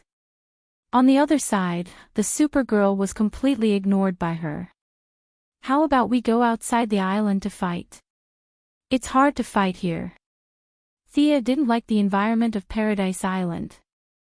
Once she entered, more than half of her magic power was sealed. However, her physical fitness was still there. She didn't know if the restrictions on the island were loosened or if it was Hera's doing. Plus, she didn't want to fight with Hera. It was meaningless. If you want to kill the firstborn, go ahead. As long as you don't involve Diana, you can fight freely behind closed doors. However, the other party didn't intend to be kind at all. Hera sneered and took out a dark brown seal with lightning engravings. She crushed it with a malicious sneer. Thea, who could be called a great sorcerer in ancient times, immediately sensed that the anti-magic enchantment of Paradise Island had lost its effect. Her supervision magic power was restored. Chapter 488. What followed was a heart-palpitating pain, but this feeling came and went quickly. Thea realized that something was wrong and hurriedly retreated. She saw the Amazons with arrows and guns lying on the ground. Hippolyte was half kneeling on the ground, and even Diana was holding on with a painful expression. This was a special countermeasure set up to target the enchantment of Paradise Island and its residents. Thea instantly understood that the heart-palpitating feeling was because she had also lived on the island for half a year. However, this little magic impact was nothing to Thea, and she returned to normal in 2 breaths. Now, only Supergirl and herself were in good condition. How are you? Thea had no time to care about the people on Paradise Island. She first checked on Diana. She tried to use a few healing spells, but unfortunately, the effect was not great. The opponent targeted the entire island, and the closer the connection with the island, the greater the damage. The female warriors directly fainted. Antiope and Hippolyte were barely conscious, but the two of them could not recover their combat power in a short time. With Thea's continuous healing and a part of her willpower, Diana's condition was slightly stabilized, but she could not fight for a long time. You rest first, leave this to me. She, who had fully recovered her magic, did not mind fighting a few rounds with Hera. Just when Thea was about to open her mouth to ask for a fight, Apollo stood up proudly and said without turning his head, Hera, you still like to use those little tricks. Are these mortals worth my effort? Or are you at the same level as them? Apollo, you have to respect me, I am the queen of gods. Hera felt that Apollo's words were too harsh and roared with extreme dissatisfaction, but her voice was a little weak. Apollo snorted coldly and looked at the enemy opposite him. He shook his head at the pale face of Diana, and ignored Supergirl. He looked at Thea with some curiosity. Your strength is not bad, do you want to be my opponent? Thea did not mind fighting a few rounds with him. She could more or less absorb sunlight, but the effect was not as strong as the Kryptonians. However, if she were to face Apollo, then Hera, who was proficient in magic, would naturally be left to Supergirl. This wasn't the best plan. Thea sneered. Beat my sister first. Kara, teach him a lesson. Ah. Apollo wasn't the only one who was surprised. Even Supergirl herself was a little surprised. That purple-skinned guy in front of her looked so arrogant. Could she do it? Don't worry, he's no match for you. When Thea saw the bitter look on Supergirl's face, she hurriedly cheered her on. Then, without giving her any time to react, she pushed her out. Other than the parallax monster that had wreaked havoc in Seaside City and the giant Axeman's attack, this could be said to be Supergirl's third serious battle. She clenched her fists tightly, and her chest, which was not considered large, appeared slightly curved due to her deep breaths.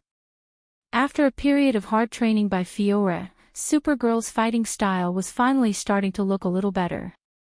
She was no longer using the standard farmer fighting style of the Iyer family. Instead, she was now in an offensive and defensive posture, waiting for the enemy to attack first. Haha! Supergirl's slightly nervous look made Apollo laugh. He laughed while pointing at Supergirl. A child. They actually sent a child to be my opponent. Pay attention to the strength of your attack. Just kill a mortal and leave the rest to me. I want to properly deal with them. Hera said fiercely. Apollo shook his head with some pity. He looked at Supergirl, who was so nervous that her eyes were a little straight. What value did an opponent like her have to prove that she was worthy of inheriting the throne of the God King? It was extremely boring. He originally thought that there would be a big battle on Paradise Island, but he didn't expect Hera to use her ultimate move. Apollo was very frustrated that he couldn't show off his power as the sun god. He swung his hand and a scorching ball of light was thrown at Supergirl. In Apollo's impression, no mortal could withstand his attack. He lost interest and walked back. However, after taking 2 steps, he realized that something was wrong. He stopped and turned around abruptly. When the dust settled, he saw that Supergirl was still in the same position. Apollo's attack was fast and ruthless. She didn't even have time to react before she was hit. However, the opponent's fierce attack didn't hurt Supergirl. She wasn't very sensitive to her own energy. She only vaguely felt that she had gained some benefits. But how was this possible? This purple-skinned guy in front of her was obviously very powerful. Why didn't he hurt her? Supergirl, who had little combat experience, didn't think about the problem of sunlight. If it were Superman or Fiora, they would have understood immediately. She had little combat experience, but Apollo had plenty of combat experience. However, he didn't know about the Kryptonians. Looking at Supergirl cautiously guarding against her, she, who believed herself to be intelligent, was truly confused. She, who had been through hundreds of battles, was very certain that she had hit her opponent. However, seeing that Supergirl was completely unharmed, she couldn't help but wonder what was going on. Since he couldn't figure it out, he decided to fire again. This time, Apollo was serious. He bent his body slightly, bent his arm, and made a gesture of accumulating energy. Then, he raised his right hand. A dark yellow energy beam filled with a lot of light and heat was thrown at Supergirl. This time, it wasn't a sudden attack. Supergirl reacted quickly. According to her previous combat experience, she should have retaliated or dodged the attack with heat rays. However, her combat instinct told her that she didn't need to retaliate. She just needed to take the attack head-on. It was safe and harmless. Supergirl, who was very simple, was confused. However, relying on combat instinct was the style of the Iyer family. Without thinking, she closed her eyes and slammed into the energy beam head-on. Boom! There was a loud bang. Apollo was completely dumbfounded when he saw that Supergirl was once again unscathed except for a little bit of mess on her body. He had already predicted several possible responses from her, such as dodging or counterattacking. These choices were not strange at all. However, Supergirl's reaction really surprised him. How did she deal with it? She was stunned for a moment and chose to use her body to take the attack head-on. Apollo didn't know what to say. Thea saw this scene and laughed out loud. Diana, who also knew about the Kryptonian's characteristics, also smiled. At this time, she realized that her opponent's attack couldn't hurt her. Instead, it replenished her energy. Supergirl was simple, but she wasn't stupid. She also guessed that her opponent's attack had something to do with the yellow sun. Supergirl's body had absorbed all the energy contained in the two attacks. Now, her energy had increased by at least 10%. If this energy was exposed to the sun, it would take at least half a year. Supergirl, who had always been troubled by the fact that Superman was stronger than her, seemed to have seen the wonderful scene of her teaching her cousin a lesson. She laughed happily. Chapter 489. What the hell are you laughing at? The three of them mocked him one after another, and Apollo's face darkened. As a general of the Greek pantheon and now the self-proclaimed successor of the god king, Apollo was furious. The energy in his body surged, and golden flames spewed out of his eyes, mouth, ears, and nose. Apollo's expression was ferocious. This island had looked down on his authority, and he wanted to sink Paradise Island. In your dreams. Thea swung her hand and shot a shadow arrow. Since Apollo was full of light energy, the shadow arrow could delay him for a moment, and naturally, he could not launch his next attack. Hera's reaction was not slow either. She seemed to be in the lead, but her divine power was far inferior to Apollo's. Seeing Thea blocking her, she did not want to be outdone and shot a water arrow to counter the shadow arrow. Thea immediately returned the favor. Spells of various colors covered the sky and covered the earth as she threw them over. The goddess of strife, Eris, was sneering at the side, and had no intention of interfering. Hera could only brace herself. As the queen of Zeus and the mother of most of the main gods in name, she was very accomplished in magic. If not for the fact that she had lost too much, Thea would not have been able to defeat her. The two of them began an intense magic exchange, and on the other side, Supergirl also began to attack Apollo. Boom! There was an explosion. Apollo's attack was not completed in the end, and he was interrupted by Supergirl before he could accumulate more than half of his energy. However, his use of divine power was very unique. He moved the center of the energy explosion to the front, which was between himself and Supergirl. His plan was good. His own energy could not hurt himself, but Supergirl would not be able to take it head-on, right? However, the result made him collapse. He was indeed fine, but Supergirl was fine too. The adorable Supergirl's energy increased by a lot, and the scene of her teaching her cousin Superman a lesson appeared in her mind. The little girl was very excited, and she threw a punch at Apollo's face with great force. The power of Apollo's ultimate move was indeed extraordinary. Although the center of the explosion was between him and Supergirl, there were still some aftershocks that wreaked havoc in all directions. Hera lightly shook the peacock feather coat on her body to block the impact. Thea herself could absorb sunlight and had no defense. However, the people of Paradise Island did not have the ability to do so. Diana was a pure warrior, and she could not defend such a large area. Thea could only hurriedly set up a defensive shield to block Apollo's remaining energy impact. However, this distraction allowed Hera to gain the upper hand. I can handle it. Seeing that Diana wanted to help, Thea stopped her. The attitude of the goddess of strife, Eris, was unclear. As a reserve, Diana could not play.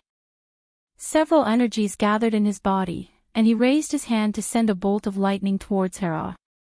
Unexpectedly, the other party was instantly enraged.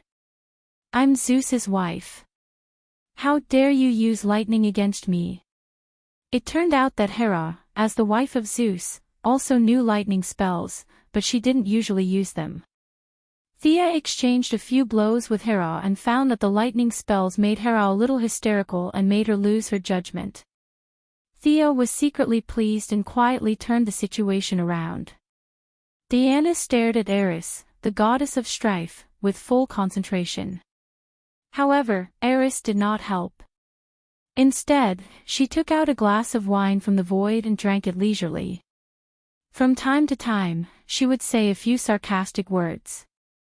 "Mother, be careful. Do you need your daughter's help? Little girl in the red cloak, be careful. Apollo is going to hit your shoulder."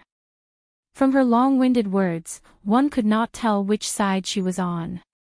It seemed that the victory of either side had nothing to do with her. Diana threw out the lasso of truth. She did not resist and continued to say what she wanted to say. If one did not consider that her power was much higher than the rule of truth, it meant that every word she said was true. She wanted to instigate everyone to continue fighting, and the more heated the fight, the better. When she saw that someone's momentum was weak, she would start to instigate with her 3-inch tongue. She would only stop when both sides were fighting in full swing. Diana tried to block his mouth, but it was of no use. His voice was still transmitted to the few of them. Conflict and instigation, this was her priesthood, her nature. Of the 4 people in the field, Hera and Apollo were naturally familiar with her style. Thea was bombarded by the media, but it went in one ear and out the other. Supergirl was affected a lot. Fortunately, she had the absolute upper hand, so the impact was not too great. Apollo was very depressed. With many years of battle experience, he could still see that the opponent had a physique that absorbed sunlight. Although this type of enemy was rare, it was not like he had never seen it before. Not to mention those far away, he could see that Thea also had such a physique. However, the physique that absorbed sunlight in Apollo's impression was completely different from the one in the red cloak in front of him. She absorbed it too quickly and used it at a high rate. The two of them exchanged more than 10 blows. Apollo had used up 20% of his energy, while the opponent had increased it by 20%. His own energy had become someone else's energy almost without any loss. How could he continue fighting? If Supergirl were to use energy attacks like heat rays, Apollo would be able to suck them back. However, Supergirl was determined not to let Apollo use his ultimate move. She decided to use physical attacks to fight in close combat, causing Apollo to suffer greatly. He was the sun god. In order to pursue the purity of power, he had also eliminated impurities like Thea. Now, he only had light element attacks. He could not win in close combat, and his energy attacks were absorbed. In addition, Eris would spout nonsense from time to time. Apollo was so frustrated that he wanted to bang his head against the wall. He wanted to change opponents with Thea. He had seen her physique. She could only absorb a part of the light. As long as he increased his energy output, he would definitely be able to injure her. Although it was very tiring to fight, he could at least hit her a few times. The Supergirl in front of him was beating him to the point that he could not fight back at all. Apollo hurriedly gave Hera a look. Then he despaired. Hera was burning with jealousy. God knew what she was thinking. She was fighting against Thea with lightning magic. Even if Apollo died in front of her, she would not look at him, let alone give him a look. Stupid teammate. Apollo did not know this term, but the meaning was the same. Although it would damage his dignity as the sun god, he could make a strategic change today. Apollo's only thought was whether to drag these 2 ignorant women with him or run alone. However, it was not that easy for him to run away. Diana had already seen through the situation on the battlefield. He did not have to worry about Thea and Hera for now. At their current level, they would not be able to win in 3 or 4 days. She rushed out diagonally and stopped Apollo, who was about to run away. Supergirl's combat experience was average, but Diana was a veteran. The main damage was absorbed by Supergirl. Since she had not recovered from her injuries, she stabbed Apollo in the back. It was basically a defensive warrior throwing away his shield and turning into a thief. Hermes, who had arrived late with Zola, arrived at the battlefield and saw the stalemate. Chapter 490. The sound and light effects of Thea and Hera's magic were dazzling. The whole ground was plowed by their magic. Zora's mouth was wide open. This must be a dream, right? Zola, who had never lived in the metropolis, doubted the authenticity of Superman. Were the two women who could summon lightning, frost, and fire real? She felt that tonight's experience was just a figment of her imagination, a nightmare that wasn't too scary. These people had pulled her here for no reason, and the main reason was that this was her dream. That was why she was here. Hermes didn't care about Zora's thoughts. It was fine as long as she was alive. The change in plan was too big. Hermes's original intention of using Zora to be friends with Diana had been extinguished. He turned to the other side, and his eyes almost popped out. He saw Supergirl and Diana pressing Apollo to the ground and beating him up like a dead dog. Was this the sun god who had fought for tens of thousands of years and was now ambitious enough to inherit the throne? Hermes's power had decreased tremendously, but his vision was still there. He could see that Diana was injured and hadn't even used half of her true power. It was the red-cloaked girl who was beating Apollo up. Was this really a normal person nowadays?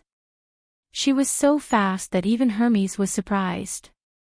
There was no need to talk about her strength. He could tell just by looking at how Apollo was beaten up. Was this young girl going to kill a god? Then she would get his position as the god of speed and directly ascend to the throne. Hermes was having a headache. At this moment, Supergirl punched Apollo in the chest with great force. Apollo spat out a mouthful of golden blood. Thea, who was fighting with Hera, was instantly attracted. God's blood wasn't that easy to obtain. It was useless to her, but it was still effective for the people at home. Apollo's blood attracted Thea, and naturally, it also attracted Hermes in the sky. The sun god, who had been unharmed for tens of thousands of years, was now injured by a human. If this incident was thrown into Homer's epic, it would be several hundred words long. There were very few people in the audience right now, but other than Supergirl, everyone else knew the truth. Apollo was going to die. Hermes felt a toothache. Apollo had spread the word that the eldest son of Zeus would kill one of them and ascend to the throne of God. Now, he had not even seen the shadow of the firstborn and he, the rumor-monger, was about to die. After much consideration, Hermes decided to overturn his original plan. If the soft approach didn't work, then he would use the hard approach. He only had one chance to use his killing move. Who should he give this chance to? Diana was definitely out of the question. She was needed for the follow-up. There was also no need for a Supergirl. She was purely an ordinary person. Naturally, the only one left was Thea. Hermes did not have a good impression of this unexpected intruder. Furthermore, she was the one who called the Supergirl who wanted to kill Apollo. Hermes made up his mind. Looking at Hera, who was entangled with Thea, Hermes sneered in his heart. You guys can have fun. He took out a feather from the void. This was one of the tricks he had left behind when he was at his peak.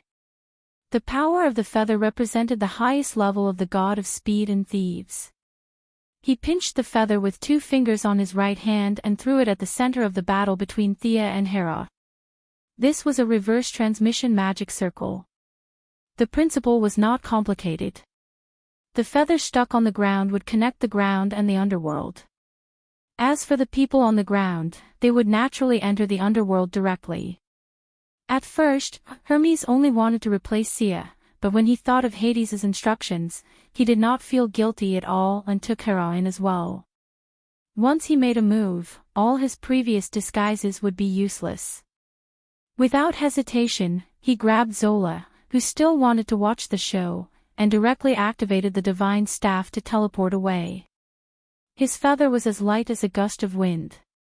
It was inserted vertically in the middle of Thea and Hera's battlefield. Because it was not aimed at the two but at the ground, neither of them sensed it. When the transmission began, Thea was shocked. What was that? Hermes, don't you dare! Hera shouted loudly, but the transmission was so fast that both of them were one step too late. The ground within a radius of 100 meters and the two of them were instantly transferred to the other side. Thea only heard Diana's shout before the transmission began. Seeing that Hera had wrapped herself up tightly with the peacock cloak, Thea also took out the light ring, conjured a big house, and went in. It was the first time that Hera had seen such a strange trick. After hesitating for a moment, she wrapped herself into a ball with the peacock cloak and squatted on the ground. Seeing that Thea did not close the door, Hera also went in shyly. What trick is Hermes using? Thea asked while maintaining the conjuration to resist the turbulence of time and space. Although the two of them were still fighting fiercely 10 seconds ago, Hera was very practical and immediately began to turn the enemy into a friend. Hera, who had been putting on airs all this time, said proudly. That thief only knows how to do 2 transmissions. He used this trick before. It should be the exchange of the underworld. The underworld. The place of Hades. Hera's expression was very ugly. She nodded and observed the golden conjured house again. This was definitely not magic, but what was it? She asked embarrassedly, how long can this thing last? Thea smiled. Now that her light ring could amplify emotions by 200 times, and she controlled the total energy of the yellow light, she could maintain this low-intensity consumption as long as there were still feelings of fear in the universe. But there was no need to tell Hera the truth. She avoided the topic and said, it should last for a while. You don't look well. Do you have a long-cherished wish with Hades? Thea used the trick of coaxing middle-aged women again. She lowered her posture and slowly began to talk. Hera felt that this opponent from 10 seconds ago was not so detestable. Most importantly, Hera could see that Thea and Zeus were not related, at least not in terms of bloodline. This made Hera's attitude much more relaxed. Although Hera was still arrogant, she could still answer 2 out of 3 questions. Thea had a rough idea of the situation. In fact, Hera wasn't as bad as the legends made her out to be. She was extremely loyal to her love. It was just that Zeus was too much of a playboy. He repeatedly threw his love into the pool, which made Hera a little hysterical at times. But even so, Hera did not betray their love.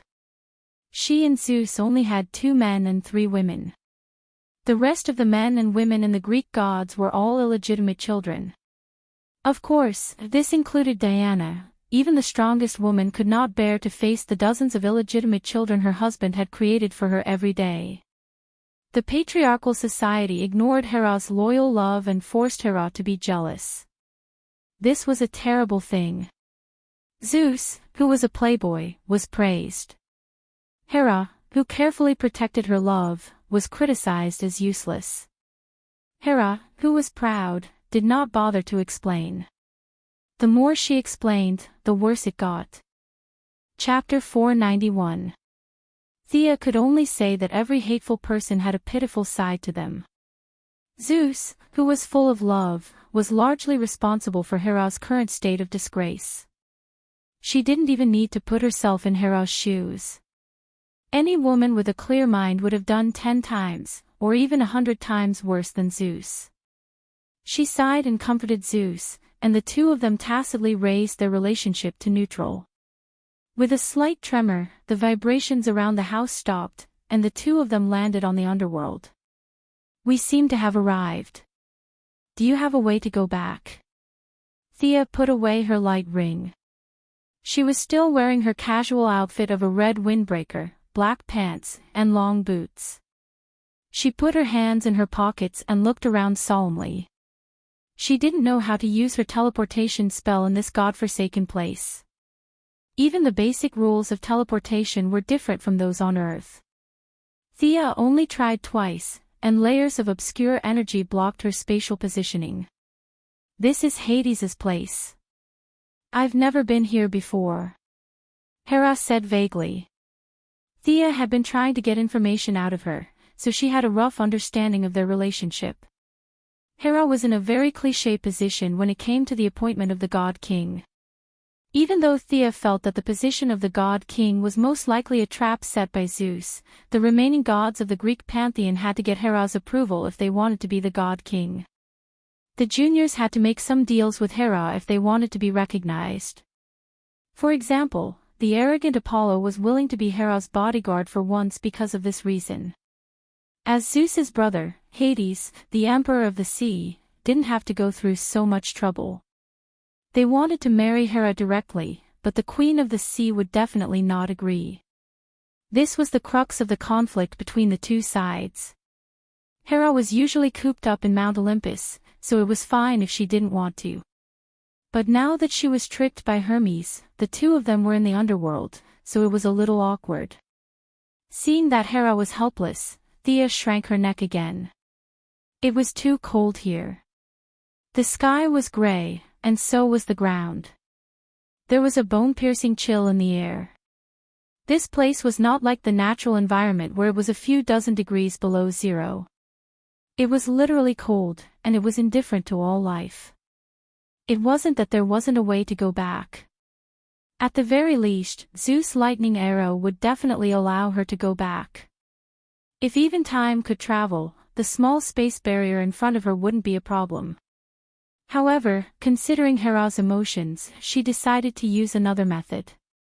That was to use force. Using the prayers of all living beings to teleport the two of them back would consume an astronomical amount of prayers. Thea still wanted to hook up with the Origin, so she didn't want to waste her prayers here. Her plan was to modify the laws of space in a short period of time and teleport them back. Just as she was about to take action, she saw that the previously silent and gloomy space seemed to have received some kind of command, and this space was slowly coming to life. The gray clouds in the sky were gradually approaching. Upon closer inspection, they were not clouds at all. They were the skeletons of countless birds. Some of them were already badly damaged, and some of them could still be seen. Compared to the silently approaching skeletal birds, the abnormalities on the ground were more shocking. On the surrounding walls and between the rocks, there were countless filthy corpses crawling out. The ground under their feet also had countless human hands and rotting heads. There were men and women, old and young. From the eyes of the corpses, one could see only hatred. Hatred for the world, hatred for the living. Ouch! Thea looked at the scene and felt a little depressed. The things in front of them could frighten a mortal, but for her and Hera, it was just a matter of a few fireballs. The only thing to note was that Thea had a slight obsession with cleanliness. Facing the wall full of corpses, the filthy environment, coupled with the thick smell of countless corpses, made her cover her nose. Hera, who was presented with a luxurious and elegant image, was also uncomfortable. She wrinkled her nose, squinted her eyes, and choked on the smell. What made the two of them look sideways was that countless corpses began to crazily gather again. Large masses of flesh and blood were forcefully mixed together, and countless extravasated blood was squeezed out. The gray ground was covered with a thick and dense layer of dark blood. Such a heavy taste made Thea grit her teeth. The mass of flesh and blood didn't care whether she was disgusted or not, and forcibly turned into a giant face that was dozens of meters tall. The face's outline could be seen vaguely, and the mouth opened, and a muddy voice slowly came out. "Hera, are you here to be my bride?" Realizing that Hera was ignoring her, Thea, who was about to pull out the peerless holy sword, stopped. Her friendship with Hera could only be described as an enemy, and was far from being friends. There was no need to stand up for Hera. As it turned out, Hera didn't intend to let Thea stand up for her. She was silent, and in an instant, her body became 50 meters tall, looking at Hades's giant face that was made of flesh and blood of the dead. Thea gave Hera a thumbs up. This move was really good, and the ability to attract hatred had reached the maximum level. After Hera became bigger, no one paid attention to a small character like her. This move had no other use except for being cool. Enlarging the body would make it easier for the opponent to attack, and it would reduce Hera's agility. At the same time, the consumption of divine power per unit of time began to increase. Thea casually looked at it and found a basket of problems. But no one paid attention to her, so she was naturally happy to watch the show. The environment in front of her was just a little dirty and smelly. "Open your dirty door and let us leave." Hera didn't know how to negotiate at all, and she gave a rigid order. The only good news was that Hera had a good heart and even brought Thea along.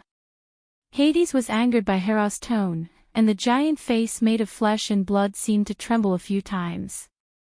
"Come to my throne and have a good talk." After that, the giant face of flesh and blood turned into mud and scattered on the ground. Countless corpses and zombies crawled out from the ground, and countless death knights gathered not far away. Giants that had lost their minds, and monsters that had been killed in myths and legends appeared one after another. The sea of dead covered a radius of hundreds of miles, and a small path that was as wide as two people suddenly appeared. This should be the path that led to Hades' throne. "Are you really going to go there?" Thea pulled Hera, who had turned back to her normal size and was about to walk in. "You have a way." Hera looked at her curiously. Thea roughly explained her idea, and Hera shook her head after hearing it. "Time is too tight. They won't give us much time to prepare." Thea also admitted this. Once she focused on rewriting the rules, it would take at least 2 to 3 minutes. During this time, Hera would need to fend off the monsters outside. First, there was the issue of trust. Hera was not Diana, and she would not risk her life to protect Thea. Chapter 492. Thea wouldn't put her safety in the hands of someone who was her enemy just a few minutes ago. She wasn't that careless. Besides, even if Hera was trustworthy, she wouldn't be able to fend off the densely packed monsters around her. Some of them looked strange and didn't look easy to deal with. Thea only took a few glances. There were a few that had been recorded in myths. There was the legendary Aramani who competed with Athena in weaving, and now had a woman's upper body and a spider's lower body. There was also the weird-looking two-headed lizard that claimed to be able to cure rheumatism. This thing didn't have 2 heads in the traditional sense, but one in the front and one in the back. There were also the eyeless Medusa and the 3-headed hellhound that was missing 2 heads. Thea was dazzled by all the things she knew and didn't know. As for killing their way out and finding a secluded place to slowly study the spatial coordinates, this was unrealistic. The entire underworld was Hades' territory. As long as they were still in this world, Hades would be able to catch up with them. If they wanted to rely on the 2 of them to kill all the monsters in the underworld, this was extremely difficult. "Hey, how's your skill? I'll attract Hades' attention in a while, and you take down one of the candles on his head. We'll be able to leave the underworld smoothly." They couldn't run for the time being, and they weren't in a hurry to fight. They could only walk slowly along the path that the other party had left behind. After walking for a short distance, Hera finally came up with a plan. Thea definitely couldn't brag that she was one of the current generation's grandmasters of combat and that she was proficient in both magic and martial arts. As for how Hades' candle would be used, whether it would directly open a gate or a teleportation point somewhere, Hera wasn't sure either. After all, no one had ever done something like this before. Hera only knew this information because Zeus had told her back then. The 2 constantly revised their plan on the road.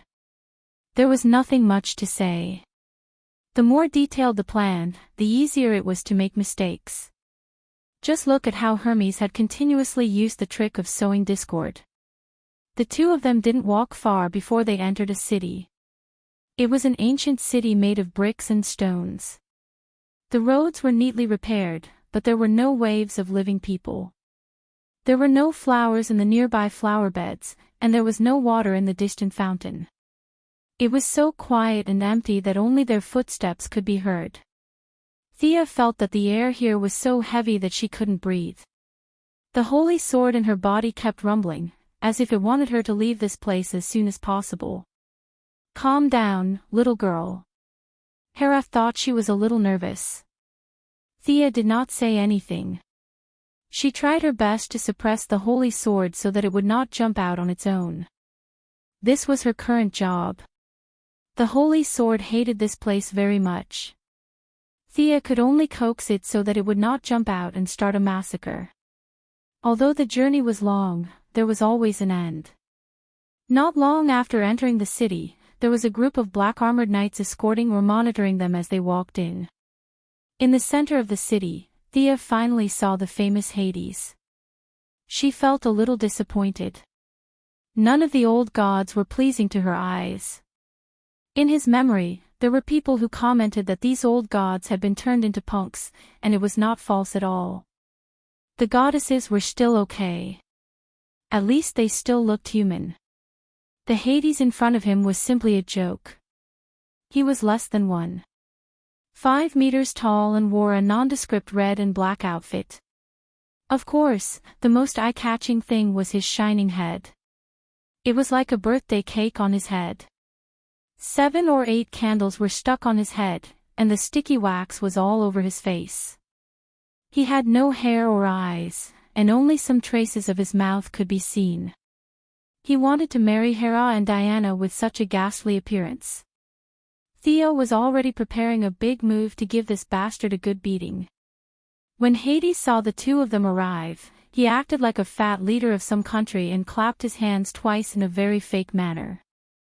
A few ghost nannies who did not need to wear makeup for horror movies magically rushed out, each of them holding a set of wedding clothes in their hands. It seemed like they wanted Hera to choose from. Not far away, 2 guards of honor walked over. The ones beating the drums were members of Heifer's tribe who had a good relationship with Thea. They were 2 3-meter-tall male minotaurs. Many humans stood behind the minotaurs, holding all kinds of musical instruments. They should be the humans who were good at singing and dancing during the Greek era. After their deaths, they fell into the hands of Hades. Of course, Hades would not be unprepared. He had gathered the army further away. In his eyes, Hera was a piece of meat on the chopping board, and he could do whatever he wanted with her. As for Thea, who was she? The old Hades had never heard of her before. Change into the new clothes. As my bride, this is your destiny, Hera. In order to celebrate my ascension to the throne of the God King, I will keep some things for you. Is the one beside you your maid? You can keep her. Hades's expression could not be seen clearly because of the candlelight on his head. He thought for a while, as if the other party was just an ant, and everything was under his control to decide their fate. He looked at Thea's appearance twice. Firstly, Hades did not know this woman, which meant that she was a nobody. Secondly, Thea's appearance and figure leaned towards the modern era. In Hades' eyes, she was just ordinary. This was the difference between ancient and modern aesthetics. Nowadays, it was difficult to distinguish between Thea and Diana's appearance. Modern people generally thought that Thea was slightly more pleasing to the eye, but in Hades' eyes, he would think that Diana was prettier. Thea was at most a maid to him. At this time, Hera was not angry at being treated as a maid. After seeing Hades, the holy sword kept sending a message, and that was to chop him up. Seeing that she was about to lose control, Thea's forehead was sweating, which made Hades even more proud. She was trembling in fear of his supreme divine power, which meant that Hades's power was still sufficient. Although there was a faint sense of uneasiness, Hades thought that it was because of some trump card in Hera's hand. As the queen of Zeus, it was normal for her to have a few weapons of mass destruction in her hands. Hades had been using words to test Hera, and even infuriate her. He wanted to see if she had any other tricks up her sleeve. The little follower beside Hera was automatically ignored by him. For so many years, Hades did not have the habit of probing other people's energy. In his inherent knowledge, no one was stronger than him except for Zeus. Even Poseidon Boston was slightly weaker than him. Now, you want him to probe Hera's maid, isn't this a joke? Seeing that Hera did not say anything, Hades felt that she probably did not have any trump cards left, so he ordered the Anubabas to pass them the clothes. He was in a hurry. Take it, quickly change into it. One of the Anubabas took out a piece of tattered clothes and handed it to Thea with a contemptuous tone. She did not know that she had almost poked a hole in the sky. Get lost. You bunch of ants. Hera could not hold it in anymore.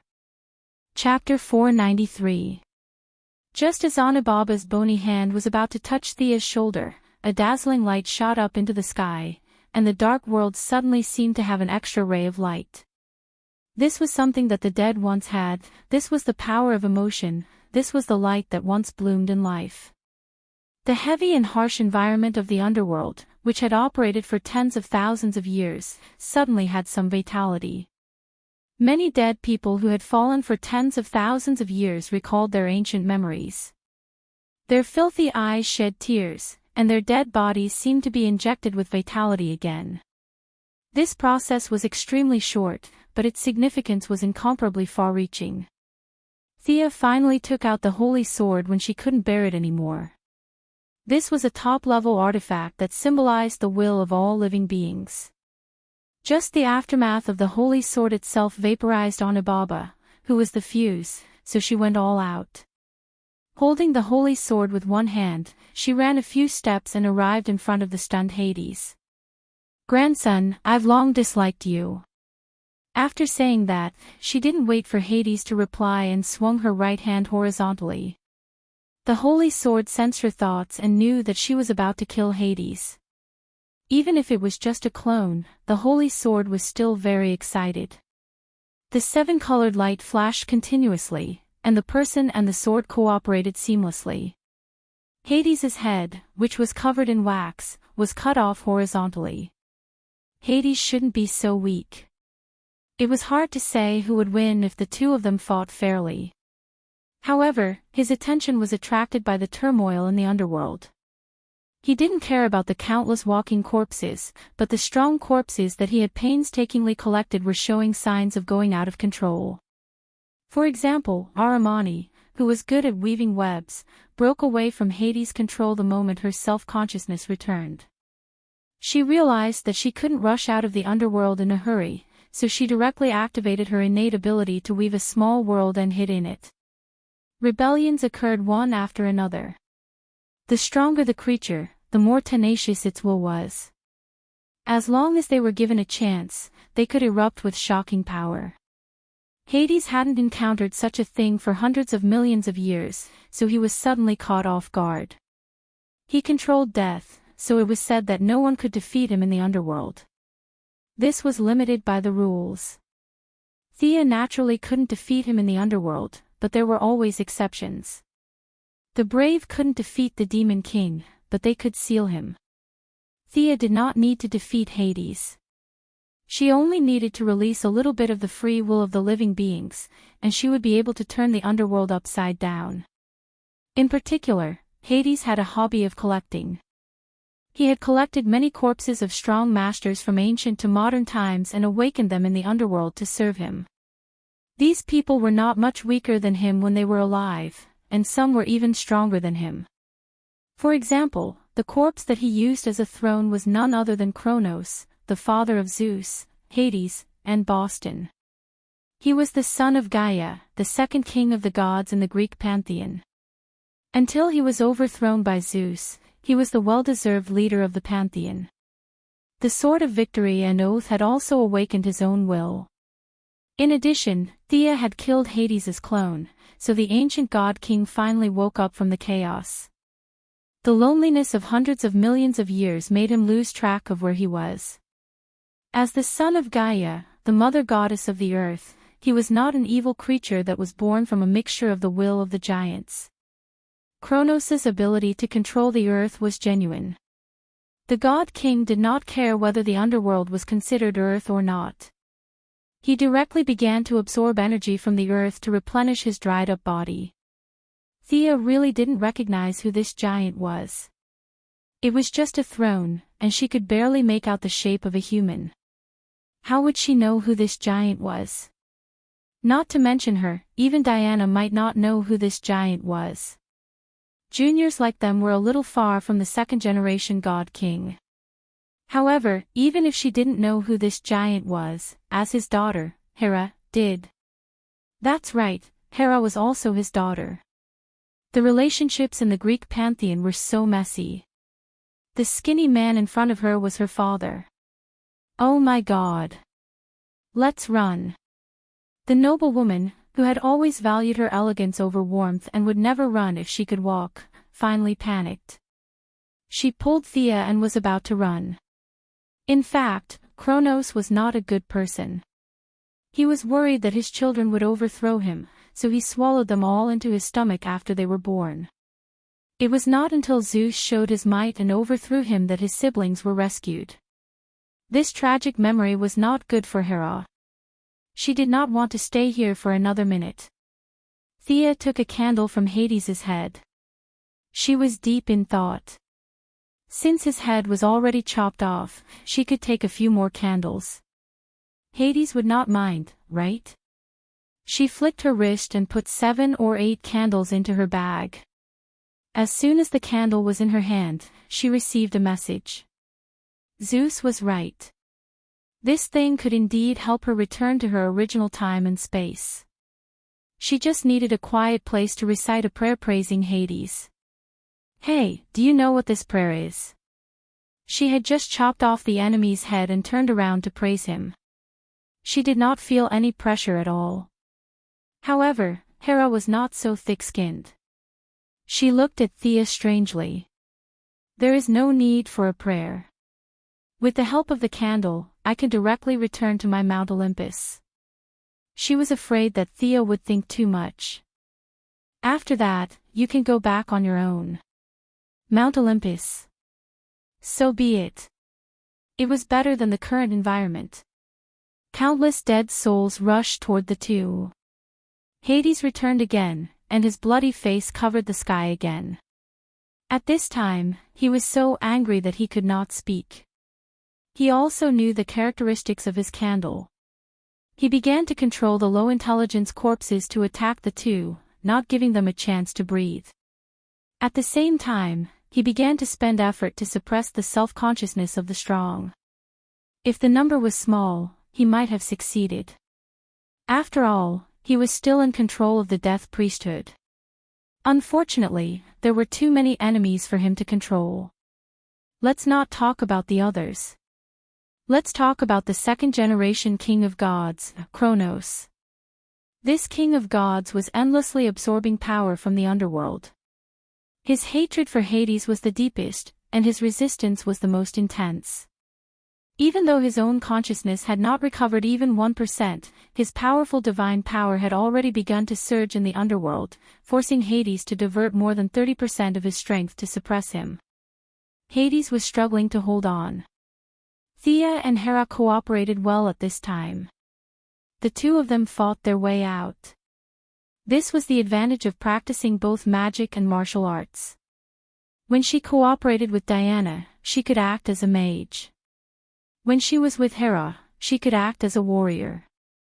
She used magic to form a thin film around her body to block the splashing blood. The Sword of Victory and Pledge could purify these ordinary corpses. As for whether they would be reincarnated or rest forever after the purification, she did not care. At first, the controlled corpses attacked them desperately. Gradually, the situation changed. Many conscious corpses crowded around the two of them and spontaneously separated them from the corpses outside. For example, the Death Knight in front of Thea did not ride a horse. Instead, he pulled the reins and trotted along with them, talking non-stop. "Quick, my consciousness can't hold on. Kill me quickly." The Death Knight stretched his neck and said. Chapter 494. No, save me first. I don't want to stay in this dark place anymore. Let me rest in peace. On the other side, a tribal warrior with a face painted like a ghost swung a spear in his hand and forced back the approaching corpses. Seeing that they had spontaneously formed a circle to isolate all the enemies, Thea was surprised. What's the point of running? Let's just light the candle and retreat. Holding back Hera, who was throwing lightning and fireballs everywhere, the God Queen's reaction was slow, but she was no fool. She immediately understood what Hera meant. Thea tossed her a candle and stared at Hera's every move without blinking. How is this thing going to Olympus? Hera carefully held the candle and closed her eyes to sense it. Her moral values were much higher than what Thea had estimated. She reached out to grab Thea and shouted, "Let's go." The small space around them began to compress. Obscure energy flashed, and the two were sucked into the space tunnel. The knights and warriors around them who were waiting for their death were stunned at first, but facts spoke louder than words. There were many who understood. Immediately, a warrior jumped into the tunnel. The rest, whether or not they understood what this meant, followed closely behind. Anyway, the situation was already so bad that it couldn't get any worse. Even some of the monsters in the distance who had regained their consciousness saw what was happening here. The half-human, half-spider Aramani, who was hiding in another dimension, shot out countless spider webs from her body and caught 7 or 8 Death Knights who were jumping into the vortex. Using the momentum of the Death Knights, she pulled herself in as well. The remaining monsters were either far away or did not have such means. The moment the vortex was about to close, a Kamala with a lion's head, a goat's body, and a snake's tail crazily rushed in. Pluto's candle didn't waver at all. It opened and came out. Before Sia could react, she was already in a place filled with stars. A towering mountain stood not far away, and waves of divine power attacked her soul. Thea didn't have time to lament. Her supervision allowed her to see a lot of things. At least she knew that she and Hera weren't the only ones who were teleporting. There were a lot of people who were hitching a ride behind them.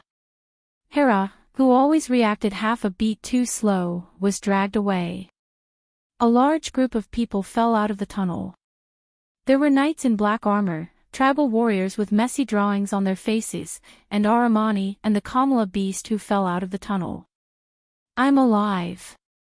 I can feel the wind again. The undead were all overjoyed. This ending was better than the eternal sleep they had expected. After all, it was better to live than to die. Many people took off their pitch-black armor. Their bodies, which were covered in rotting flesh, regained their vigor. Their strong and powerful hearts began to beat again. By chance, they had crossed the gate of life and death, found a loophole, and returned to the kingdom of the living. In the past, Mount Olympus had been a desolate place, but now, it was filled with unprecedented cheers. You, how dare you be so presumptuous? Hera was annoyed. This was Mount Olympus. Zeus was not at home all year round. This was his territory. How could he allow some barbarians to roar here? Just as she was about to scold them, Thea stopped her and whispered, "Your Majesty, listen to me." Hera couldn't ignore Thea's opinion now. She was frightened by the power of the holy sword. She didn't expect that the ultimate weapon of the Celtic gods was still alive. Besides, they had fought together and there was no conflict of principles. She wanted to hear what Thea had to say. But Thea didn't talk about the resurrected people in front of her. Instead, she talked about a more fundamental problem. Actually, I think you can inherit the position of the king of gods. Are you crazy? Of course not. You are the closest person to Zeus. Why can't you inherit the position of the king of gods? Why do you have to give it to Apollo and the others? Thea had been thinking about the so-called king of gods position. It was a big trap dug by Zeus. It was more vicious than the ancient 2 peaches kill 3 warriors. In the original spacetime, Diana was alone. She thought of a way, which was to expand the scale of the war and pull the Ocean Emperor and Pluto into the whirlpool, trying to fish in troubled waters. Her bait was Hera. Diana looked righteous, but she was actually quite black-bellied when she was scheming. There was no need to go through so much trouble now. Poseidon didn't know, but Hades had offended him. In order to prevent revenge from him, Thea thought of a way to establish Hera. On the one hand, she could resist the huge trap of the King of God's throne. After that, Apollo and the firstborn would be Hera's business. Even if Zeus found out later, he wouldn't have any objections. On the other hand, if Hera inherited the throne, she would definitely need supporters. As long as Hippolyte was a political figure, she would definitely sacrifice part of her dignity to ease the fundamental conflict between the two sides. The enchantment of Paradise Island was destroyed. Now that the location of the island was exposed to the world, it was not a good thing. Hera had prestige, and Hippolyte had manpower. Both sides had the foundation to cooperate. Hera looked at Thea, stunned. Only men can be the king of gods. I have never thought of going beyond that. Your words are too scary. That's all in the past. Now, men and women are equal. Do you think the position of the king of gods is an obstacle to you? Thea felt that there was hope and continued to persuade her. What obstacle? There was no obstacle at all.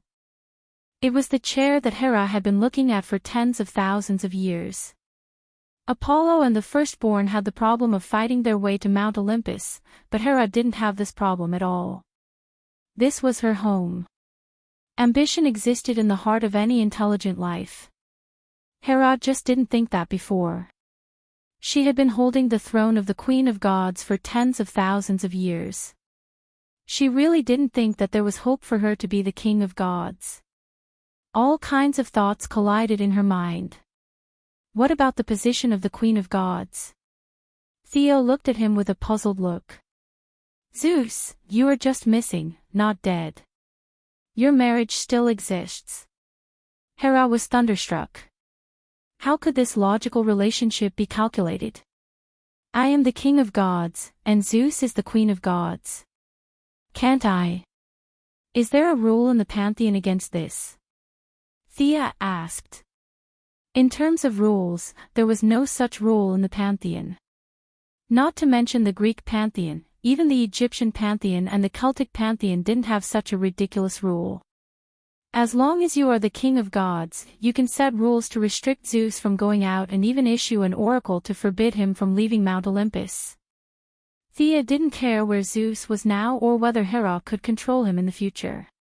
She came up with a lot of ideas.